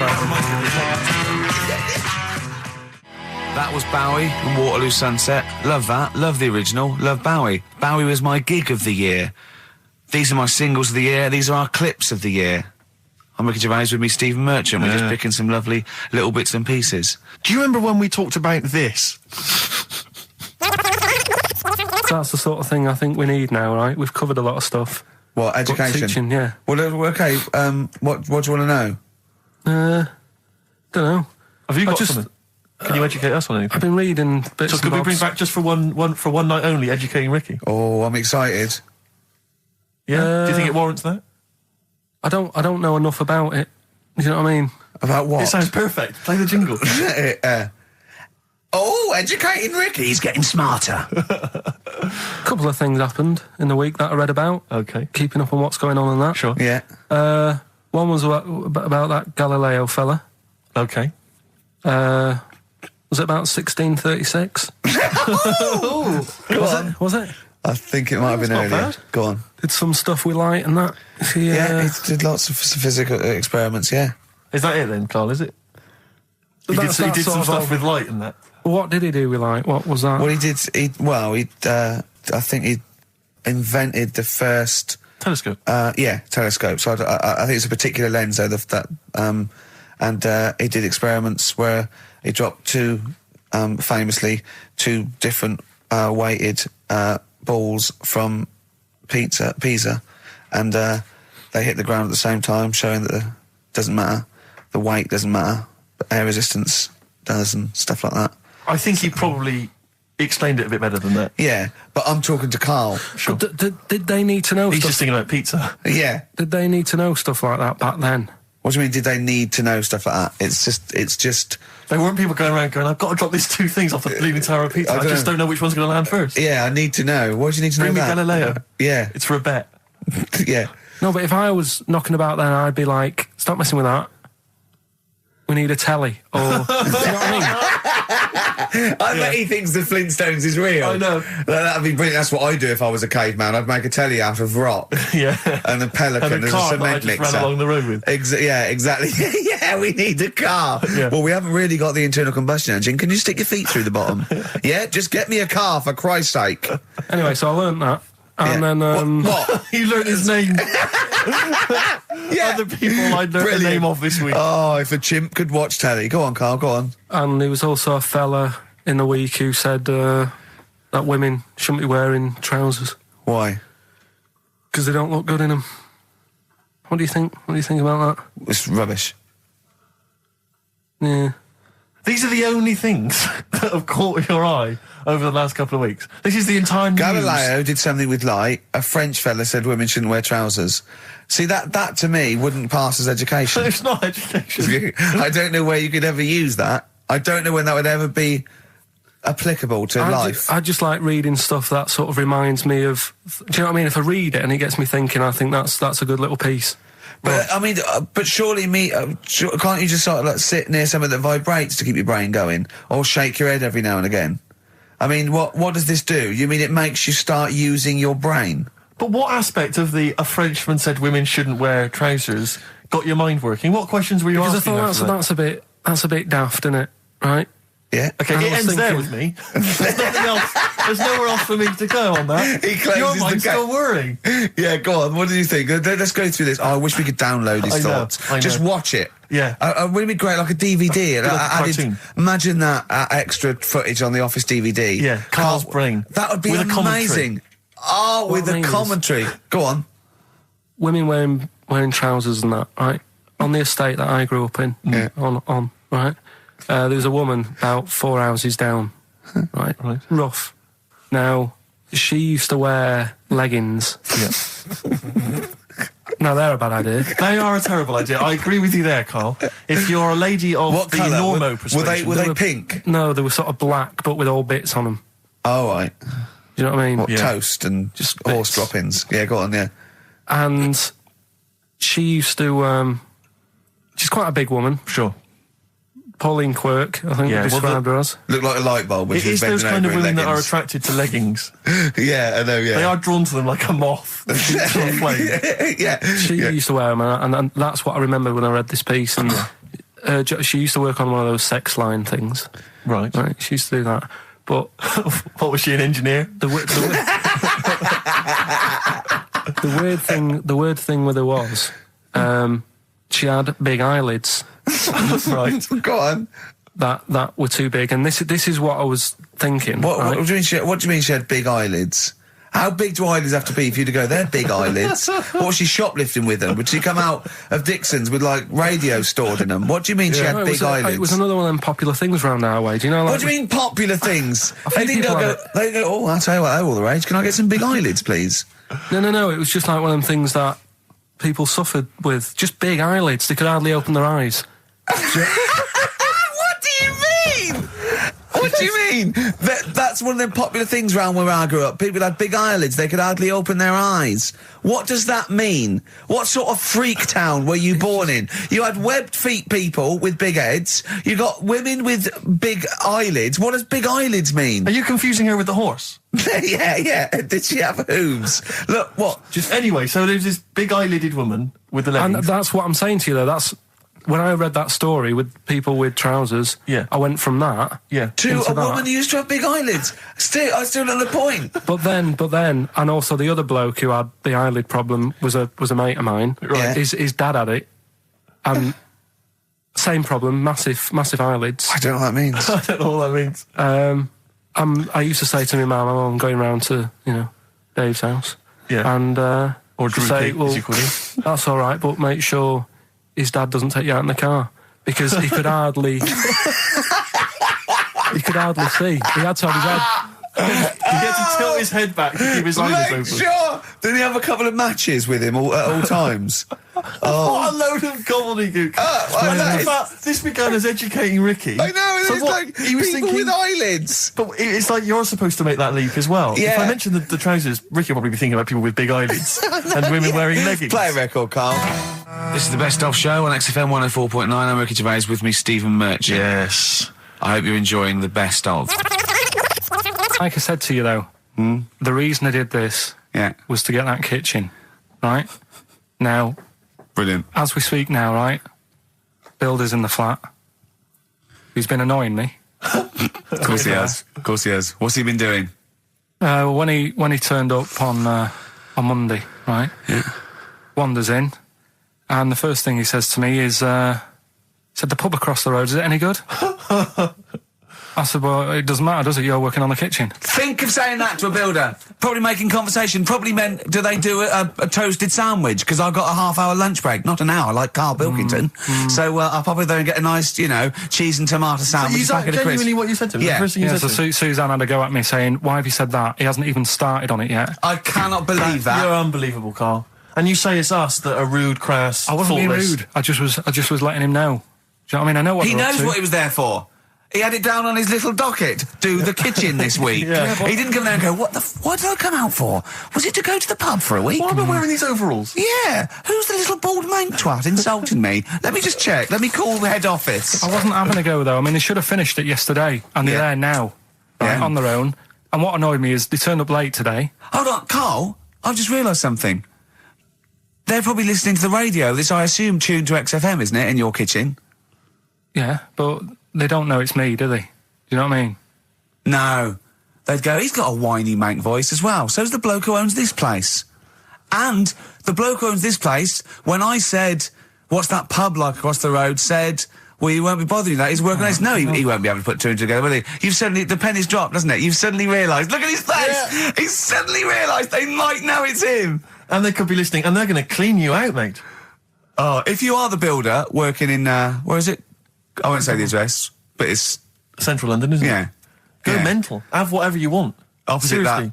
that pub that you Yeah. like, that you're... That He'll you're probably be in there now, so he won't be listening. oh, insulting. You know what I mean? Insulting a That's a further British insult. workman. He should So have been in just go today. mental. He should have been in at 8 this morning, Just which annoyed go me anyway. mental. Why? I really don't understand why they've got to start so early, right? Yeah. But he said he'll be there for 8, turned up at 9:30, right? Wanders in, and what annoys me is he could have left all this downstairs. He had a paper under his arm, Yeah. one of those crossword books, and a pot noodle. Now, I'm not being funny, but most of them take quite a bit of time. A crossword book, he's not happy with just the one that's in the paper. If you're listening, if you are the builder that's listening now, doing Carl's flat, what about pissing in the laundry basket? That was Jane's Addiction. This is the Best Of Show on XFM 104.9. I'm Ricky Gervais, with me Stephen Merchant. Yes. This was a clip show. We recorded this a couple of weeks ago. I hope you had a Merry Christmas. It's not over yet, because tonight at 9:50 is the second part of The Office Christmas specials. It's brilliant. Watch it, and we'll be back next week live. I'm Ricky Gervais, with me Stephen Merchant. Bye. Have a great new year. Probably you're thinking, Rick, isn't it time that we do our usual roundup of what's been happening in the news? Yeah, Which we always do every week. Yeah. We always do something, which is, I mean, basically, if you're listening and you're a new listener, say you work at a newspaper, we always try to be informative, just try and put stuff out there that just educates people, informs What are you people. thinking? Well, I said Monkey News is coming up, but what have you got? No, I was just looking on the net there and just found a couple of quite important news stories, probably worth mentioning. Policeman caught photographing. I don't know why it makes me laugh. It's just the phrasing, I suppose. It's the headline. Policeman caught photographing up woman's skirt. No, he wasn't up there taking a picture of Big Ben. He wasn't going, can I just sit up here? I'm just going to take a picture of that seagull over there. No. He was facing the camera up a woman's skirt. He was indeed. Right. A policeman in Japan is facing disciplinary measures after he was caught photographing up a woman's skirt with a hidden camera while on duty. The 42-year-old sergeant, who's not been named, used a digital camera to secretly snap the shots when the woman was reporting a stolen bicycle. So he was actually doing his proper job. He'd obviously thought to himself, I'll bring him a digital camera today. On the off chance a beautiful woman comes in to report a crime or robbery, I'll have it ready, I'll have it positioned, in such a way. But this is interesting. This is how he got caught. Okay? The woman became suspicious after she saw a flash go off.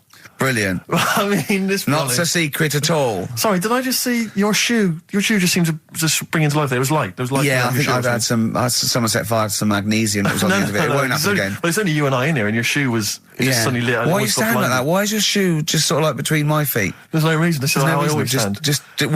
What did the bike look like? Flash? So, are you taking pictures of my family? No. And no, I'm not. And you should be wearing knickers anyway. Well, how do you know that? What? How did you know I'm not? How did I know what? I'm not wearing any... I didn't know you. I don't know what you've got up there. Well, I don't know what it looks like, and there's no way I could. Of course, it would be roughly that conversation in Japanese. I know, yeah. You know, you just mentioned there about sort of no knickers and that. Is this going to be your Auntie Nora? No. Right. It's just, like the last flat that I lived in, I always had a good view across the road, and I could see it was the hairy. There was the hairy Chinese. Not hairy Chinese kid. He was just a Chinese kid, actually. Yeah. Running Because about. that's rare, isn't it? Hairy Chinese kids are very rare, isn't it? Yeah. There's only one official sighting, isn't there? In one of those shit little magazines that you buy. And there was the old woman who didn't move. She was just sat there reading a book all the who time. we think possibly died and no one came round for weeks, But and now I've moved, right? And it was quiet for a bit. I always look at what view I'm getting, right? Looks across and it was just sort of empty, sort of flats ready for people to move in and that, right? Anyway, people are in there now, right? And they've put all the furniture in, but I haven't put any curtains up. Oh. Right. So anyway, I'm sort of washing up, just having a look out the window. Yeah. Right. Girl sort of wandering about, knickers on, right? With no knickers on? You mean naked? No knickers. Well, she had a bra on. Right, okay. But, she's probably looking for a knickers. So I thought, and I don't know how long I was looking. No. Right. But anyway, she looks across. Oh, God. I think she spotted me. Yeah. I think, oh, God. I felt really bad. Yeah. I said to Suzanne... Sorry, is this some sort of Peeping Tom confession? No idea. Well, he's not... That's the thing, though. Peepington. If I was peeping, she was peeping as well, because she was looking over. Works both ways, doesn't it? Yeah, but yeah, all she could see of you was your bald head. Yeah. No, but and your hands moving as you were washing up. And some white-looking substance frothing up. Particularly stubborn stain on this glass. Yeah. Oh, God. Imagine that. Imagine if she looked across. I'm assuming your sink is lower than the window. But didn't she just cover up or something? Or she looked back and go, oh, you're looking at my fanny? Well, the thing I did... What? I thought, just sort of drop me boxer shorts. Because I thought... Well, Suzanne said, what are you doing? What are you talking about? What are you talking about? No, just so they can see me cheeks of me. What are you talking about? No, because I thought if she thinks I'm walking about in the nude as well, then we've both got something out of it. Carl, This sounds like a bad excuse in court. I know. So sorry, you were looking at a woman dancing around naked, right? So the only thing you could do was immediately drop your boxer shorts. So she looked across, saw you fully clothed, saw you took your boxer No, she wouldn't have done, because it's sort of just the top half and the sink's at a side angle, so I was sort of looking out. So This she is wouldn't have genius. so she wouldn't have seen your trousers then anyway. No, she did. I moved in front of the window. So you then made you actually climbed in front of the Oh, this is amazing! So you climbed in front of the window to show off No, your it wasn't your naked obvious. lower half. Suzanne said, "What are you doing?" And I I said, bet she did. What are you looking at? I sent you in here to What clean are up. you doing? I'm just taking my trousers down, standing by the window. Why? Because there's a naked woman across the road. What do you think I'm doing, Suzanne? I'm exposing myself while looking at some free funny. leave it. What's up with you, Suzanne? Anyway, Wait a minute, can I just check? A final question. What did the woman across the way... What happened? What was her I reaction? didn't look again. I just thought you've seen a bit of action as well. We're both happy. Let's leave it. Brilliant. So were you waddling around like a penguin with your trousers around your ankle? I just was walking about, and Suzanne said, "What are you doing?" I said, "I'll explain to you in a bit, but don't look out the window because then it's Excellent. obvious." Then he sees that she calls her husband to look at Carl walking around naked. He goes, "Oh, she's got quick, Suzanne, get him out. There's only one with him to get some more friends. They've gone one more." 104.9 XFM, Ricky Gervais, Steve Merchant, Karl Pilkington's pressing the buttons. We're playing some great moments from the last 3 weeks. And some great records, Steve, from the last 2 weeks. That's true enough. Yeah. We're not actually here today. What are you up to today, Rick? It's 8 hours earlier, so this is about 2 o'clock probably. Mm-hmm. So it's about 6 o'clock in the morning. I'm still in bed, mate. I'm asleep in my hotel room. Now, where are you? We're in LA. Los Angeles. Yeah. City of Angels. Rick. Yeah. City of Angels. Yeah, and so that's what we do. We're doing stuff like that. That's why we're not here. We're not here next week either. So next week is the best of this week. All right, so here's the first bit. The reason you became King of the Universe, of course, is because of your fascinating French bread anecdote. Oh yeah, come on the story? then. How did baguettes come about? If this is going to be someone cooked a loaf a bit wrong and said I can still make a sandwich out of it, I'm going to hit you. No. Go on then. Right, Napoleon, when he was at war and that with Russia. 1812, yeah. Yeah, all his soldiers were like, not used to the cold weather and that. So they said, take some clothes in your bag with you because it's going to be nippy out there. So they put all the clothes in the bag. Sure. They were told, it's Napoleon, for Christ's sake. No room for any food. You're joking. So couldn't they make some sort of like sandwich?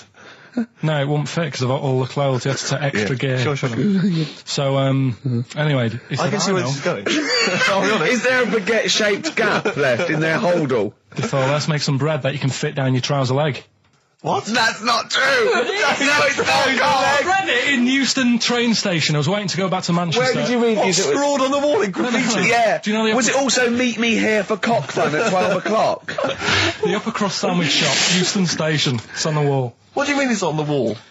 Do you know how it says, like, sail on at Dixon's, whatever? Yeah. Next to that, there was, like, a bit of information. Once you've read the stuff on Dixon's... I get information. There was a big thing about history of the baguette. I read it and I thought, we got to make a sandwich we can split down our trouser leg. But how can you march and fight with a huge piece of bread down your train? Although it would be intimidating. You see them coming, you go, sacre bleu, look at the size of them.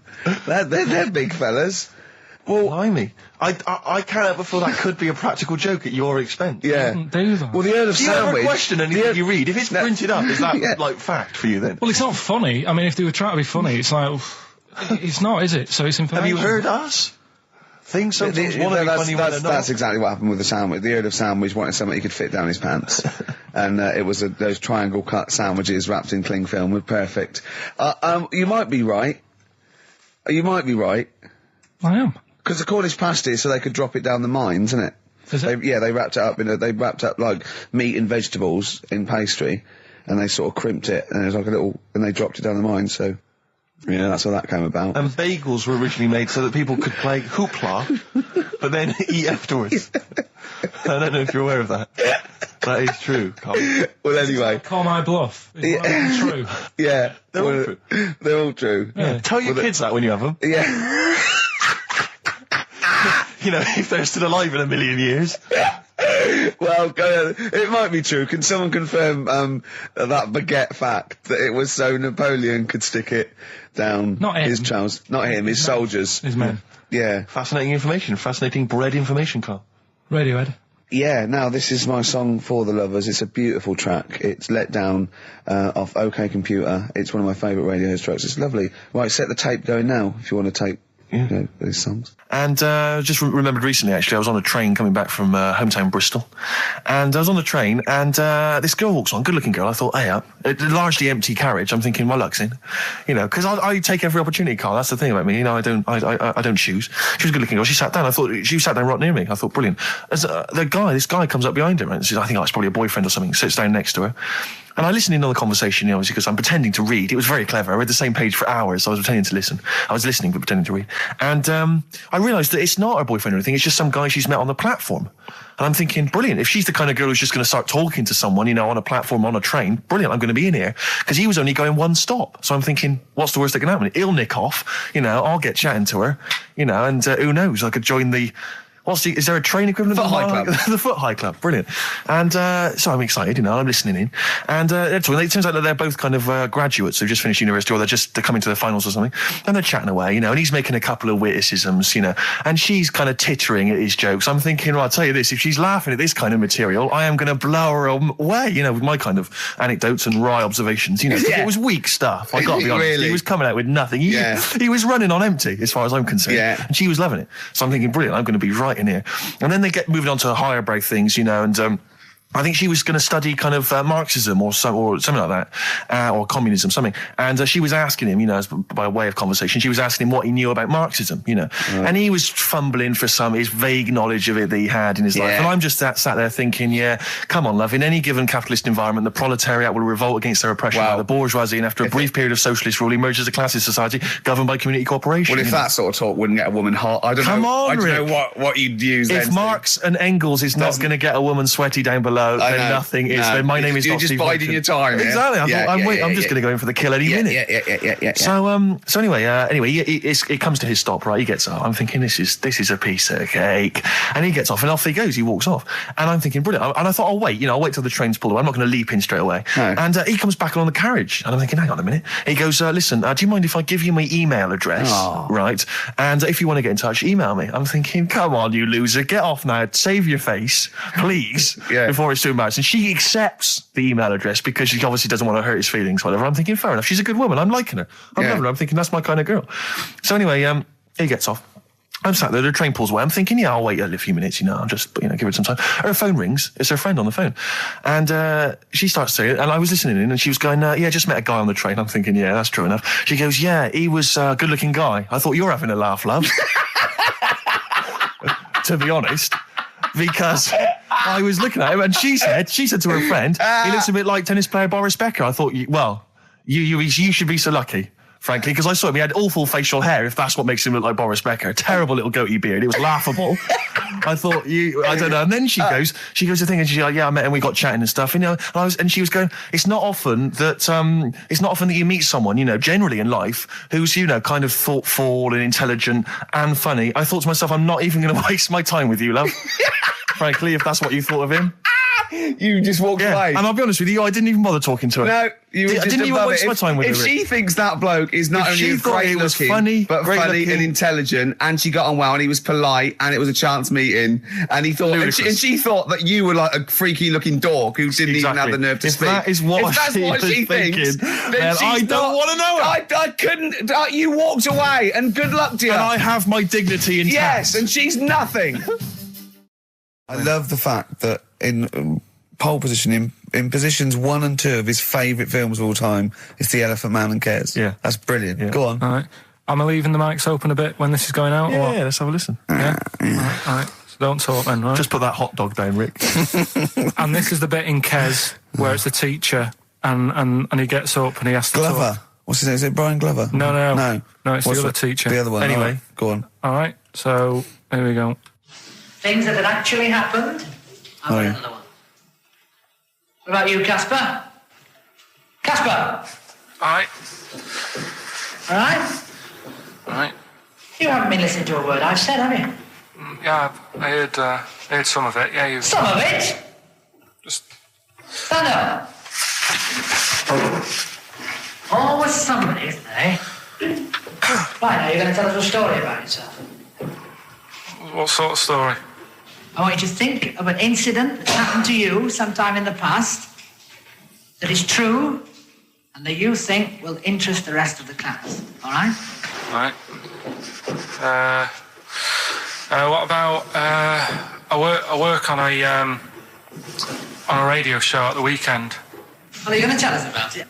I'll just do. It's 2 hours, and it's with Ricky Gervais and Stephen Merchant, and just sort of play music and tell stories and stuff. What kind of stories?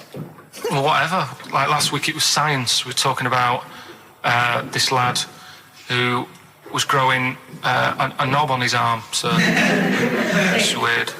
It's tricky, sir, because like with Ricky, he gets bored quick and he won't listen to the stories, and he'll start squeezing my head. All right. I'm not interested in what he does. That isn't normal, is it, sir? That. I mean, it sure is a bit gay. Is he? Just messes about, though. Do you know what I mean? I try and like come up with good stuff, like monkey news and like quizzes and stuff, but then he'll just, Ricky will just mess about. I mean, on Saturday he did it again. He squoze me head. How do you spell that?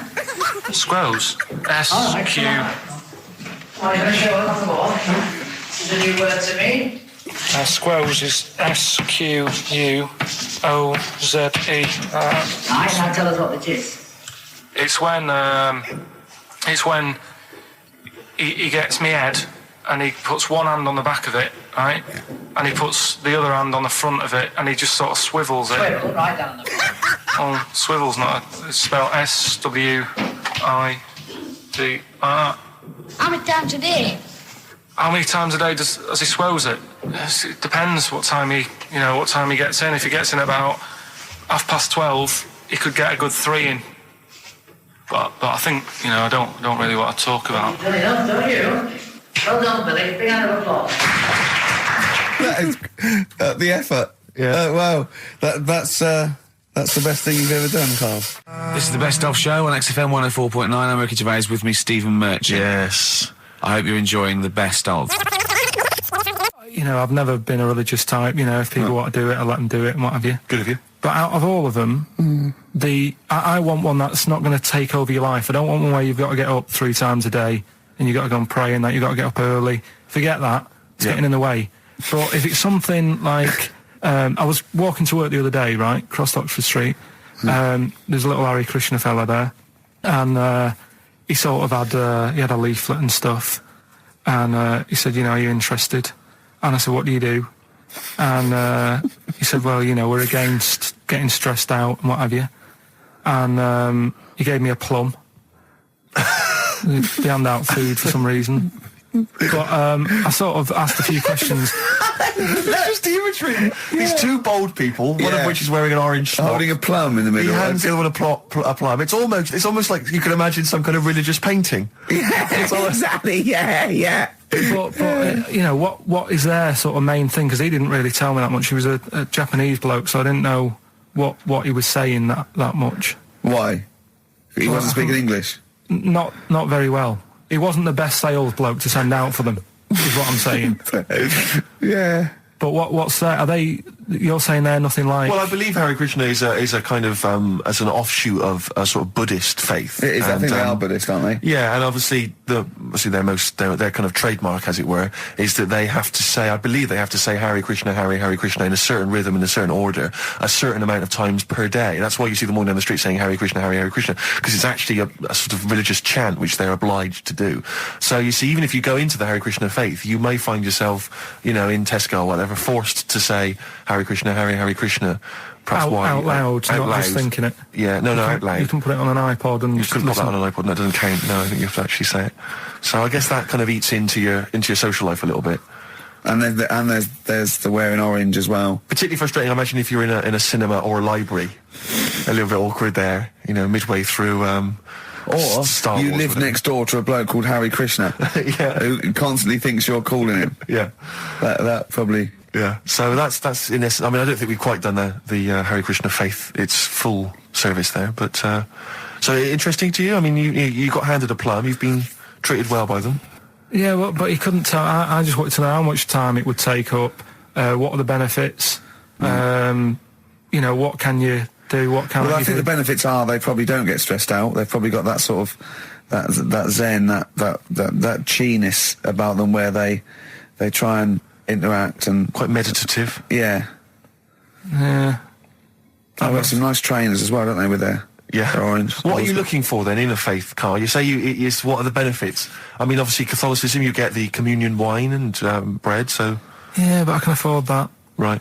Probably, just I like the Crusaders. I was forced into joining that as a kid because a mate sort of joined it, and he sort of said, "Are you joining?" I sort of swore at him. I said, "I'm not doing that." Right? Yeah. He said, "Right, if you don't come with me, I'll tell your mum that you just swore." So I was like, "Oh." So I went. So I went along, and I used to just go on the Friday when they played, you know, Sabutio and stuff. And then I went on one Sunday, and it was totally different. There was no Sabutio. There was no sort of, you know, Table tennis. the thing where you hold a thing and knock things over. Skittles. There was all that on a Friday. Went on the Sunday, it was rubbish. He said, "Right, sit down in this room." They gave me a Bible. Thought, this looks too heavy, this is too big, I'm not interested in this book.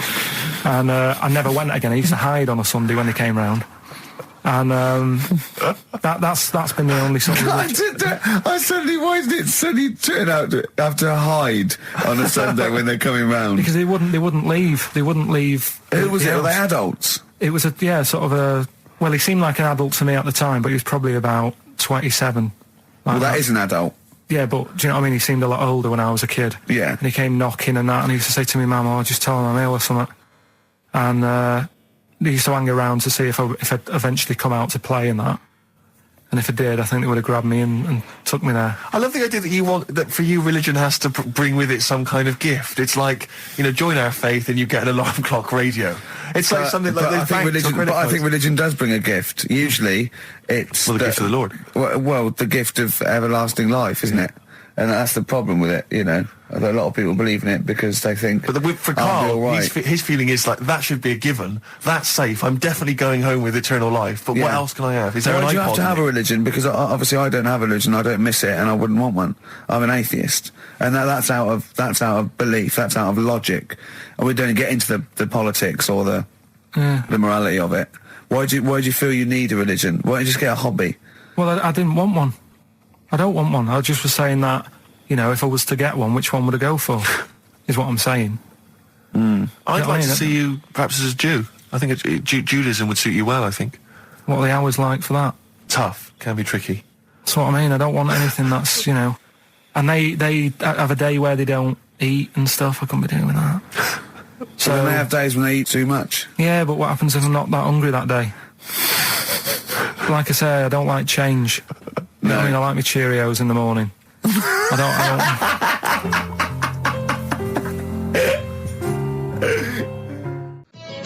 Avalanches, Frontier Psychiatrist. Absolutely. Well, we've had lots of emails. People, obviously, we inflamed and provoked about the Cornish pasty. I've got a couple of amendments to that. The crusty bit, you know, is actually as a handle, because obviously the miners have dirty hands, and they'd eat all the stuff in the pasty, and they'd be left with this sort of crust, and they could throw that away. Also, someone told us that at one end was an apple, so you have a little sweet as well. Little dessert.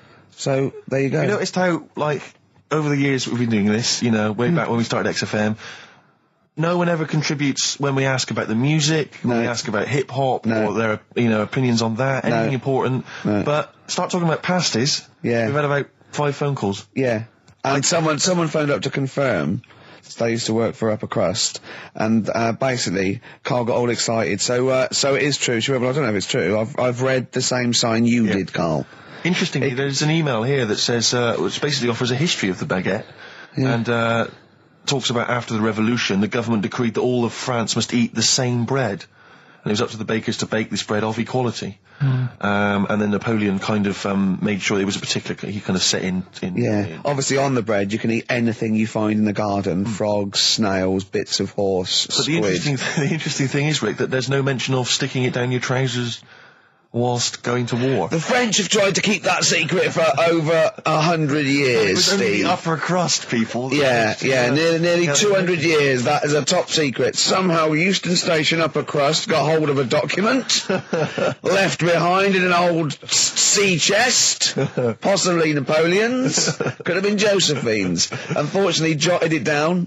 He's kicking himself now. Oh, Secretary, I cannot believe I left a note. If he talked like that. He did. He did that. Yeah, he talked English, but in a very funny French accent. Do you remember, there was one thing that, talking about funny French accents, you remember Allo Allo? Yeah. Remember, it was on about 5 o'clock in the afternoon, but they still meant, because it was a funny Frenchman, it was that English guy who was posing as a French police officer. It's very complicated. He would often walk by, and I remember there was one where he said, I was pissing by the door when I heard a shit.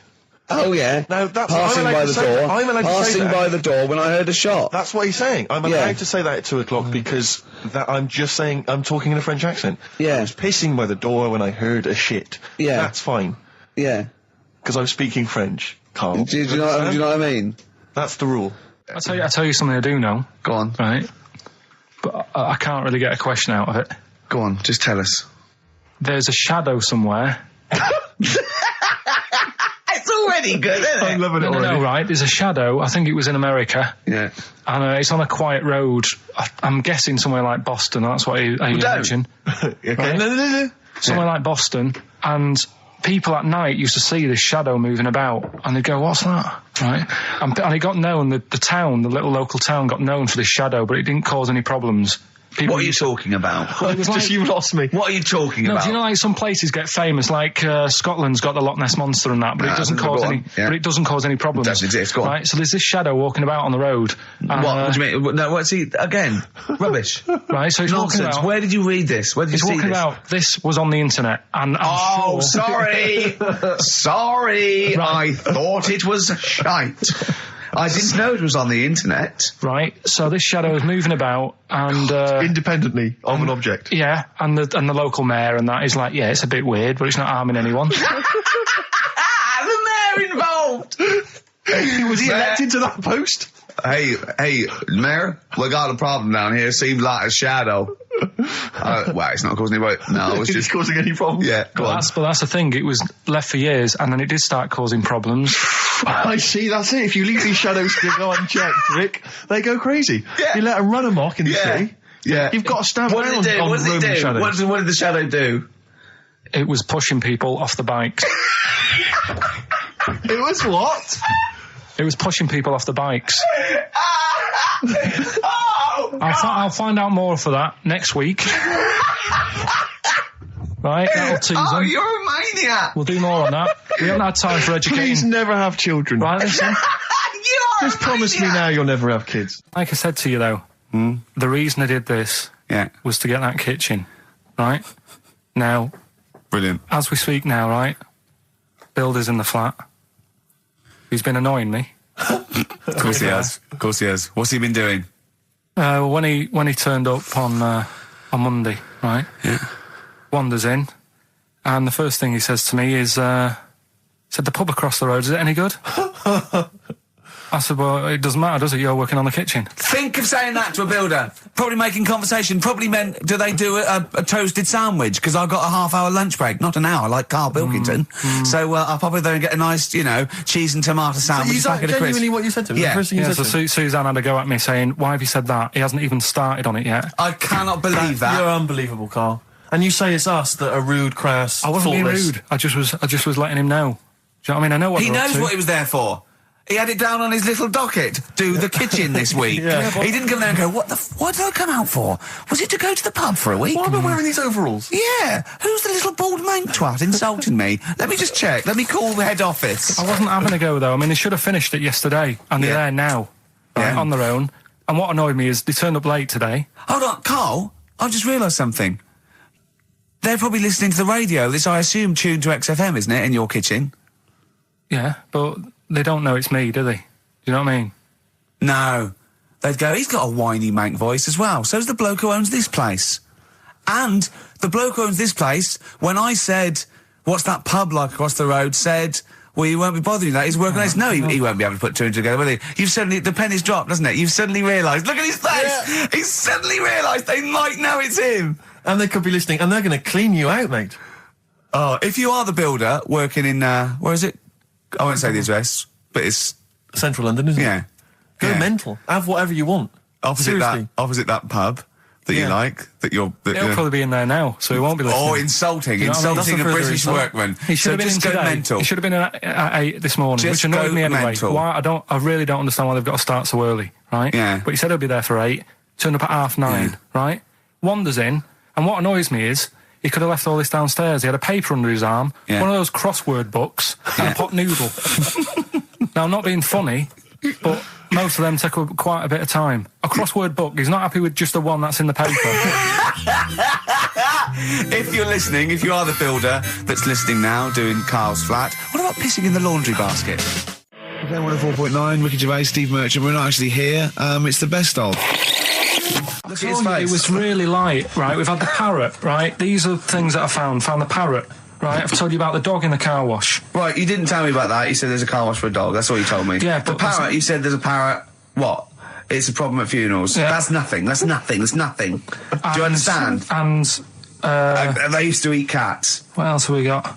There's an elephant in India with sore feet. Why? There's an elephant in India with sore feet. Now I'm interested. Why? Tap dancing? Why? I didn't write that He's much trying down to about break it. Roy Castle's record. He's still going. Go on, what is it? Think. It's an elephant, and it was really old. It was about 76. Right. And it had sore feet because it's old, and They don't make stairs and the that big, do they? roads are bad and that. Yeah, go so they said, what are we going to do? And the town was like, oh, we're used to seeing it around. It's part of the thing, we don't want it to have sore feet. Yeah. So they got some slippers made for it.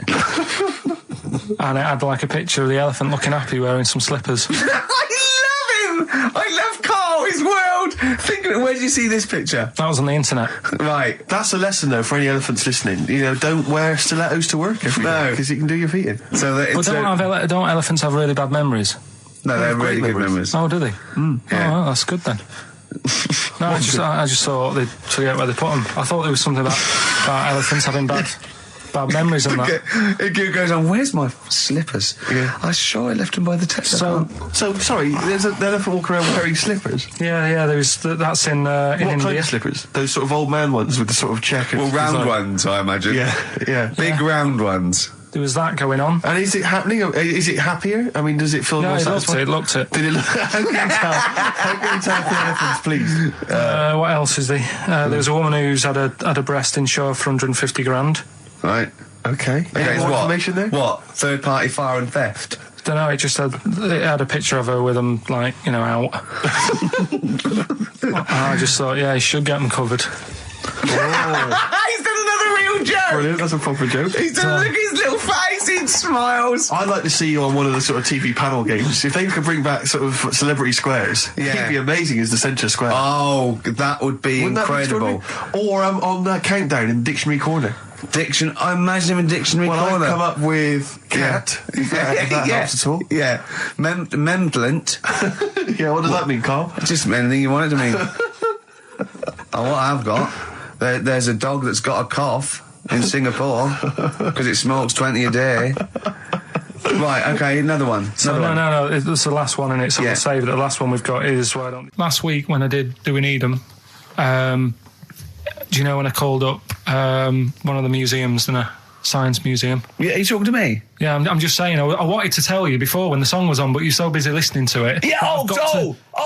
Was I so busy listening to a song I was playing?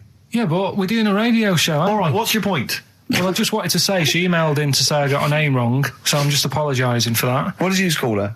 I think I called her Jessica. What was her name? I don't know, I've got it on email somewhere.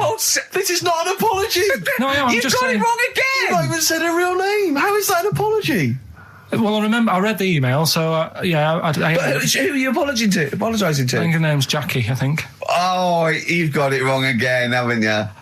Well, anyway, and she just said if you want to see dinosaurs and that, go to the museum. You were complaining about that as well, weren't you?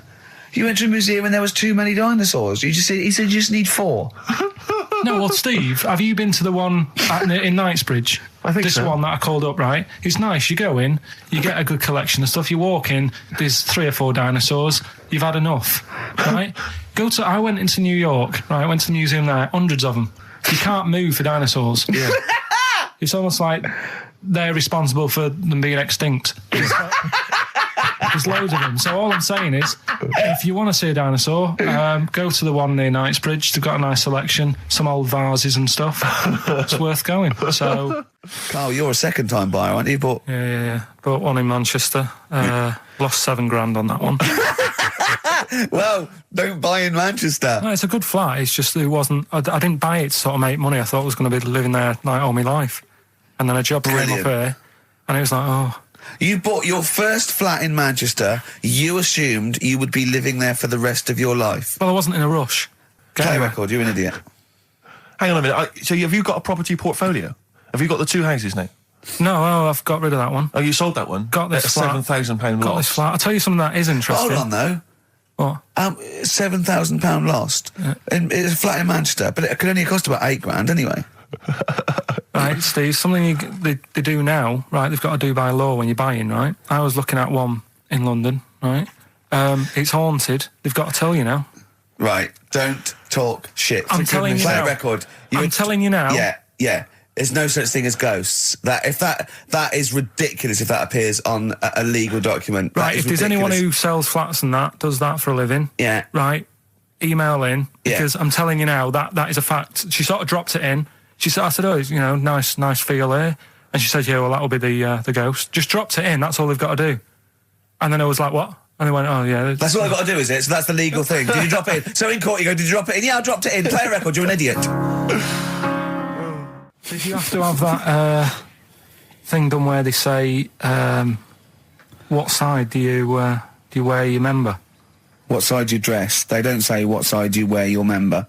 That would hardly be a euphemism, would it? So they say, what side you dress, sir?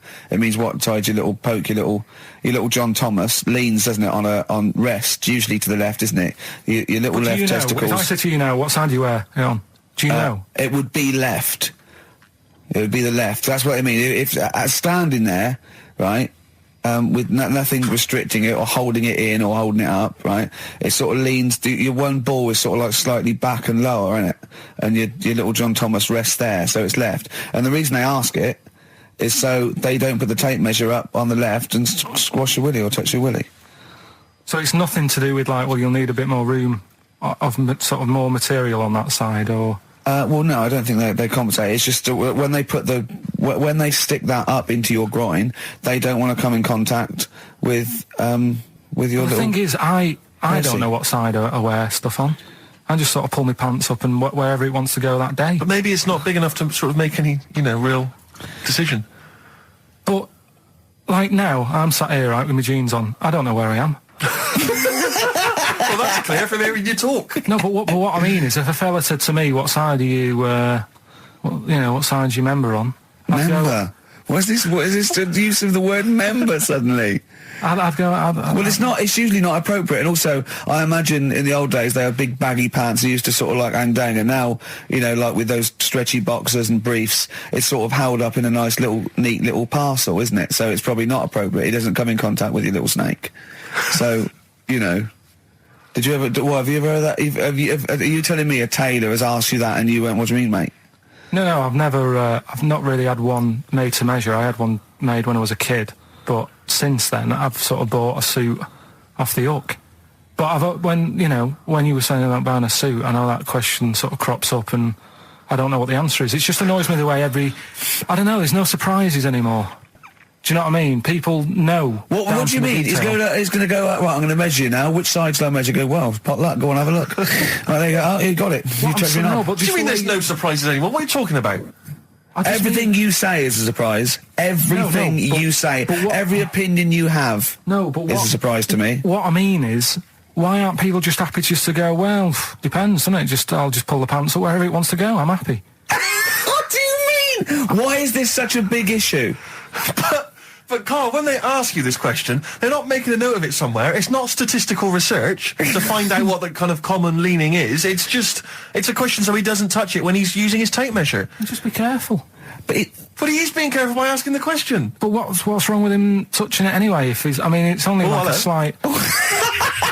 Fair enough. But if he just sort of, knocks it a little bit, you can just go. Do that again? To me, it's the same as the prostate thing. It's just happening all over again.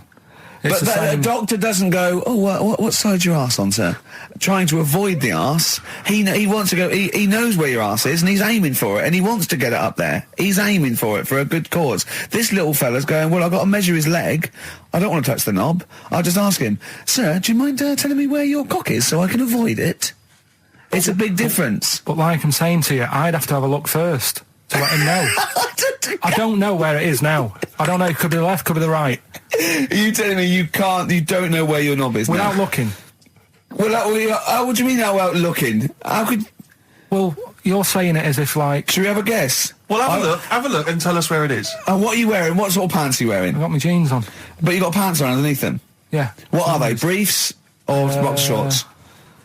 Boxer shorts. Boxer shorts. Well, it's probably free, but the jeans are probably strict knit. I think it's probably either in the middle, dressed in, or just slightly to the left. Have a look. We'll tell the listeners after the break where's Carl's knob. It's a good competition. Oh, brilliant! We've got to send this to the Sony Awards people. Well, big question. Where was Carl's knob?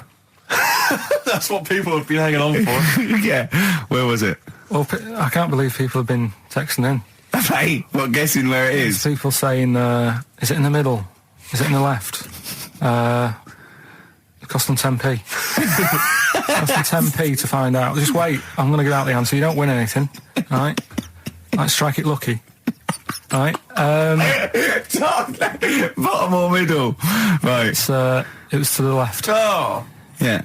I went with the right. That's annoying. See, I thought it would be to the left. If not, maybe if it was all scrunched up, sitting on your lap right, it might just pop up to the middle. Just pop out, like, Well, next week we'll be finding out where yours is. Where's Ricky's bollocks? 50 Cent in Da Club on XFM 104.9. We're playing our favourite singles of the year. Yep. And we're looking back over some of our favourite clips of the year. Right, Carl, it's a questionnaire about happiness. Oh, yeah. There's one person... Well, that should answer it right where. The first question, Carl, on a happy scale of 1 to 10, where are you on the happy scale? Is it at this moment or in general? Well, I would say generally. Okay. Yeah, but you don't always have to, like... I mean, I think I'm happy in that, but I don't always show it. You never show it? No, but it doesn't mean I'm not happy in that. Like, I'm all right at the moment. I'd say I'm probably on a... I was probably on about an 8. I was probably about a 9 when I woke up, right? And then sort of fell out with Suzanne over her haircut. Yeah. Right? She went for a haircut and came back with something that I didn't like. Sorry, what did you say? So when your girlfriend walked to the door, she had her hair done, you said, I don't like it, alright? She could tell by the look on my face. But don't you say, no, I'm happy with it, I just can't tell. I'm loving it. Because then she might have it done again. Oh, Carl, I just cannot get over you. I really can't. No, but you haven't seen it. Right? So then I was fed up, but then I thought... Sorry, what authority have you got to talk about haircuts? Yeah, you had officially from a barber in Manchester above a railway station in a shack, it was £2 a cut, told you have the hair of a Chinaman. Well, you wish you had the hair of a Chinaman now, you got no hair. You're a little bald mank with your mouth open, so don't... Is she listening to this, Suzanne? Sitting at home with a woolly hat on? I don't know. But she knows now, doesn't she? What did you say? What words did you do about it, I just said you look like someone out of Slade. Interestingly, that's what I look for in a girlfriend. Oh, God. Which one of Slade? That one with the funny... Not Dave Hill. Yeah. The one with the crooked fringe and the goofy... She had her teeth done as well, did she? She had 2 front teeth put in. Dumper. So anyway, So prior to that, you're on a 9. Then you saw the haircut, you're on an 8. Yeah. Yeah. And now then, what you're on? I'm probably on about a 6 at the moment. Why? What's happened? Well, while Star Sailor was on, bit more head squeezing going on. So, yeah, about a 5 or 6. So generally speaking, what would you say you are? About 4. You're on a 4. All right. What would you give someone who wasn't very happy? What would you give them? What are you thinking, Carl? Depends why they're not happy. They're low, okay, so what would you give them? I mean, yeah, depends, isn't it? If it's someone who's just lost their arms and legs in an accident, you don't give them a lollipop. Sure, or some mittens. Yeah. You give them a hat. Yeah. Yeah. And dare I say it, a smile. A skateboard. Yeah. Yeah. I don't know. You don't know. You got to answer the question. Alright, so hang on, let's assume that you've upset your girlfriend because you slagged off her haircut. What are you right? do now feel to go and guilty. make her happy? How are you going to cheer her up? And not buy her a baseball cap. I don't know yet. I haven't thought about it because I've got this to sort out, haven't I? So when I get home, get her some gel or something. Oh, God! Oh, Christ. So, would you like to start on your, to Steve, because I've heard all these. Well, we won't do them all. Well, we'll start off with the Mr. Freeze. Tell Steve the story of Mr. Freeze. This is the first time he nearly died. This is the most serious of the lot, really. So, what it was, do you know, like, don't know if your mum and dad did the same thing, but, like, they do the weekly shopping on like, a Friday. Yeah. So when you got to Thursday, there wouldn't be much stuff left in the cupboard. It'd just be like, you know, your Jacob's crackers and stuff like that. So when they'd been to the supermarket and they came back, I was like, you know, what's that saying? Like a pig in... You know, I loved it. It was like loads of food coming in, loads of biscuits. What is that saying? He nearly said pig in shit. Right. Is that the saying? Yeah. Right. So yeah, all this food comes in. Thank God he didn't. Otherwise he'd have been in trouble. That's true enough. Because he's culpable for our actions because he's the producer. So technically, that twat's in charge. Go on. Right, so anyway, so there's loads of food, and I'm like, oh yeah, look at this, and chocolate biscuits, and, you know, penguins and stuff. Bacon. And bacon. Just in case, you never know. So anyway, my mum and dad's putting the food away. Me and our kid are like, he's already grabbed something, gone back upstairs. It's like feral children. it's like a quest for fire. And then they ran upstairs. What did you sit under the bed, gnawing at some sort of pig's trotter? So I saw, do you remember Mr. Freeze Pops? I do, yeah. So they're kind of like popsicles, icicles. Yeah, but really long, like a foot long, right? Yeah. So I thought, I'll have one of them, so I grabbed it. Went for the nutritious stuff first. Absolutely. And like my mum and dad are putting this stuff away and what have you. And I rip it open and knock it back, right? Straight away, just right back like Swallow that. it straight away, yeah. But it went down the wrong way, right? So down your shirt?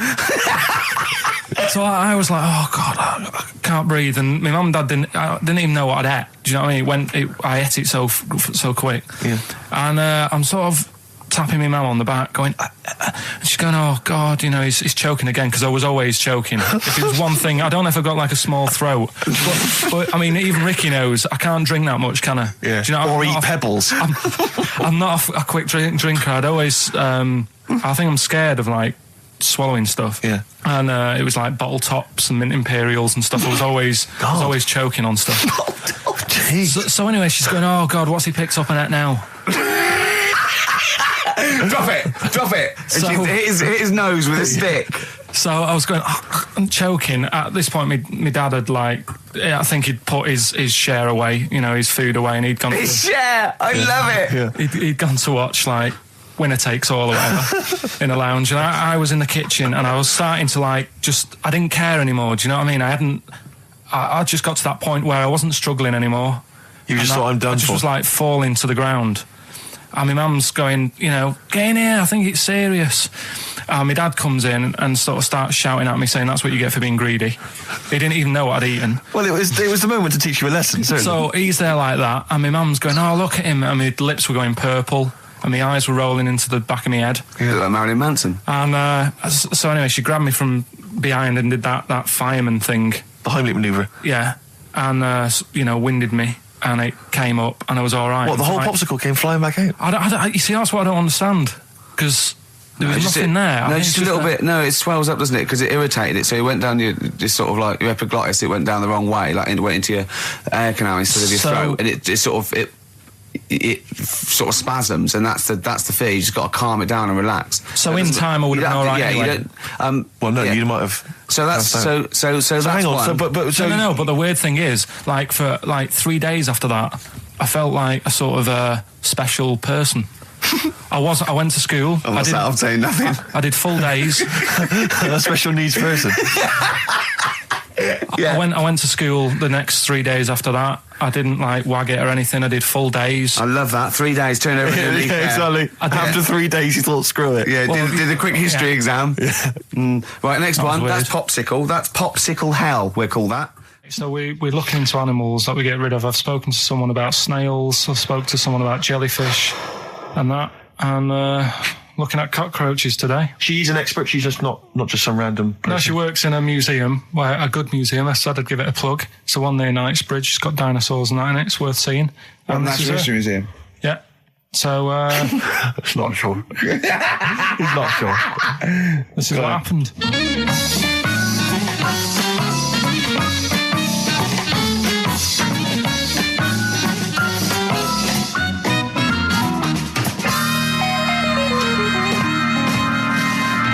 Now, what I'll do, I'll tell you as much as I know, and then you can fill me in if I'm right or wrong. And then at the end of it, we'll get to the bottom of whether we need them or not. Okay. All right. So, first of all, the first thing that I found out is that they have 18 knees. That's not exactly possible. They're insects, so they have 6 legs. Yeah. And a knee is usually the junction between femur and tibia. That's sort of classic human knees and every other animal knee. So with 6 legs, you can only have 6 knees. Could somebody sort of got mistaken for seeing one that was a bit double jointed? I think you're grasping at straws or something. All right. Well, we might have to come back to that one then. Okay. They can hold the breath for 40 minutes. Well, they don't do that because they don't breathe in the same way as us. They breathe through little spiracles, holes down the side of the body. So, no, they're not a very apt simile because the method of breathing is so different. What do you mean? Because insects have a totally different system. They don't have lungs in the way that we do and just breathing through one part of the body. They're actually breathing through every segment of the body all of the time. So even though they've got their mouth shut, they might be able to Their mouth slide. has nothing to do with breathing. So Only just feeding. So you see, maybe that's where someone's gone wrong. Someone's got hold of one and sort of taped its mouth up or something and got bored after 40 minutes and said, well, we'll call it Pretty right. unkind thing to do to an insect, even to a cockroach. Yeah, but it's all... Can't do that. Yeah, but No. Pretty unkind thing to do anything, even a cockroach. something else I found out. Yeah. They can live for a week without an head. Well, that's true if they don't bleed to death in the process. But the weird thing is, when I told you that they had 18 knees, you seemed a bit sort of like, don't talk ridiculous. But then we're talking about an animal that can live without an head. So there's a little bit of truth in that one, yeah? Yes. Why, when it was invented, has it got that facility? Say if someone said to humans, we could do that with humans, and, you know, if you lose your head in some accident, it gives you a bit of time to sort of go back to your family and maybe write them a note. You won't be able to have a chat, but write them a note saying it was my own fault and it was nice knowing you. Well, that would be a useful facility, I agree. But cockroaches are great survivors. I mean, they've been around for over 300 million years. They're one of the most primitive insects. All right. Well, I've also... is it true that they do a lot of resting? Apparently they can sort of rest for 75% of the time. Rest? Yeah, they just sit about doing nothing. It's probably true of a vast proportion of the world's fauna.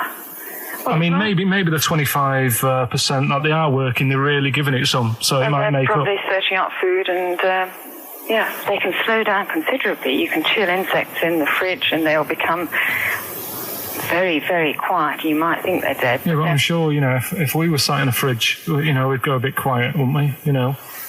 Well, you might not know much about it, of course. Yeah, but... Not quite reading the right sources. Well, I've been using the internet. I'm sure there are many useful sources that you could find there, but some of those seem to have been a little misleading to you. So you don't agree with a lot of what I've told you there? No. So cockroaches, can we get rid of them? No. So we're keeping them then? I would say so, yeah.